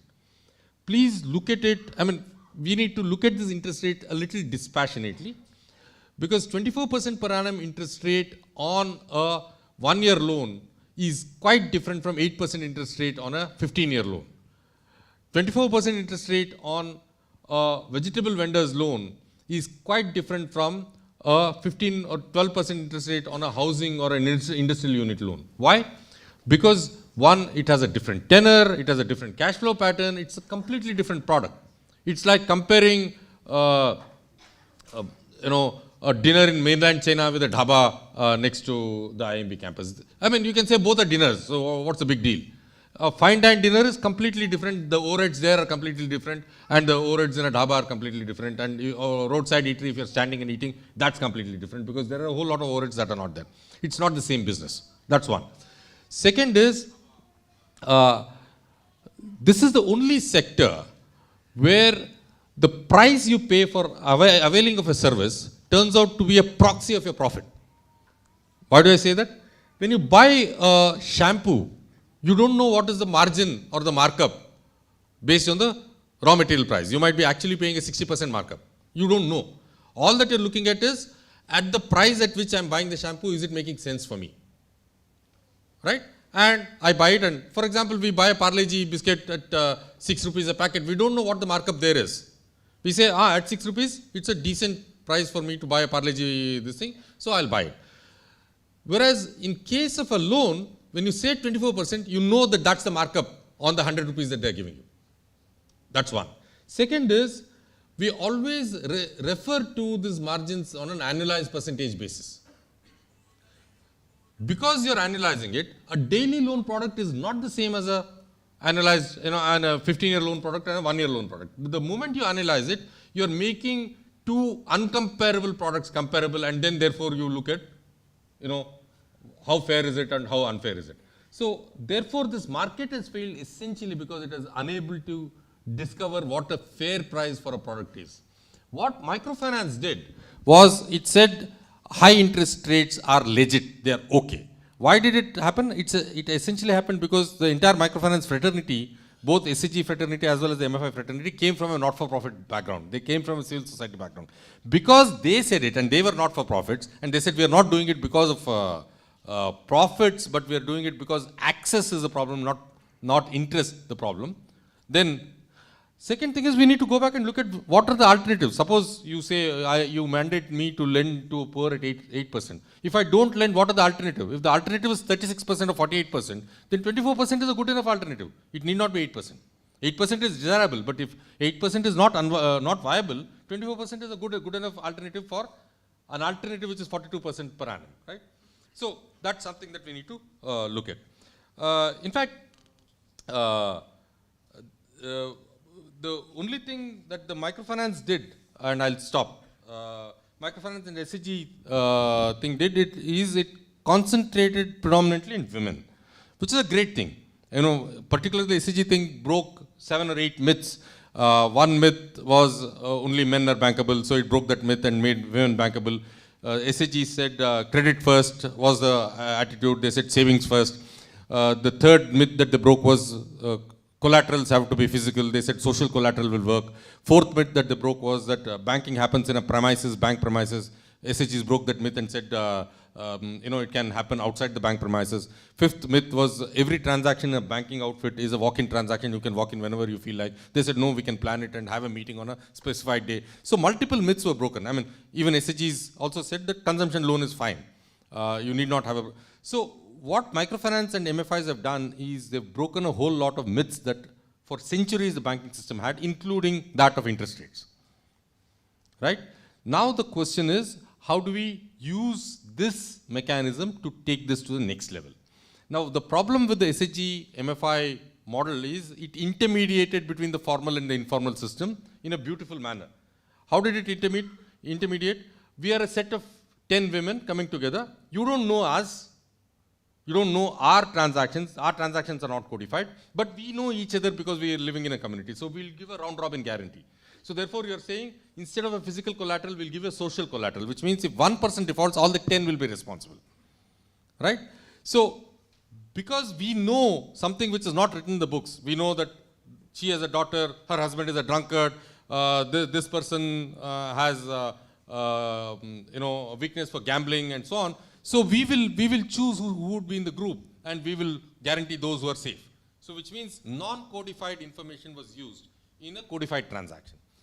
Now, that was an intermediary mechanism. How do we get the same set of intermediary mechanisms as a bridge between the formal and the informal to larger livelihood activities, to activities which have a larger tenor and an asset base? That's the challenge that we are facing. One way that this is sorted out is by the ecosystem developments, that we have a credit bureau, a lot more transactions are getting codified with the QR codes and payments of the poor also happening through tech intervened mechanisms. A whole lot of data or digital footprint of the transactions are now being captured. So therefore, what was not coded, what was earlier we said that there is no codified knowledge, that is being captured. So there's an ecosystem development, and there's also a mechanism that the microfinance and the self-help groups have shown. So therefore, I think there's a bright future ahead. I'll stop here. Thank you.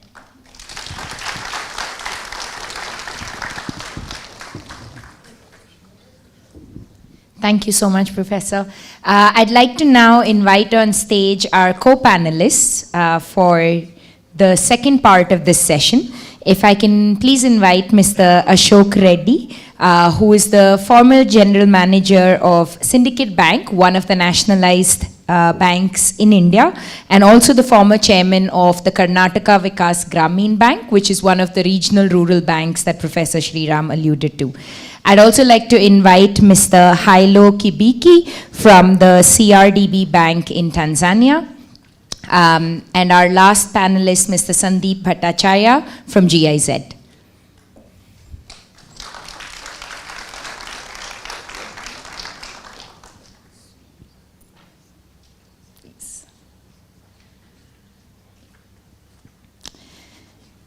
Thank you so much again, Professor, for setting the context. Ashok sir, if I could start with you. And, you know, as a veteran banker with a background in agriculture and in rural financing, and having led not one, but two different banks that have been pioneers in terms of kind of financing decentralized renewable energy. If we can get your thoughts on like what has been that ecosystem that has facilitated these banks to lend, and what are the circumstances under which you saw that lending happen in a conducive manner? Good evening to all of you. So at the outset, I thank SELCO management for inviting me to this event. Coming to the questions posed to me, so we have identified 5 critical pieces for the increasing our finance to livelihood and health programs. In this technology, finance, skills, linkages, and policy. So technology is taken care of by our technology partners. Finance is very important. So what is the incentive for banks to finance these things? There are 3 angles to that one. One is policy support by the government to the banks. And second thing is finance itself to the banks. Third thing is skill development at customer level. So from policy support point of view, as Professor Sriram sir said, banks are mandated to give 40% of their credit to priority sectors, and solar and other social infrastructure is part of that one. And second thing is finance. Finance, I mean to say, many banks, because here the solar financing, the repayment period is very long. So banks have got a liquidity issues. We don't accept deposits beyond 10 years, but normally a major portfolio for deposits is 2 to 5 years. So here we can't afford to lend our own funds, so we need to get a refinance. So here government is supporting through NABARD refinance. There also we are getting support from the government side, from funding point of view. Third one is skill sets. Now government is also developed institutional mechanism for skill development, and banks are also started their own rural self-employment training institutes and other institutes at district level. Each district is having one institute. So we are training the beneficiaries, we are providing that capacity building. So in this manner, we are helping this sector to grow, and banks are playing a very positive role. I mean to say, Suchrita. Any other question you have now?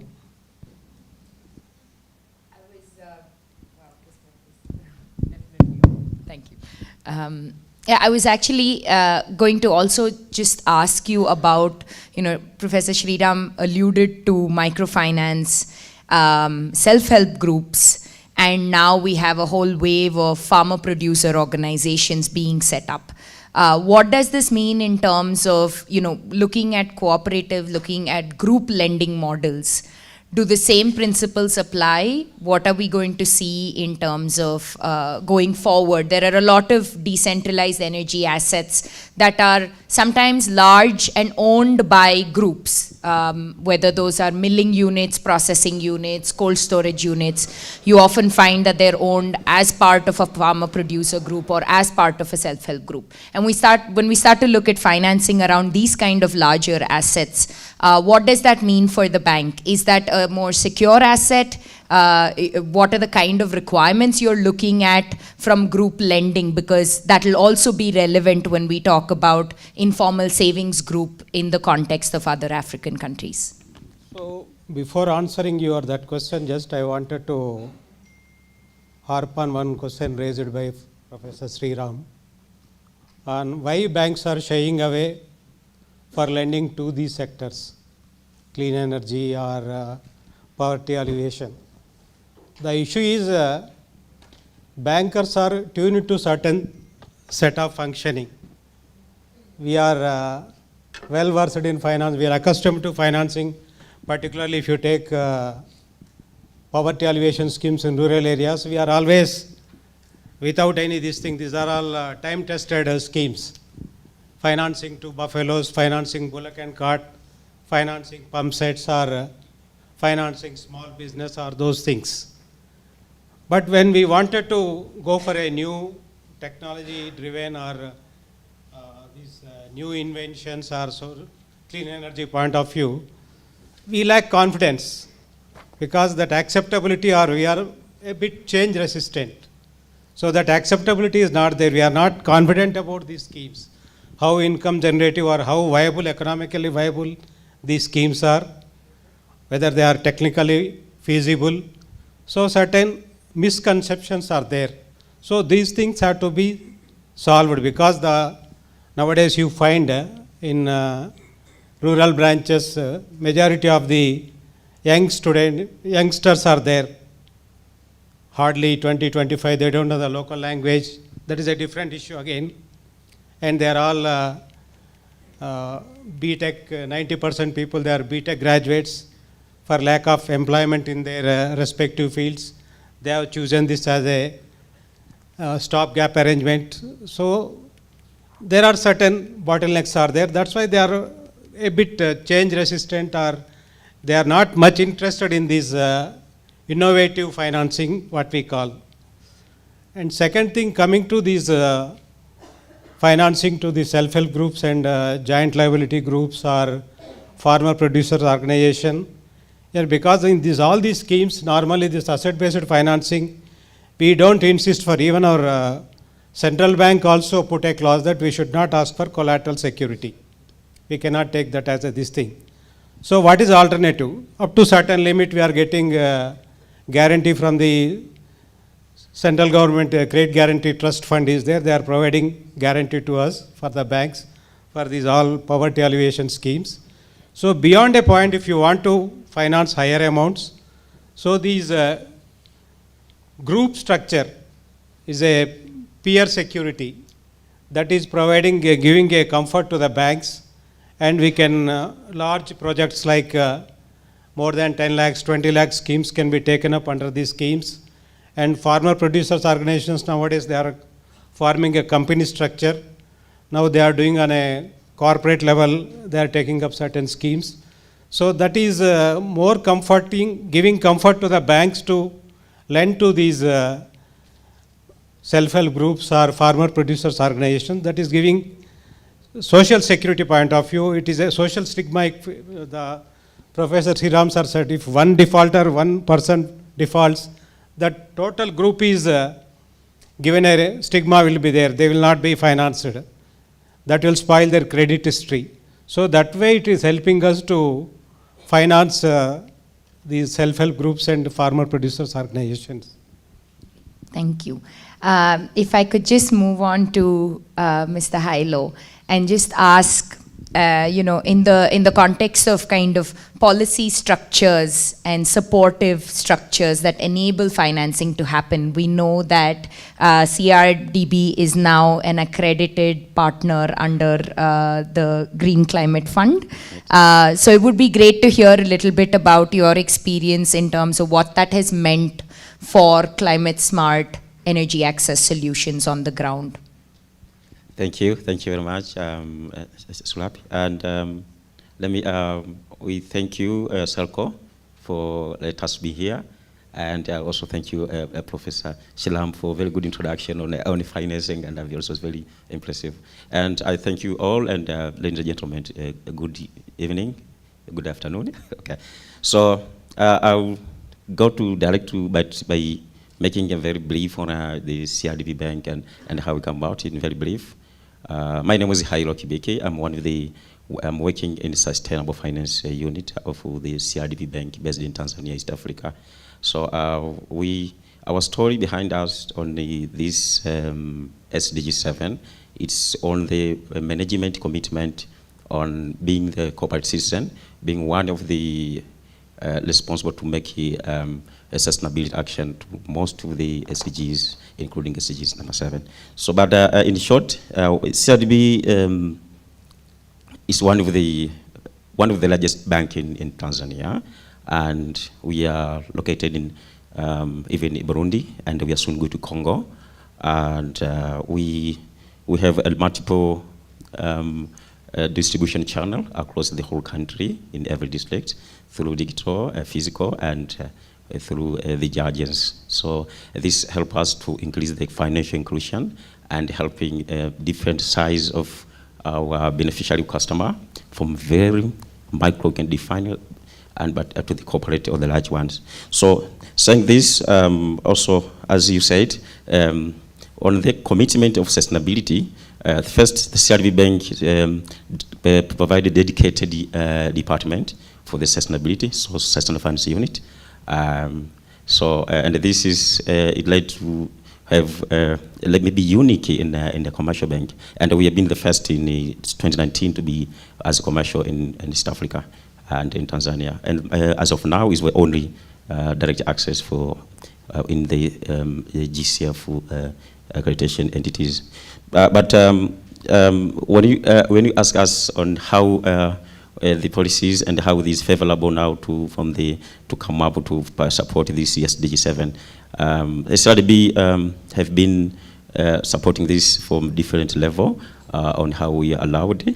I can mention a few that we have been providing a balance sheet more than 13.3 USD billion to the public energy, of which we support the SDG7 on the access to the energy, but also to the energy reliable, to large energy and cheaper, let's say, for the all.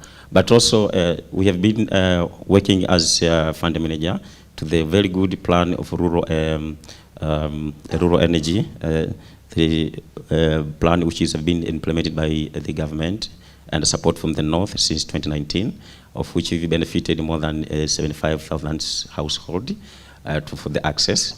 But a more good story of us on our commitment is that we have been financing from the greenfield on the renewable energy, being solar and wind, up to 8 megawatt, of which some of them have been incorporated in energy mix of the national grid. But also we are working with some few sugar industries, of which they use they put efficiency use of those bagages and waste to make sure also we produce energy for the sustainability of their factories in the big four actually in our country. So this is also for us, it discounts a lot on to make sure we are contributing much on this SDG7 to the renewable energy. But we have also one good, as you said, we have been accredited now. CRB, we have created as in project management, on lending, and on the grant, and on the grant for the support and any guarantee. So CRB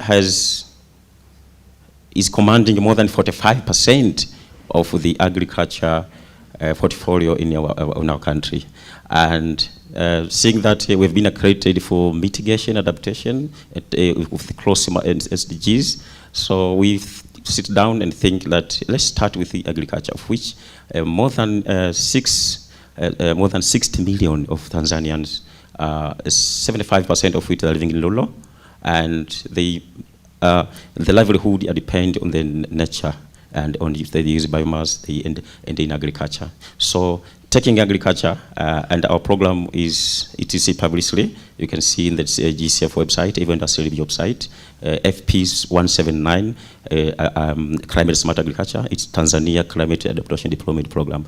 Our aim is to deploy a technology and to de-risk the smallholder farmers. The definition of smallholder farmers for us is from the very micro, the mama, the auntie who is maybe in normal, has been saying a professor and my former speaker, that the challenges, we start to think the challenges that are facing, that if today I go to bank and ask the loan to the bank, it becomes impossible. So we try to create a financial model of which it can to de-risk those kind of, anyone, especially smallholder, can get resilient on agriculture, but increase livelihood. And we were most started on the crop adaptation, just crop for livelihood, for food. And now how it is structured is that CRDB committed 100 USD million to set aside for them, and then we asked the GCF through private sector facility to get also 100 USD million. So it's ratio 1-to-1. For those who are making this, they can understand how the ratios. But the other requirement is always want to be 1-to-3. Like we CRDB put 1 and attract other 3 from different private sector, and to make 1-to-3 ratio so that we can have the project. But we sit down with the GCF and explain them how the situation is now for the agriculture, and then they understood us and they take us. So we are open now, if I should not delay to say this, with anyone and who want to chip in this is similar model, we can work together. But what I want to say, how we can connect and link this to the SDG7 is that one of the technology deployment to de-risk those the smallholder farmers, but also the big off-takers who support the outgrowers.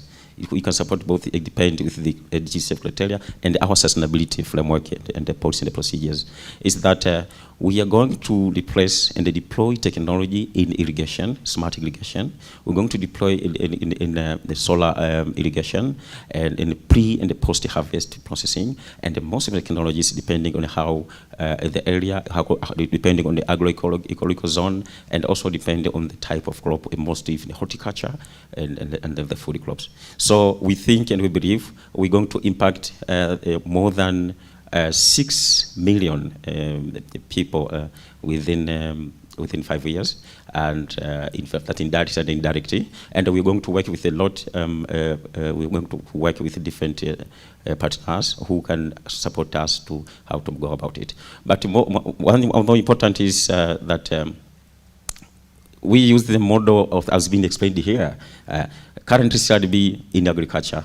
They've been using those groups, as you're saying, in schemes we call AMCOS in Tanzania, and of which we lend this so many smallholders farmers, but they are giving assurance themselves to make sure now we can correct it. So it has been working very good, and we're going to use the same. But it's not limited on that. We have other criteria to make sure we de-risk those.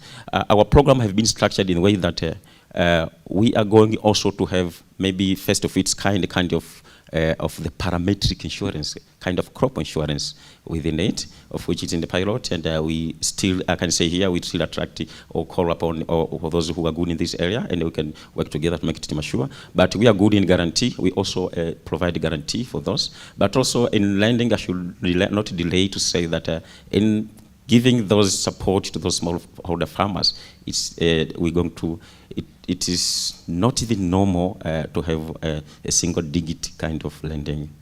So I think and we believe it's going to unlock a lot and a lot of beneficiaries, and also going to open up on most of the farmers and that. But one last thing is like we are thinking in our sustainability framework pipelines through this, we think of the GCF itself and other partners. We are now in a concept note of writing the concept to make sure we now implement this DRE in a rural area and island, another few islands in Tanzania, of which is connectivity with the main grids, often the challenges, but also it's often we also going to fit on different public services like a hospital and in maybe roads and in the schools and those areas to make sure now we find the very good model on how we can lend them up to USD 1 million to ensure we have those very good and reliable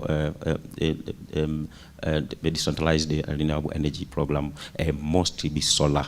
But one thing is, now I'm going to the last, is sorry, I may just request if you can keep that in the closing comments, and then we can come back to that. But I just wanted to, I think, both of you have reflected on some of those key points that for financiers becomes important support structures in order to be able to lend, whether that is refinancing from an institution like the National Bank for Agriculture and Rural Development, whether that is in terms of being able to have leverage and therefore provide collateral-free lending through institutions and mechanisms like the Green Climate Fund, and to be able to fund end users not just for that energy solution, but for the pieces that come with it, the adaptation and agricultural aspects that are going with that solution, and enabling kind of the linkages to entrepreneurship and training through institutions like the rural self-employment training institutions that we see across India. If I can just turn to Sandeep here to, especially in the context of the program that you're looking at right now, which is building building the capacity or working with MFIs to look at a portfolio of lending around decentralized renewable energy. The interactions that you've had over the last couple of meetings, what have you really seen in terms of the interest levels from microfinance institutions, and what is it that they feel is right now lacking, missing, or what do they want to know more about in order to be able to look at lending for productive use? Thanks, Ruby. So my predecessors have dwelt on certain points about acceptability, about the cash coming back. So the fact that Sustain Plus Energy Foundation had conducted trials for 3 years, and a lot of the people who used it vouched for its economics, took care, at least within the events, of the assurance that the money will come back. That was the first point. That was the first, if that was not assured, it's no point going on to the rest. So is the money likely to come back? That was enabled because Sustain Plus had done trials for greater than 3 years, and many farmers came and vouched for it, and some FPOs also vouched for it. So that was the first part, and therefore from there, the in-principle interest of the MFIs was very clear, without any doubt. Without this link, that wouldn't have happened. Now, does that mean, oh, there's a lot of money and it's easy to get? No, that's not the case. An MFI is a relatively small organization, and some of them might have decent margins, but because their size is small, the amount of profit is not that great, and they really can't afford to put capital, whether it's money or people's time, for product development. They just don't have that luxury. They just don't have that luxury. So therefore, what help do they need? So we are working with Sadhan, which is an industry organization of MFIs and also a self-regulatory organization, to provide them with some of the infrastructure, maybe the manuals, some of the marketing strategy. Should the control be at the central level? Should the control be at the branch level? And how does it customize? How do these things get customized for individual institutions? I mean, for what applies to a Bandhan Bank won't apply to an MFI which is largely oriented in Gujarat and Rajasthan. The systems have to be different. So this is what we are looking at. We displayed a total of 9 technologies, out of which we have now shortlisted 2. And we are looking at initiating some financing. While we are confident about that some amount of assets will get financed, the question still remains is that will it get scaled up? And will it get scaled up? And the second is, we are targeting areas where which are remote and aspirational, and there's a lot of poverty. Will most of the lending happen there, or will a substantial portion of the lending happen there? That is still not clear. Before just opening it up to the audience and the experiences that we have here. I'm just going to go out on a limb and ask Professor Sriram and the other panelists for just quick reaction. So as SELCO and SELCO Foundation, we've been working with bankers since 1995, looking at capacity building, looking at risk mitigation techniques, both from the banker's perspective and support to end users. And while in 1995, the capacity building was around, this is a solar panel and it generates electricity. In 2000, it was about, or 2010, it was about, this is a solar home lighting system, this is how it compares. In 2015, it was about a solar-powered sewing machine, and today it's about decentralized cold storage units. But somehow, across the board, we always come back to questions around, for banks, this product is too small. For MFIs, this product is too big. And then with MFIs comes the interest rate point. But at the end of the day, where do you address that for, as far as the end user is concerned? All of these institutions were meant to be providing financing for the kind of needs that they had. Whether it's microfinance institutional, regional rural banks, or nationalized banks. So what have we gotten wrong in the process? Is it just mindsets, learning, or have we not shown enough evidence? No, I think in my reading, one is we need to look at the client profitability, whether the client is able to service the loan at the MFI interest rate. So obviously, if you're looking at solar lighting systems, what was the alternative that they were having? No light, right? So which means that, the opportunity benefit is not monetized. The cost is monetized, right? So when the cost is monetized, but the benefit is not monetized, but there is a net outflow, then there is a problem.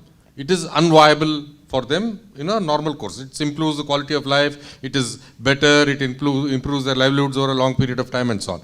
This is where the public policy intervention has to happen, saying that, okay, this is not something that is viable in the narrow sense of a project financing. And therefore, should there be some sort of a public investment in this, right?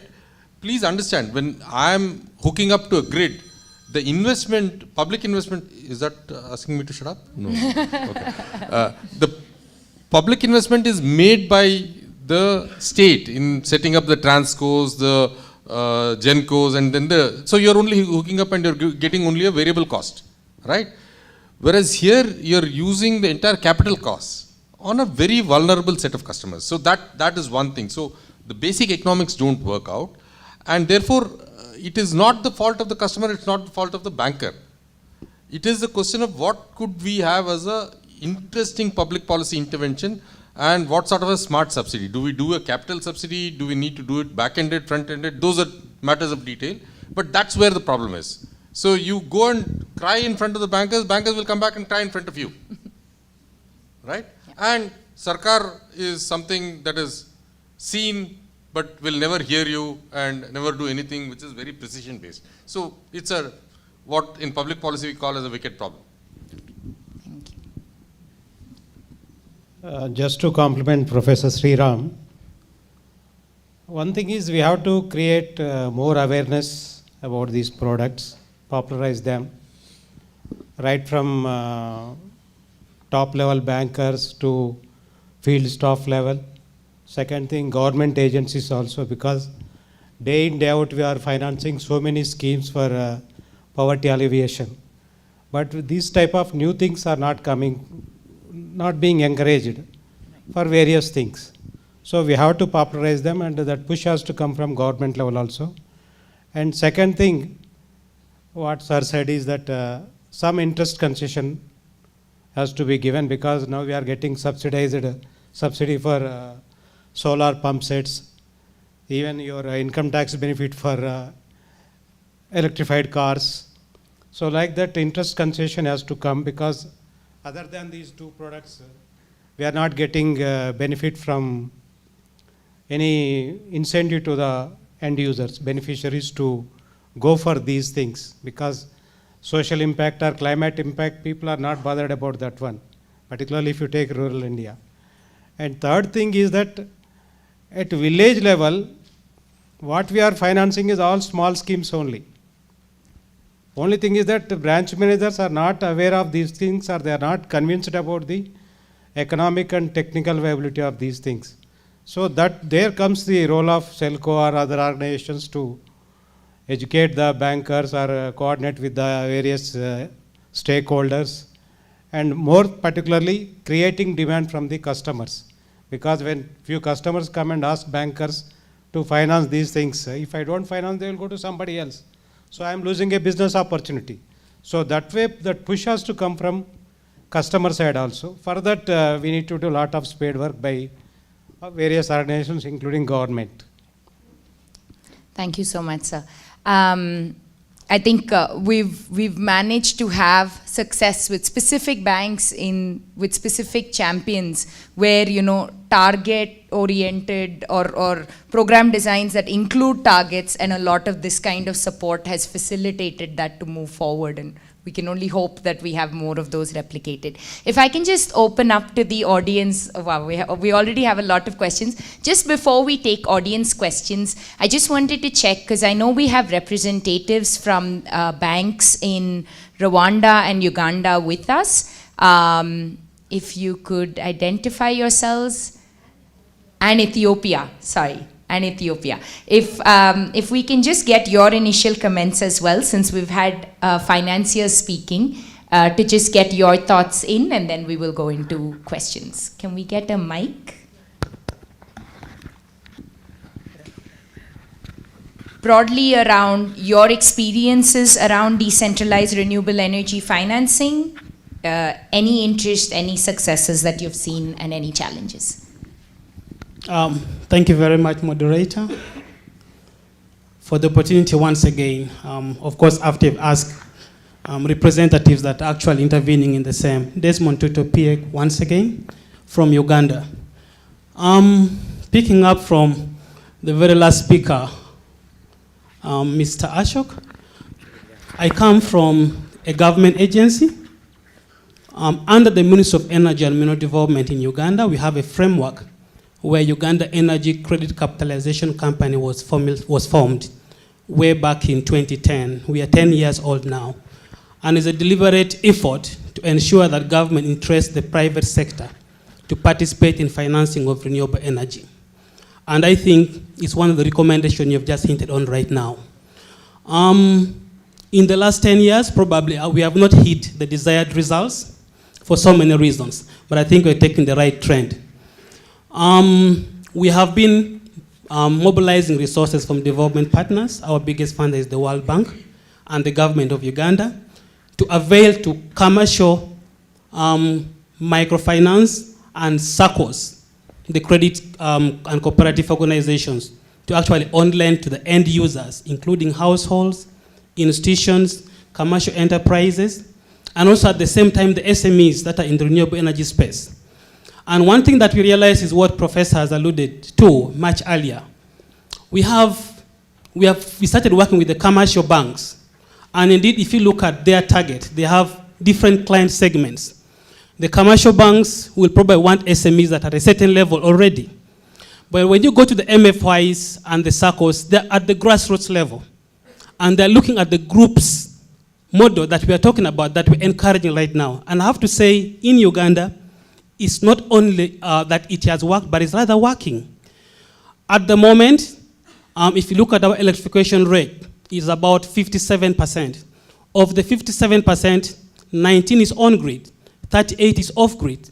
The composition of the off-grid is from solar lighting systems, mini-grids, and solar lanterns. We are looking at tier 1 and tier 2 solar lanterns that basically cannot even be afforded by the poor or in the rural communities. People go to the MFIs, the microfinance institutions, and the SELCOs, and acquire credit as low as $10 to acquire these lanterns. And that's the segment that we are looking at giving electricity to right now through the solar lanterns, because that's what they can afford, that maybe they would not have gotten from the from the commercial banks that we are talking about.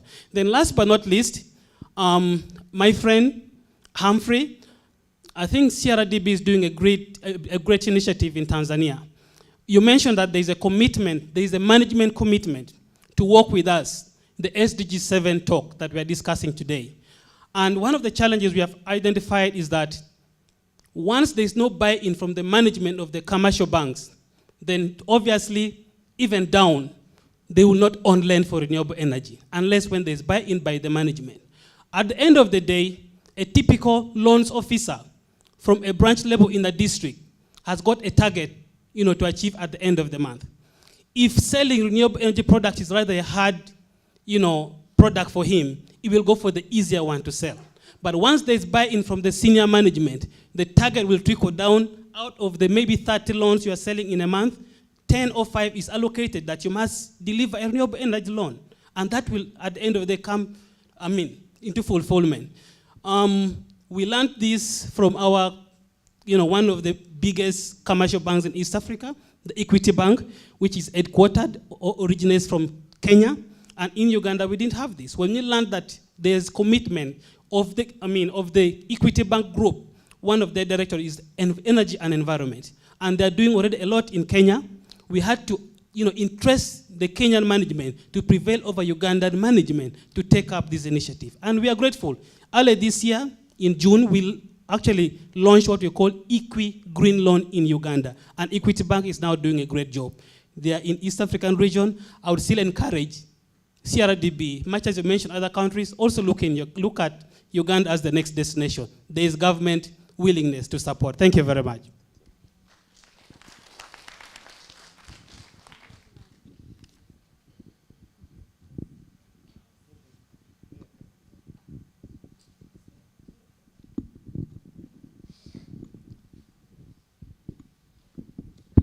Okay, thank you for giving this chance. I'm from Ethiopia, Sinke Bank.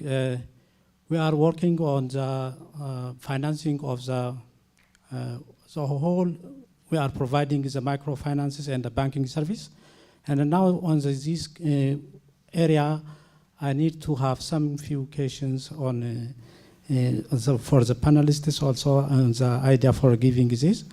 And first, when we are in the case of Ethiopia, we are working financing for the renewable energy for overall overview. One of the renewable energy on the whole, like biogas, solar, and cooking stove as a whole. And the main challenge is the after-sale service. Most of the suppliers are not properly providing the after-sale service. And the others also installing properly. The quality of the product also an issue. So how in the other regions, for the panelists can also, how they can handle the after-sale service also.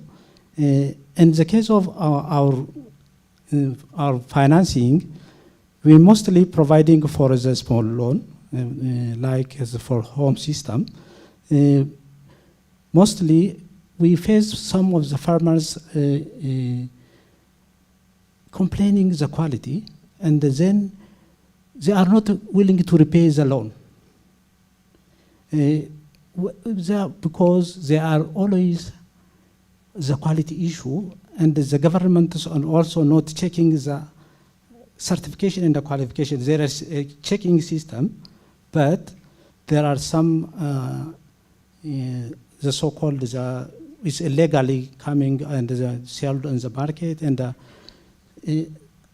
now I want to know that for the bankers, is there any, for some of the SMEs, those are producing or distributing or installing the solar system or solar technologies or renewable energies, is there a system to collateralized? You already mentioned that in Tanzania there is some a credit system that is, or a government can put as a refinancing or a fund. Is there any credit guarantee system or revolving fund or what system? Most of the challenge is the collateral for the, especially for the producers or for those are for the SMEs. For more, we can, tomorrow we have some session and then we can add.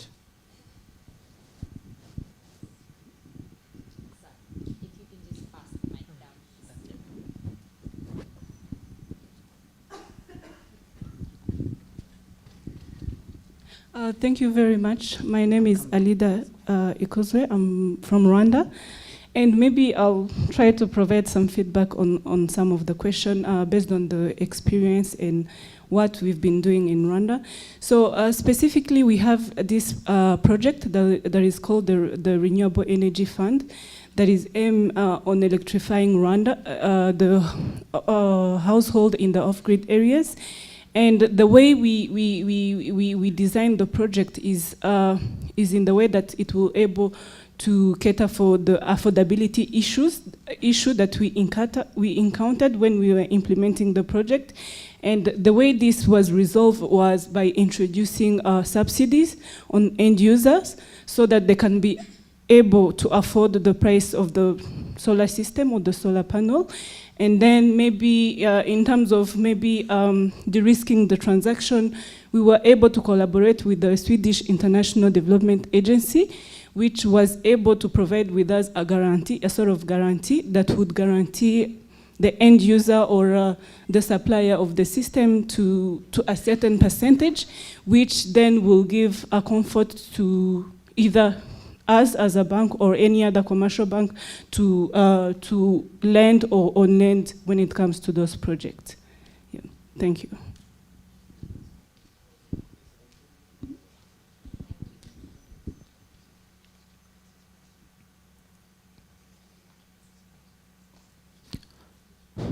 Okay, thank you. I'm Dr. Yarai. I'm from Ethiopia. I have a question directed to Professor. I spoke to Mr. Rajiv, a former Chief Secretary of the state of Kerala, and he informed me 74% of Indians pay out of pocket for health. So I understand your main research is on microfinance. Why hasn't been a penetration of micro health insurance in India? That's my question. I'll give a very brief answer to that. We're running short of time. See, one of the ways in which micro health insurance will work is where do you claim the insurance? Unless you have a set of primary health centers and hospitals and a network of places where you can claim, that itself is a broken system. I mean, we don't think we have a very good penetration of a health service provision facility in a formal way. That's one of the reasons why health insurance doesn't take off. You know, health insurance ultimately is a derivative product. You need health service provider first. Health insurance only pays for it, right? So service providers themselves. In fact, our studies seem to indicate that only about a third of the rural poor go to a formal health provider. Others go back to healers and doctors who are pretending to be doctors. You know, MA in literature saying, okay, PhD in literature saying, okay, I'm also a doctor. Yeah. Thank you. I think to respond to some of the questions that came in around after-sales service, quality of product, as well as credit guarantees and the importance of credit guarantees within trying to lend. Ma'am highlighted the SIDA, the Swedish Development Agency program that was run to help de-risk. Any examples or thoughts that come to mind beyond what we've discussed so far? So in this program which we are running, we toyed with a lot of these options. Now, if we take specifically the examples of products which are new, which have been field tested, and therefore there's some evidence of economic viability, there needs to be an assurance that it will operate for the time of the loan. And on top of that, a guarantee plays a very great enhancing role. So if that assurance is not there, and if that infrastructure support to make sure that the equipment is running during the time of the loan is even, say, half deficient, a guarantee won't help, because there's a saying that a operational blunder cannot be overcome by a financial blunder. So the borrower will get the loan back because of the guarantee, and the guarantor will still run after the borrower to recover, right? and then the user has a case of having paid for something, not deriving the benefit, and still having to pay back the loan. That will create a system where these things will not sell and will not scale up. So we need to be careful about what financial mechanisms we are throwing in when the support for maintenance is not robust or does not deliver. I mean, it might be there on paper and it doesn't deliver. There might be call centers where you can call for 24 hours and nothing happens. All these things can take off. So once that support is there, a credit guarantee can play wonders, because it will create a lot of comfort. And once the institution knows that, well, I can get, the loan will pay back anyway, why should I need a credit guarantee? Then is when the scaling comes up. Thank you. Thank you so much. And I think the point on, the previous two panels also discussed the importance of local energy enterprises having access to spare parts, having access not just as part of the innovation process, but also as part of being able to make or de-risk the financing that goes with it. So I think they're kind of interlinked, and providing that after-sales service becomes more important once, or rather is facilitated further when you have these local energy enterprises with the capacity to actually be able to service as well, and make that a mandate of the implementation. I know there were a couple of other questions, so we'll take one more round of questions before closing comments. Surabhi, yes, sorry. Rizwan. Go ahead, Rizwan. So I have one question from Professor and one question with Mr. Ashok. With Professor, one question is, as you said, we have to select between like what category does it fall? You said example of dinner. So in our product, so where should we categorize that? Should we approach nationalized banks or should we approach MFI? We have set of solutions we have. Few solutions are like, as you said, solar home lighting system, where you have no income generating. Let us say solar sprayer. We have reduction in drudgery. We can't, measure the monetary gain in that. So with the given set of solutions what SELCO Foundation is being providing across the livelihood, so how do we decide that for what product should we approach which financial institute? Should it be MFIs, should it be NBFCs, or should it be nationalized banks? This is the question with you. And then with the Ashok sir, one question is, as you said at the end that you have to kind of conduct some capacity building program for bankers where you make them aware about the solution. So recently, with my personal experience, I visited a few lead bank managers. When I met them and when I talked about that, SELCO Foundation wanted to conduct kind of stakeholders training and capacity building program where we talk about different solutions. And even though we have not solid income generating business model, but we will show about working of it. But they were not so giving so positive response. Seeing that we have been given so many tasks, central government say, and then we have so much tasks at our own region. So how do we encourage such workshops where I allow some private person? We are not government person. So how do we encourage some person not from the government to come and give some kind of workshop to them? So that was some feedback I got from them. How do we address those things? Okay. Thank you. You'd like to respond? I'll just give a very brief answer. See, if it was an interesting, viable product, the bankers would be chasing you. Since it's not an interesting, viable product, you're chasing the bankers. So talk to anybody who's willing to listen to you, give them your story. If there is a feel good, they'll fund you. They'll not fund you because it's a great financial product. You just need to give a nice story. Storytelling is important. Yeah. Or link it back to targets around other schemes. Yes. Sorry, please go ahead, sir. Sure. So, actually there is no discrimination between a beneficiary has to be financed by a commercial bank or NBFC or MFI. Only thing is that how you convince the banker about its viability and marketability.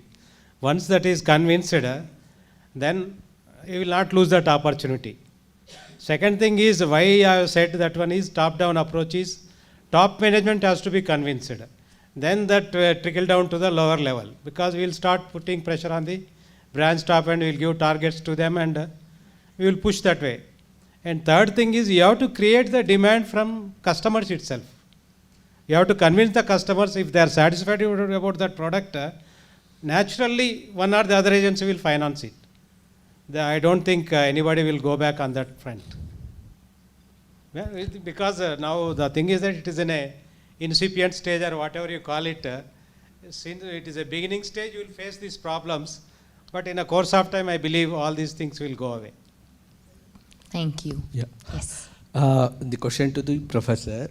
So nowadays, every government is having a lot of published programs. Like if you see the neighboring state, especially the Andhra Pradesh, where the CM is claiming that I had given 2 lakhs per annum to every downtrodden family. And how can we see this from, if banks fail to read these people, so the government is coming in, or just it's a vote for note, or how we should see from the lens of policy making, or it's just a Keynesian theory replication?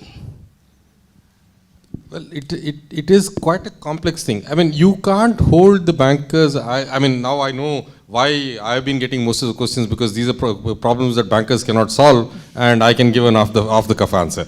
So, see, please understand, banks are commercial organizations. So you will come in only when there's a viable commercial activity down there, right? If you are in a situation where you are in such deep poverty, where you are unable to bootstrap yourself, then the only way is public intervention through welfare interventions, right? That's where the government comes in. So therefore, you blaming bankers for not doing poverty alleviation is a problematic thing. If there's poverty, then that is the role of the state.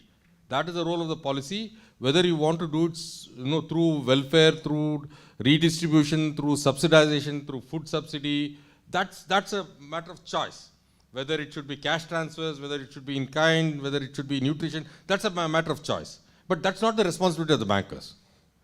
Unfortunately, we seem to think that the bankers, see, for real sector problems, don't find a financial sector solution. Financial sector solution rides on real sector after the real sector has performed. Sometimes you can say, can we put the financial sector to trigger the real sector, which is compulsorily opening branches where it might not be viable and so on, and assuming that over a long run it will be viable. So you're triggering off economic activity. But if there's no underlying economic activity, banks cannot do anything. Yeah, thank you. I know that I have not answered your question, but your question does not have an answer. And one more, just I want to supplement what Professor said. If government schemes leads to success 100% or even 80%, we are implementing these schemes right from 1970 onwards. By this time, whole India would have been filled with sheep and goat only, milch animals only. Because there are so many interconnectivities are there, so many factors are working in that one, government implementation of schemes. So sometimes we don't also any option rather than accepting whatever recommended by the government. Because ultimately, end of the day, district collector will write to my chairman stating that your branch is not cooperating, is not implementing the government sponsored schemes. When I say that this scheme is not viable, this beneficiary is not having enough capacity to pay this thing, then I will be bad in my bad looks of my management. This fellow is a negative minded fellow, he is not optimistic, always is putting spokes in my way like that. So we cannot judge the performance of a bank or these things are based on these government sponsored schemes.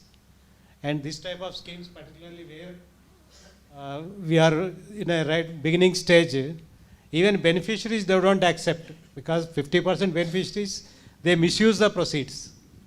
So when I say that why don't you go for the asset based financing, they don't accept that one. Just they want simply sheep or buffalo so that next day they will sell it and they'll enjoy. I am not criticizing here. Schemes are like that. Even if they are 50% success, that is a great achievement. Thank you so much. Perhaps we can have some closing comments before whoever would like to take the stage first.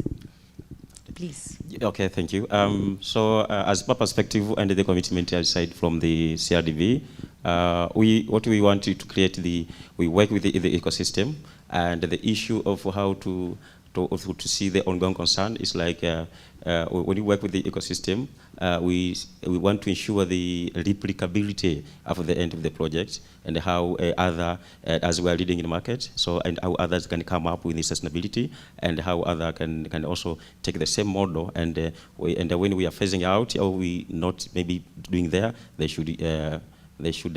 can also come up. But last thing I want to say last time, we very clear that when we're creating our theory of change to make sure we also try to forecast maybe how if maybe from the root cause, we have been in this industry of banking a couple of years, and those challenges and so we want to scan what we are doing to design sustainability is to answer those challenges that have been maybe in the industry and financial that people could not access, especially to make for the most of the SDGs, including SDG7. Thank you. Thank you very much.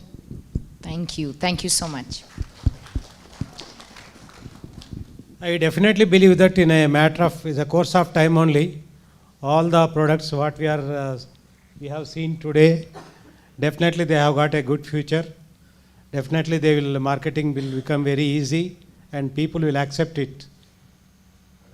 Thank you, sir. Thanks. And on that note, I think hopefully in a year from now, if this forum is repeated in a year from now, we'll have scaled up examples of financing of the products we were looking at. Thank you. Thank you. If I can ask Professor Sriram for last thoughts on the relevance of all of that in the context of countries. Since I've made a very large opening comment, my closing comment is thank you. Thank you. Thank you, everyone. We'll continue to have sessions tomorrow where we'll delve deeper into decentralized clean energy for agriculture, for allied value chains, as well as for healthcare. So a lot more coming up on financing, operations, maintenance, and so on. Please accept a token of appreciation from our end.